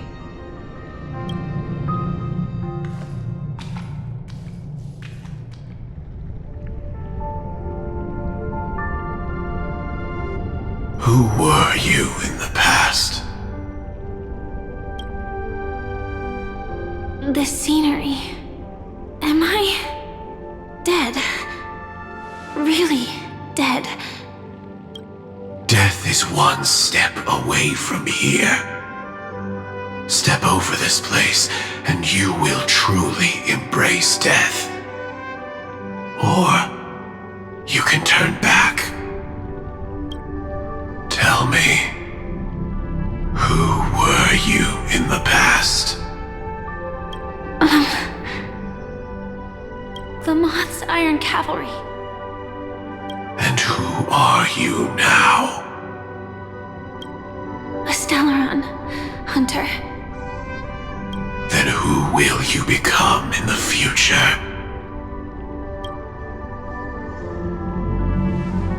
Just an ordinary girl. Well then, keep walking forward. Death would suit you better. Never. I fought tooth and nail to get where I am today, and this isn't over yet. Even if everything burns to ashes, I won't give up. You should know that's a wish that can never come true. You couldn't become an ordinary girl, even in the last sweet dream. Why do you think that? Entangled in the family's conspiracy, facing the mimetic entity's blades head-on, while challenging the resurrected swarm disaster alone, armed only with the script that can peer into the future. That's more than enough cards stacked against you. Do you really think that the time you spent with her proved anything? For an ordinary girl, simple happiness shouldn't just be a matter of chance. But I used to say, all of this isn't what an ordinary girl would do. What? Perhaps the Dream Master was right. All the past we've left behind has already determined our future. All my experiences so far will still make me choose to step into danger when I face it in the future. But you misunderstood my answer. I guess it's my fault too.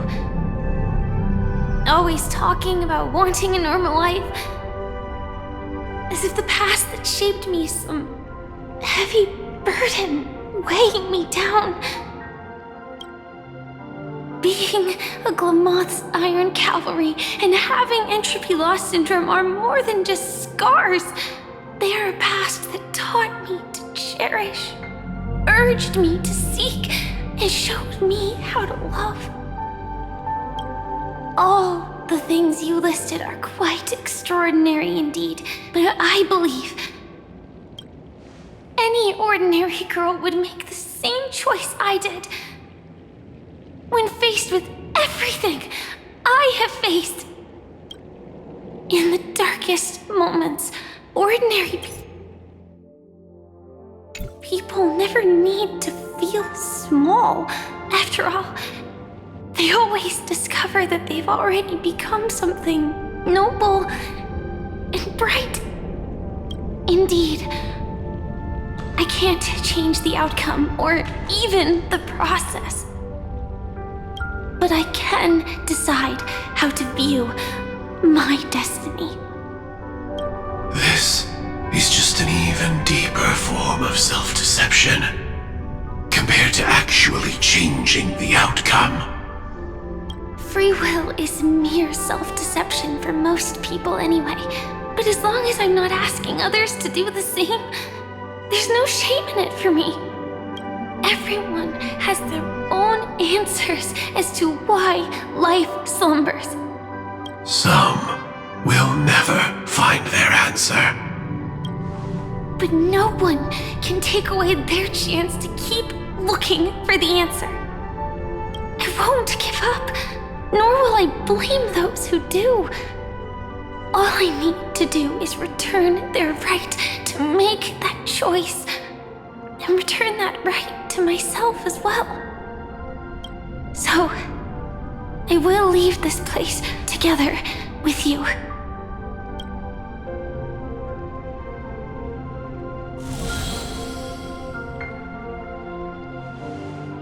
Even if embracing my former strength means speeding towards my death.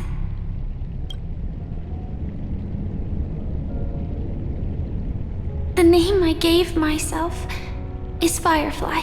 I used to think I was similar to a firefly, just a fleeting glimmer of light. But later, I realized no one would give themselves an unlucky name.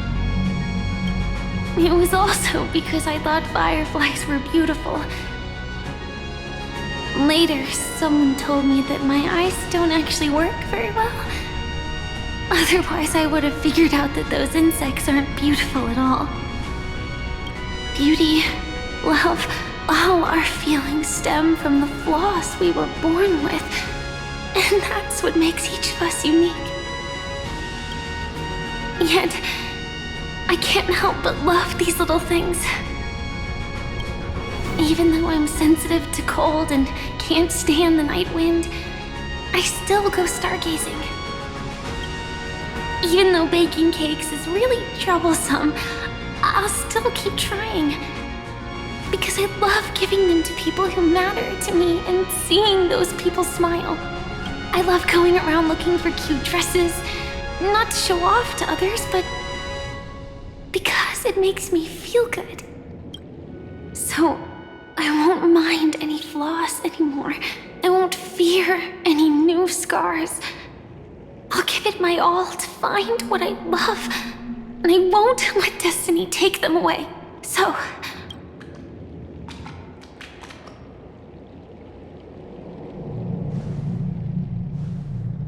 moths don't fly to flames because they yearn for light.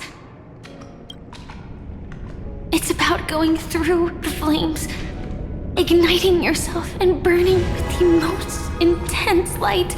My destiny won't fall into darkness. I will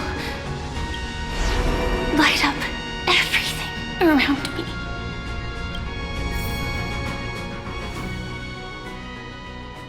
As long as the clock keeps ticking, death comes for us all eventually. And life has its time, too. If my world always ends up being burned to ashes, then let it burn!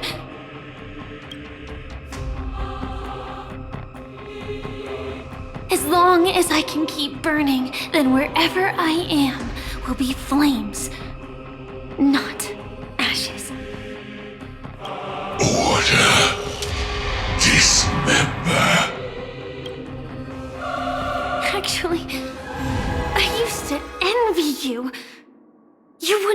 pain, even though you were born to bring disaster.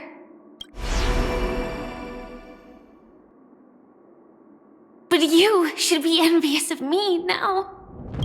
I'm unwilling to face death, nor do I want to keep fighting. But when faced with destiny,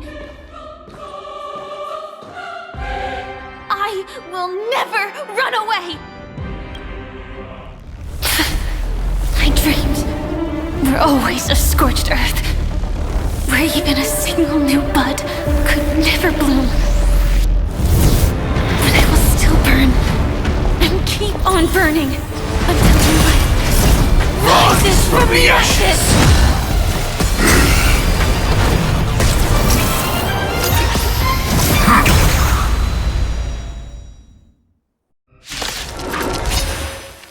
If you are the Dream Master's answer, then listen to my reply in his stead. People hold on to hope not because they have never faced inevitable death. It's precisely because we are destined to die that we hold on to the hope of wanting to change something. Existence is unity. It's fine. Order, replicate!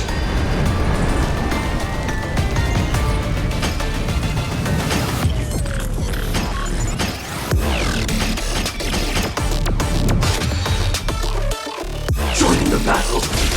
Attack! No holding back. Unite our goals. Like until everything burns to ashes!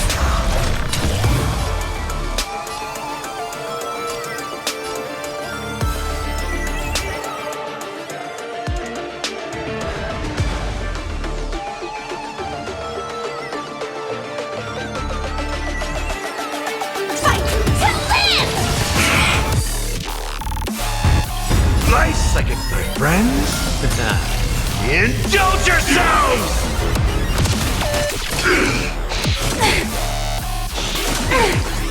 Execute. Devour. Attack detected. Sense the seas of flame! Adjusting volcanic biomass. Every petal, all will be swept away by the wind.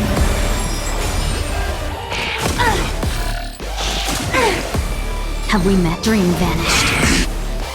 In the mood for another beating?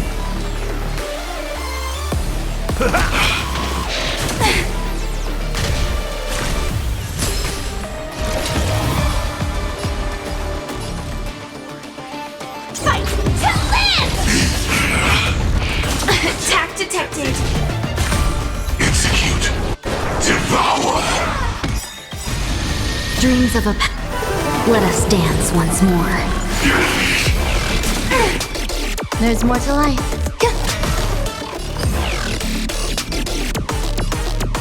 Cloud scatter. Step up, let's see ya. Time to mix things up. Thank you. Nice. I will. Friend? Keep fighting. Indulge yourselves!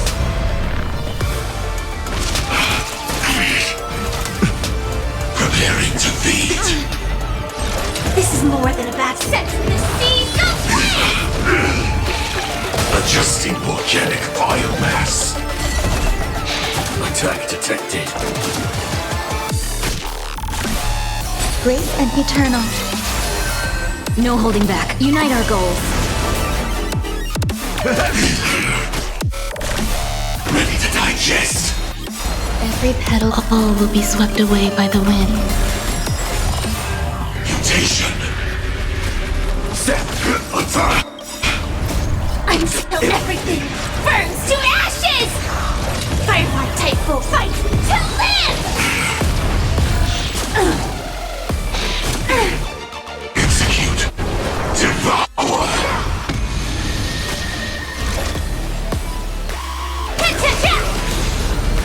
Dream vanished. Some value, I suppose. Order. Disassemble. In the mood for another pestis tape. So this is the warmth of life. Friends? Indulge yourselves! Adjusting volcanic biomass. Set the seas ablaze! Clouds scatter. Dreams of a... Let us dance once more. Adjusting organic biomass. Fight to live! Have we met? Share good fortunes. In the mood for another... There's more to life. Every petal all will be swept away by the wind.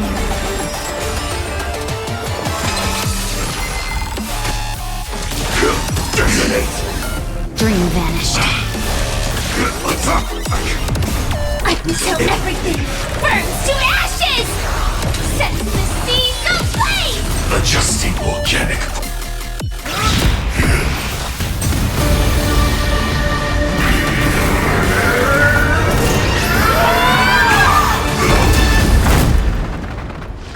I know it's... everything's far from over.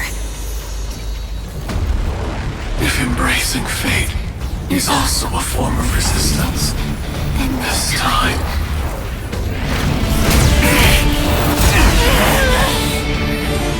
I shall embrace death!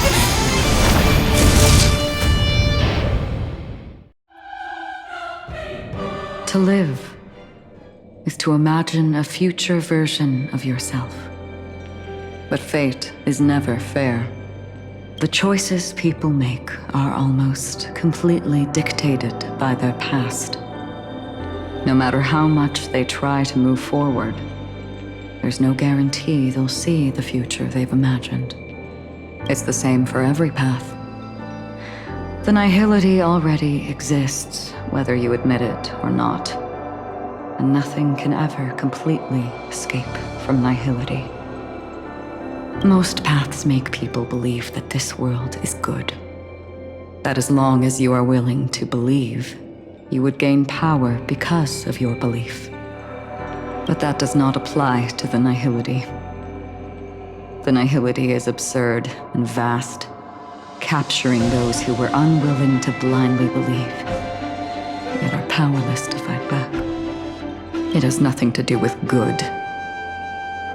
Be it willing or blind, the way people obtain strength from faith should come from within, not from being forced to bow their heads.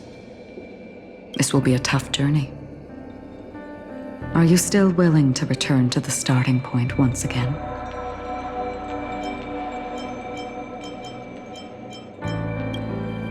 In this way, you will reunite in the warmth of the sunlight. May death yet end her last dream. May you guide people back to the waking world.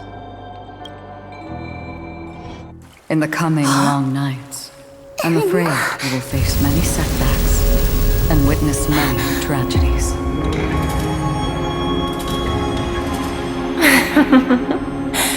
I come to greet, I come to whine, I come to claim. I grant poison for nectar, sow in spring to reap in fall. Await wizened fruit to fill livened boughs. All for the Amber Lord. But when you make a choice, there will be a fleeting red that reappears before you once more in that monochrome world.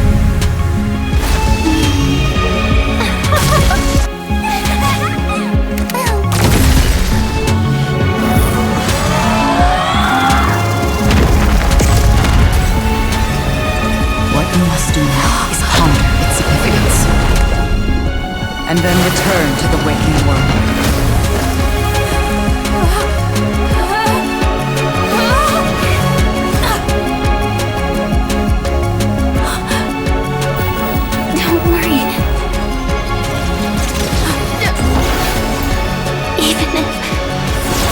Doomed to fade at dawn. I won't fear waking up from this dream.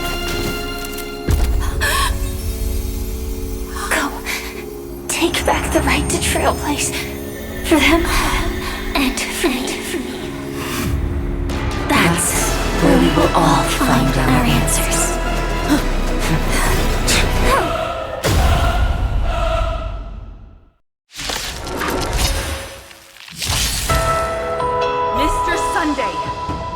time for you to wake up from your dream. The future of Penacony won't belong to the Order, but will be determined by human will. The divine power of Enna, actually. So be it. It wasn't my intention anyway. Let us discern in human form the final conclusion. Did the gods create this world? Do the gods love all beings? Oh gods, you only need to hold your tongue here and silently hearken. All life shall grow as nature intended and reach its end. This mortal world should rest in mortal hands. All the work of creation has been completed. The inevitable day has arrived. The embryo of philosophy will reshape for us all of reality.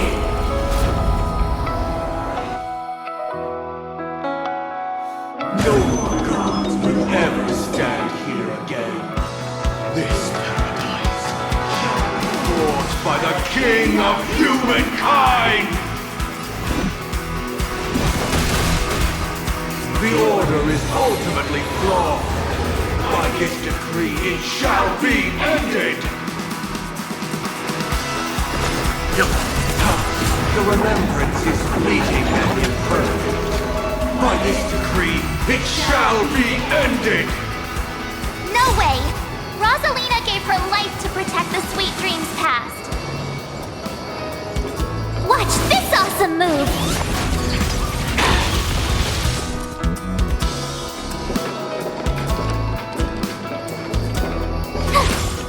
The hunt brings only futile misery. By this decree, it shall be ended! Union's bullets still protect the sweet dreams present! The sanctuary is but a vision! Break!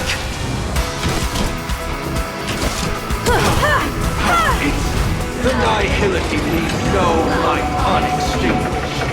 By this decree, it shall be ended! Survive or be destroyed. There is no other choice. No interest in conflict. The Trailblaze Main attempts the impossible. By this decree, it shall be ended! Even so, Mikhail still believed in tomorrow. Humanity never conceals its desire to control the heavens, and I'm no exception. Leave it to me. It's with this perfect melody I command. Recreate paradise anew! Is that you singing? Now, it's time to become the new Watchmaker.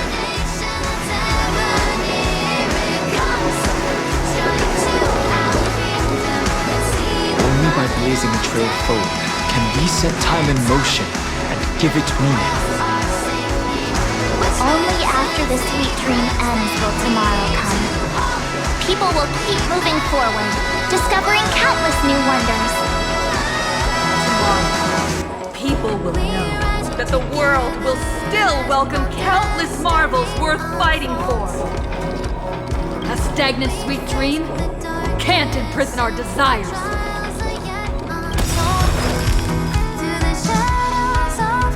May this journey lead us starward! How insolent!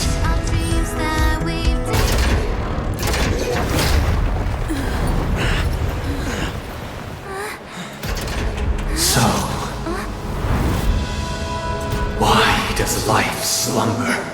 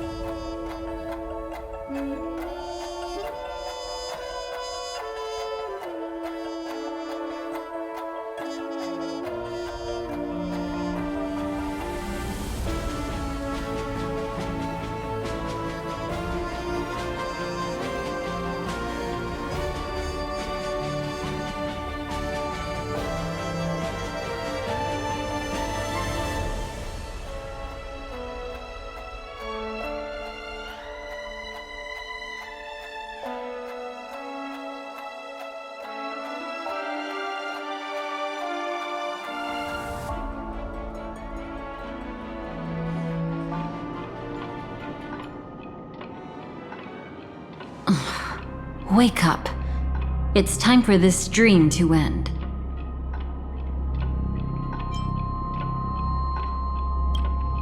Destiny won't let me give you the answer, and the true ending is too sad. I'd rather you forget about it.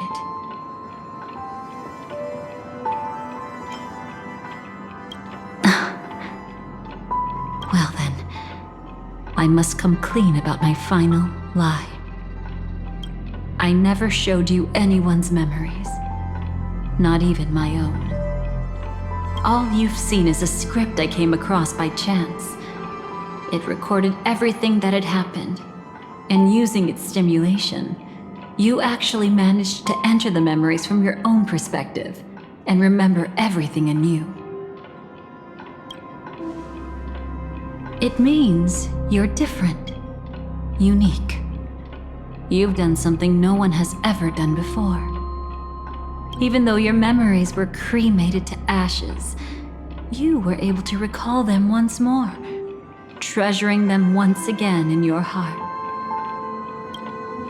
The Stellaron hunters say you are the one who can turn the wheels of time and give it meaning. That you are the one who can alter destiny and make whole what is incomplete. Come, I want to show you something. Elio?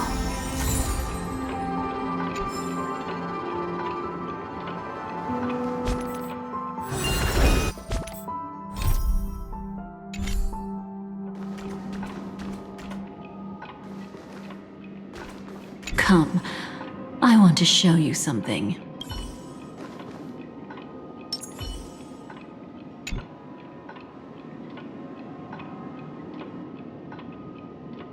This is what I promised to give you. The truth about the finality. This cat is not Elio, but a strand of Terminus's divine corpus.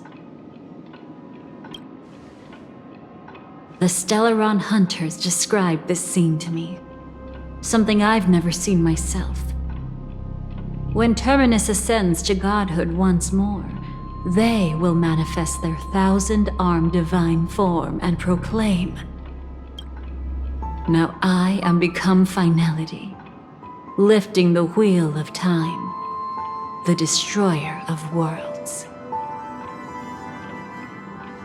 Then, Terminus turned into a pack of black cats, distributing every ounce of their divine power between those creatures. The cats shall depart from the end of the world, going against the river of time till the moment of the universe's birth. What you see is one of those cats. As for Elio, he is an even more special existence. Only the Stellaron hunters know his true identity.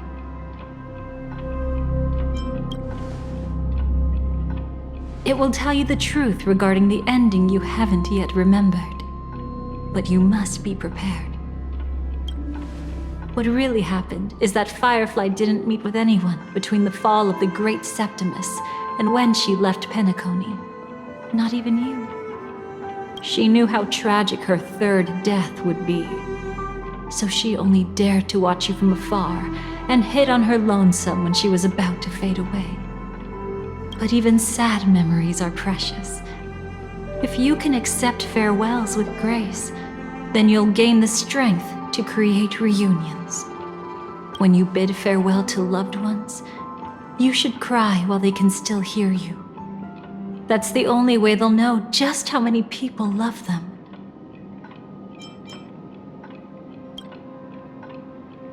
You know, I often wonder if everything I'm doing right now is just a whimsical gift from destiny. That I haven't really decided anything, but merely being tossed around at its mercy. But right now, I don't care. Because my joy is real. My sorrow is real. And you will be the same. Remember, if you have regrets that must be mended, then shout with all your might from the depths of your heart. Let it be passed to the end of time, and make Terminus who was about to set off, hear your call. The fact that you can see this black cat means Terminus is in the process of passing by you. The power of only one black cat cannot change much, but your past is Terminus's future. If it remembers your voice and decides to change something in its own future, your past will change accordingly. Perhaps it is because the world is destined to shatter that an ordinary girl can obtain the bouquet she yearns for.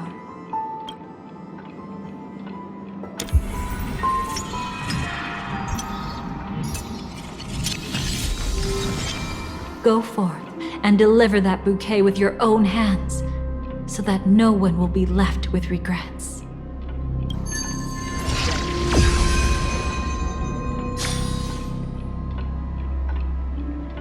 I hope we'll meet again. The only one who could ever please me.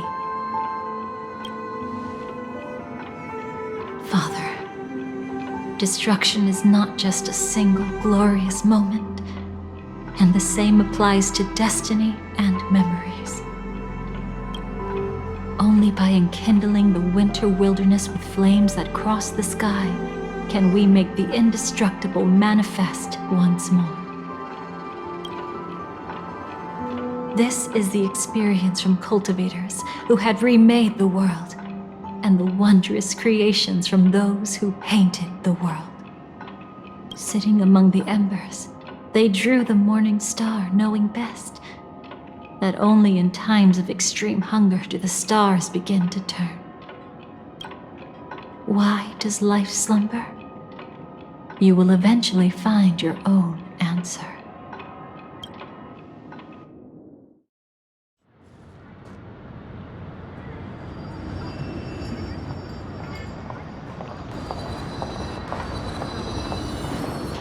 Then, let's go reclaim everything that was forgotten.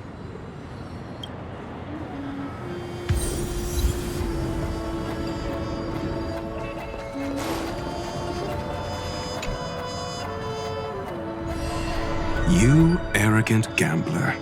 I've already seen through your tricks. Oh, do tell me what you figured out. When sailing through storms, drunkards always beg for mercy from destiny. So? So, they all died. Destiny loves to watch them crash onto the reefs. A fool deserves a fool's end. I feel like I need to read between the lines here, Professor. But you know I'm not that well read. You're not lucky at all. You chose to forever remain sober, never becoming a drunkard. Let's make an actual bet then. It's the perfect day for a few drinks. Once I'm actually drunk, you'll see just how wrong you are. But I don't even care about the outcome. In this world, what could be more precious than possibilities?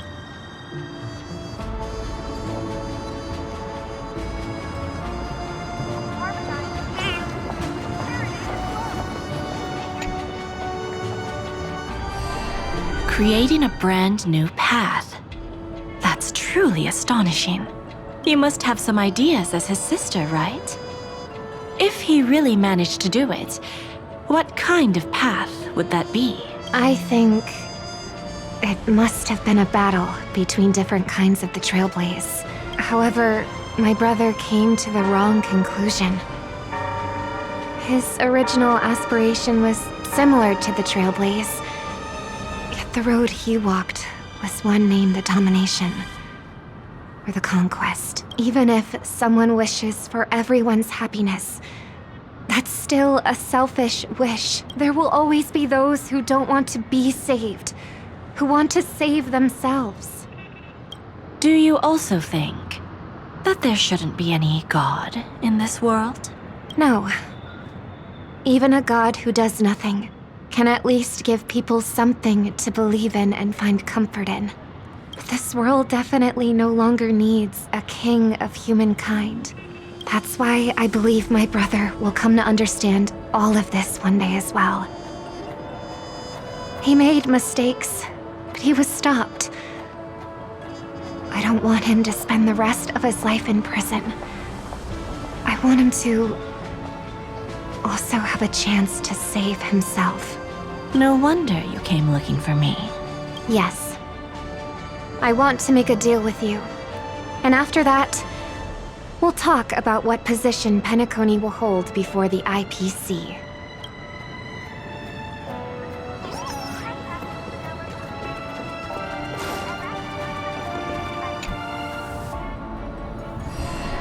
So, you still don't want me to join? That's Elio's decision. He saw my future? In all possible futures where you join the Stellaron Hunters, you will ultimately choose betrayal. You shall become a Lord Ravager named Ephemera, poised to destroy the Remembrance. Those were Elio's exact words, and your payment. Payment? After everything is over, we want you to burn some of her memories. May I know why? She can't head to the next stop with these memories. It would draw the Destruction's attention to her too early, and she'd die there. I can do that. But I'll give the memories back to her sooner or later. In my own way. Whether you try to stop me or not. No one will stop you. It is already written in the script. It will be a new beginning. The 4 apocalypses will converge towards the destruction because of it, while the cosmos will join hands to overcome that annihilation.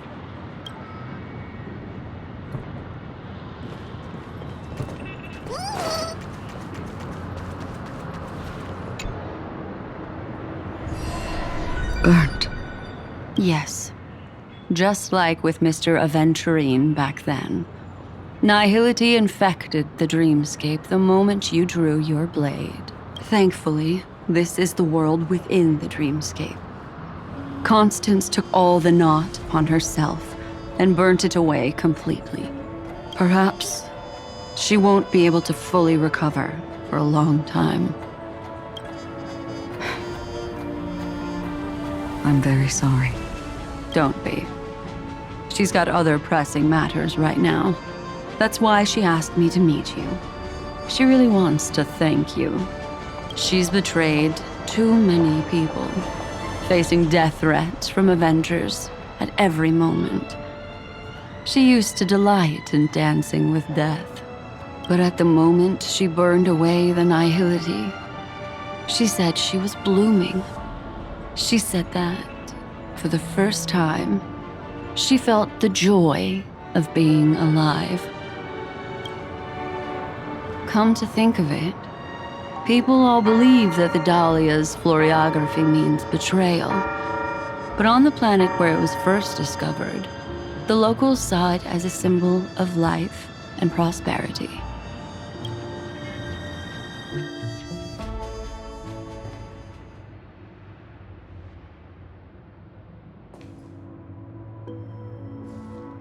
But where's Firefly? I haven't seen her anywhere.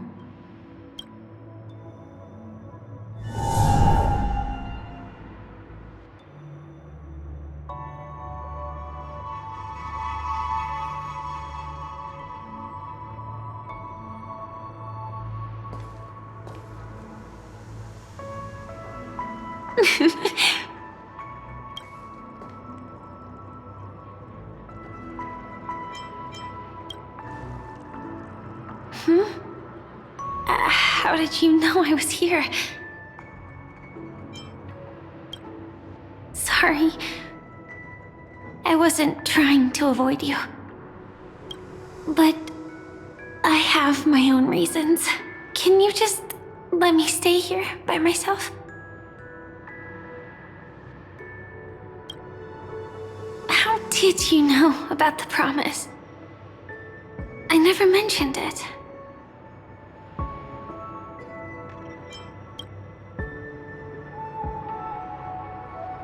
I don't think I've mentioned it, but I wrote down everything I wanted to do in my journal before coming here. I'm staying here because I want to fulfill the last wish written in it. I've been quietly following you and watching you from afar for a while, but I still didn't want to disturb you. I hope your dreams begin with a smile and end with one too.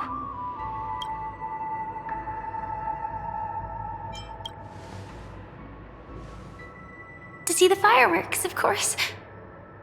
I heard there's this huge airship in Penacony where you can get an absolutely photo-worthy view of the fireworks. So? Let's go watch the fireworks.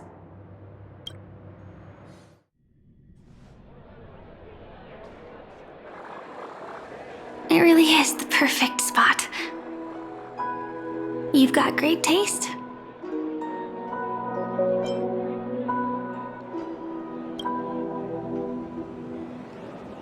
Either way, thank you.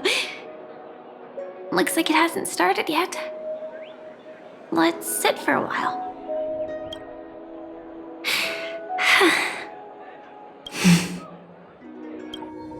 I wonder whether everyone feels speechless at times like this.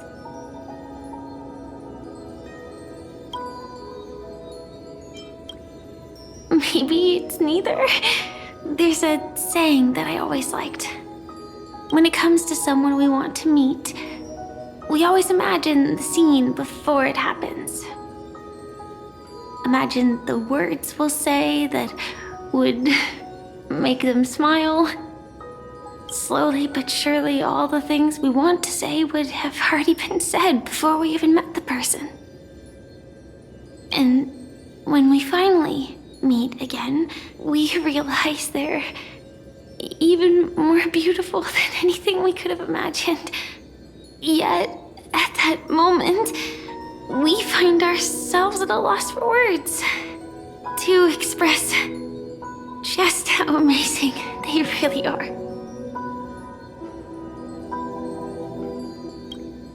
I'm sorry, but I can't tell you. Elio told me that it would lead to a terrible future. If I say even a few words more, you'll die at the next stop.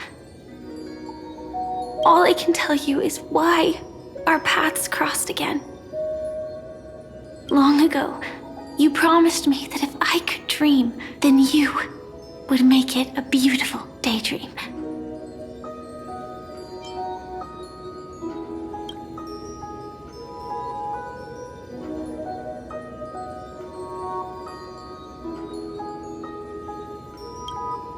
What matters isn't how they've changed, but that you still hold those same genuine feelings for them.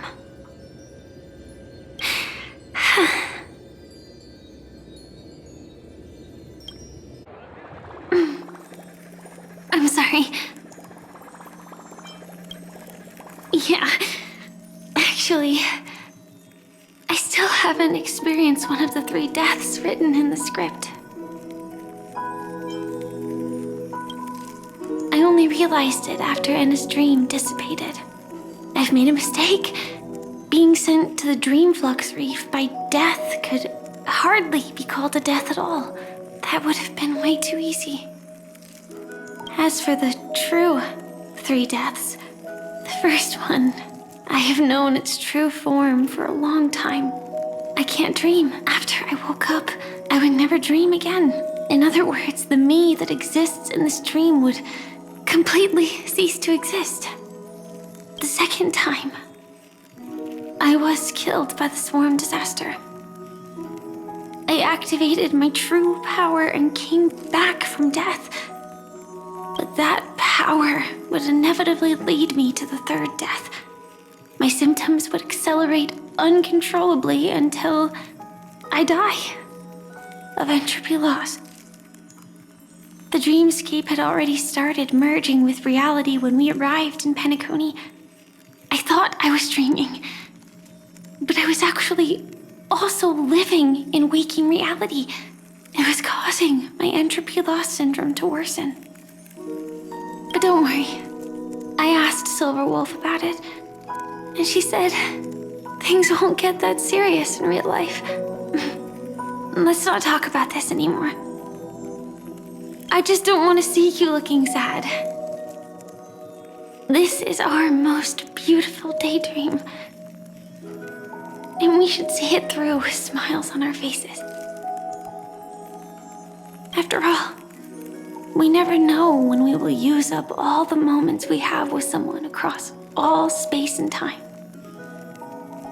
Hey, could you close your eyes?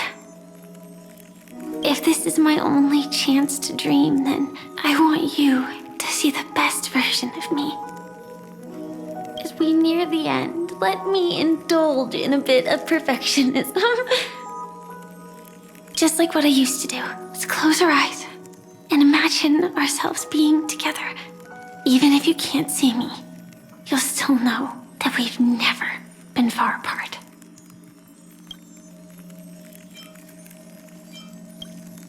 I won't. I promise to stay as long as I can.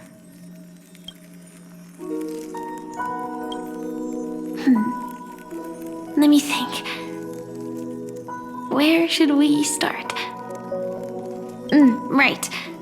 We should start where everything began, of course. Right at that golden hour. When you came to save me. That being said, we could also pretend we're strangers who just happened to meet there.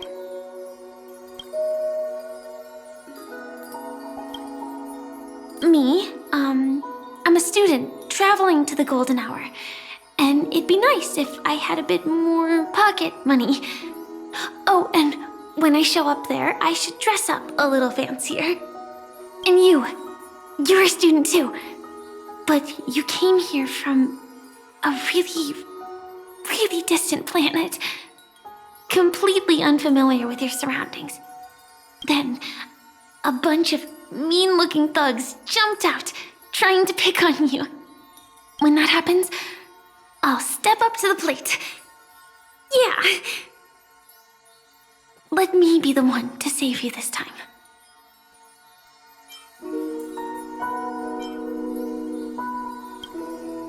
No worries. That's exactly what I'm going to do. The result doesn't matter. And even the process isn't important. What matters is how we take part in this journey and how we choose to view it. So, grant me one more wish. Remember how I held you and flew into the sky when we fought against Enna's dream? Back then, I wasn't sure if I would ever wake up again, but I was happy. We were standing shoulder to shoulder once again, fighting against things that we believed were wrong, and we'd do anything for each other. Still, I have a tiny, selfish wish. I know you won't forget this moment. When you look back on it, I want it to feel lighter. Maybe there were no enemies at all. It was all just a prank. And when I carried you up into the heavens, what we saw there wasn't the terrifying swarm, but rather the fireworks that I never got to see.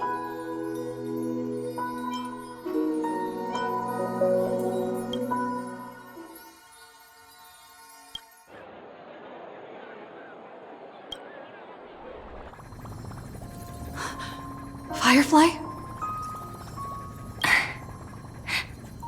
Elio said we're destined to head to different finalities, that we can't have a future.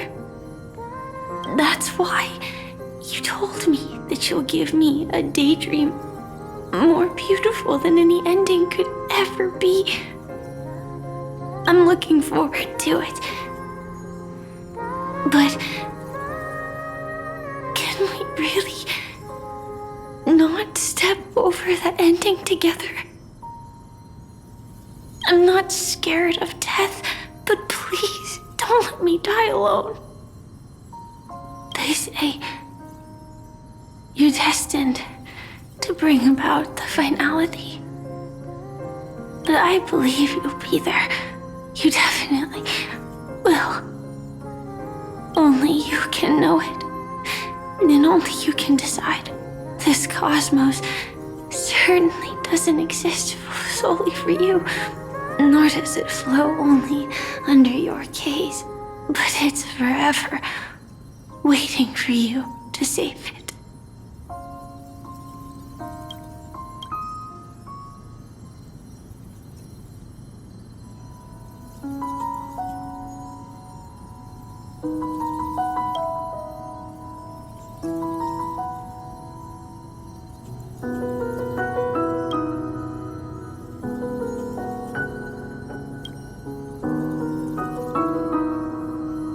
Even so, I'll still be the last thing you forget.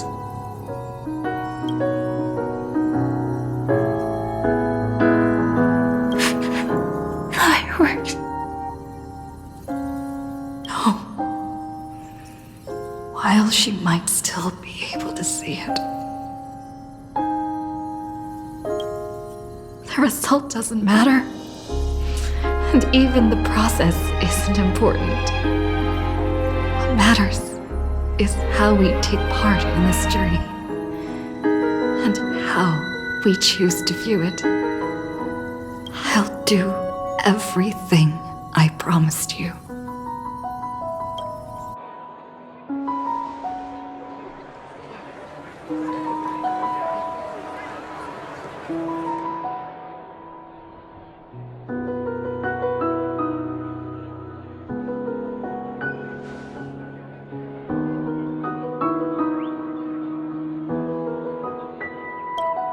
Am I still one step too late?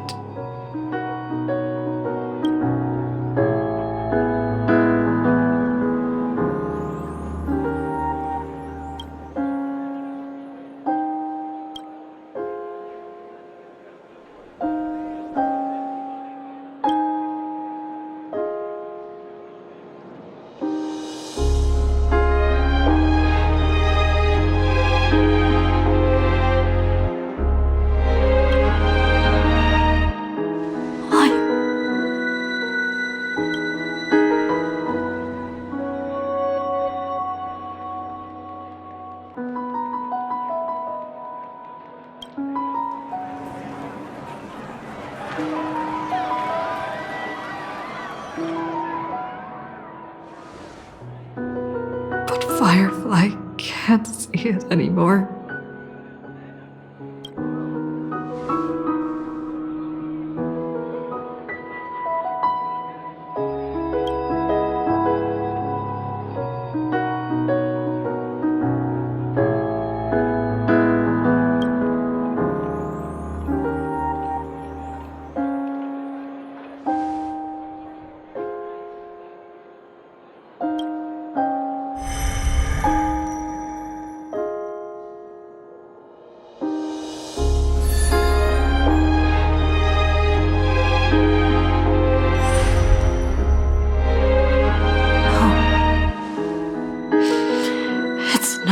Beyond saving,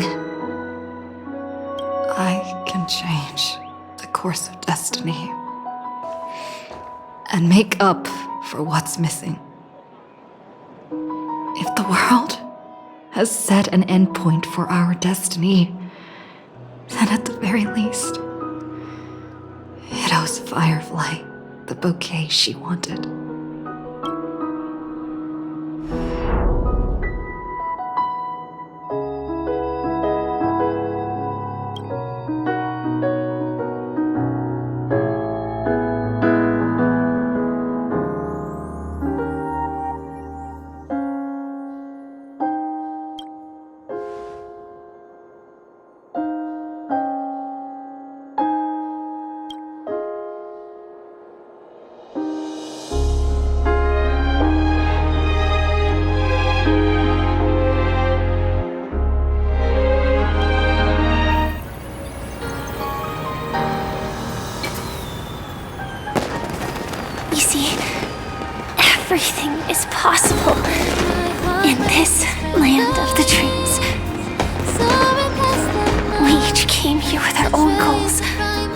realize them in unimaginable ways. Whether the outcome was sweet and dreamlike, or bitter and real, it is still the answer we longed for. So, why do people choose to sleep? I think it's as you said.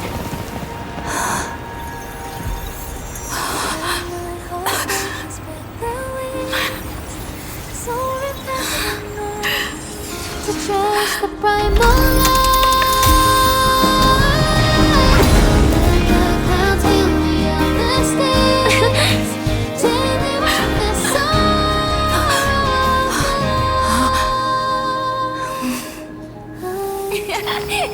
So when tomorrow comes, we'll wake from our dreams, smiling.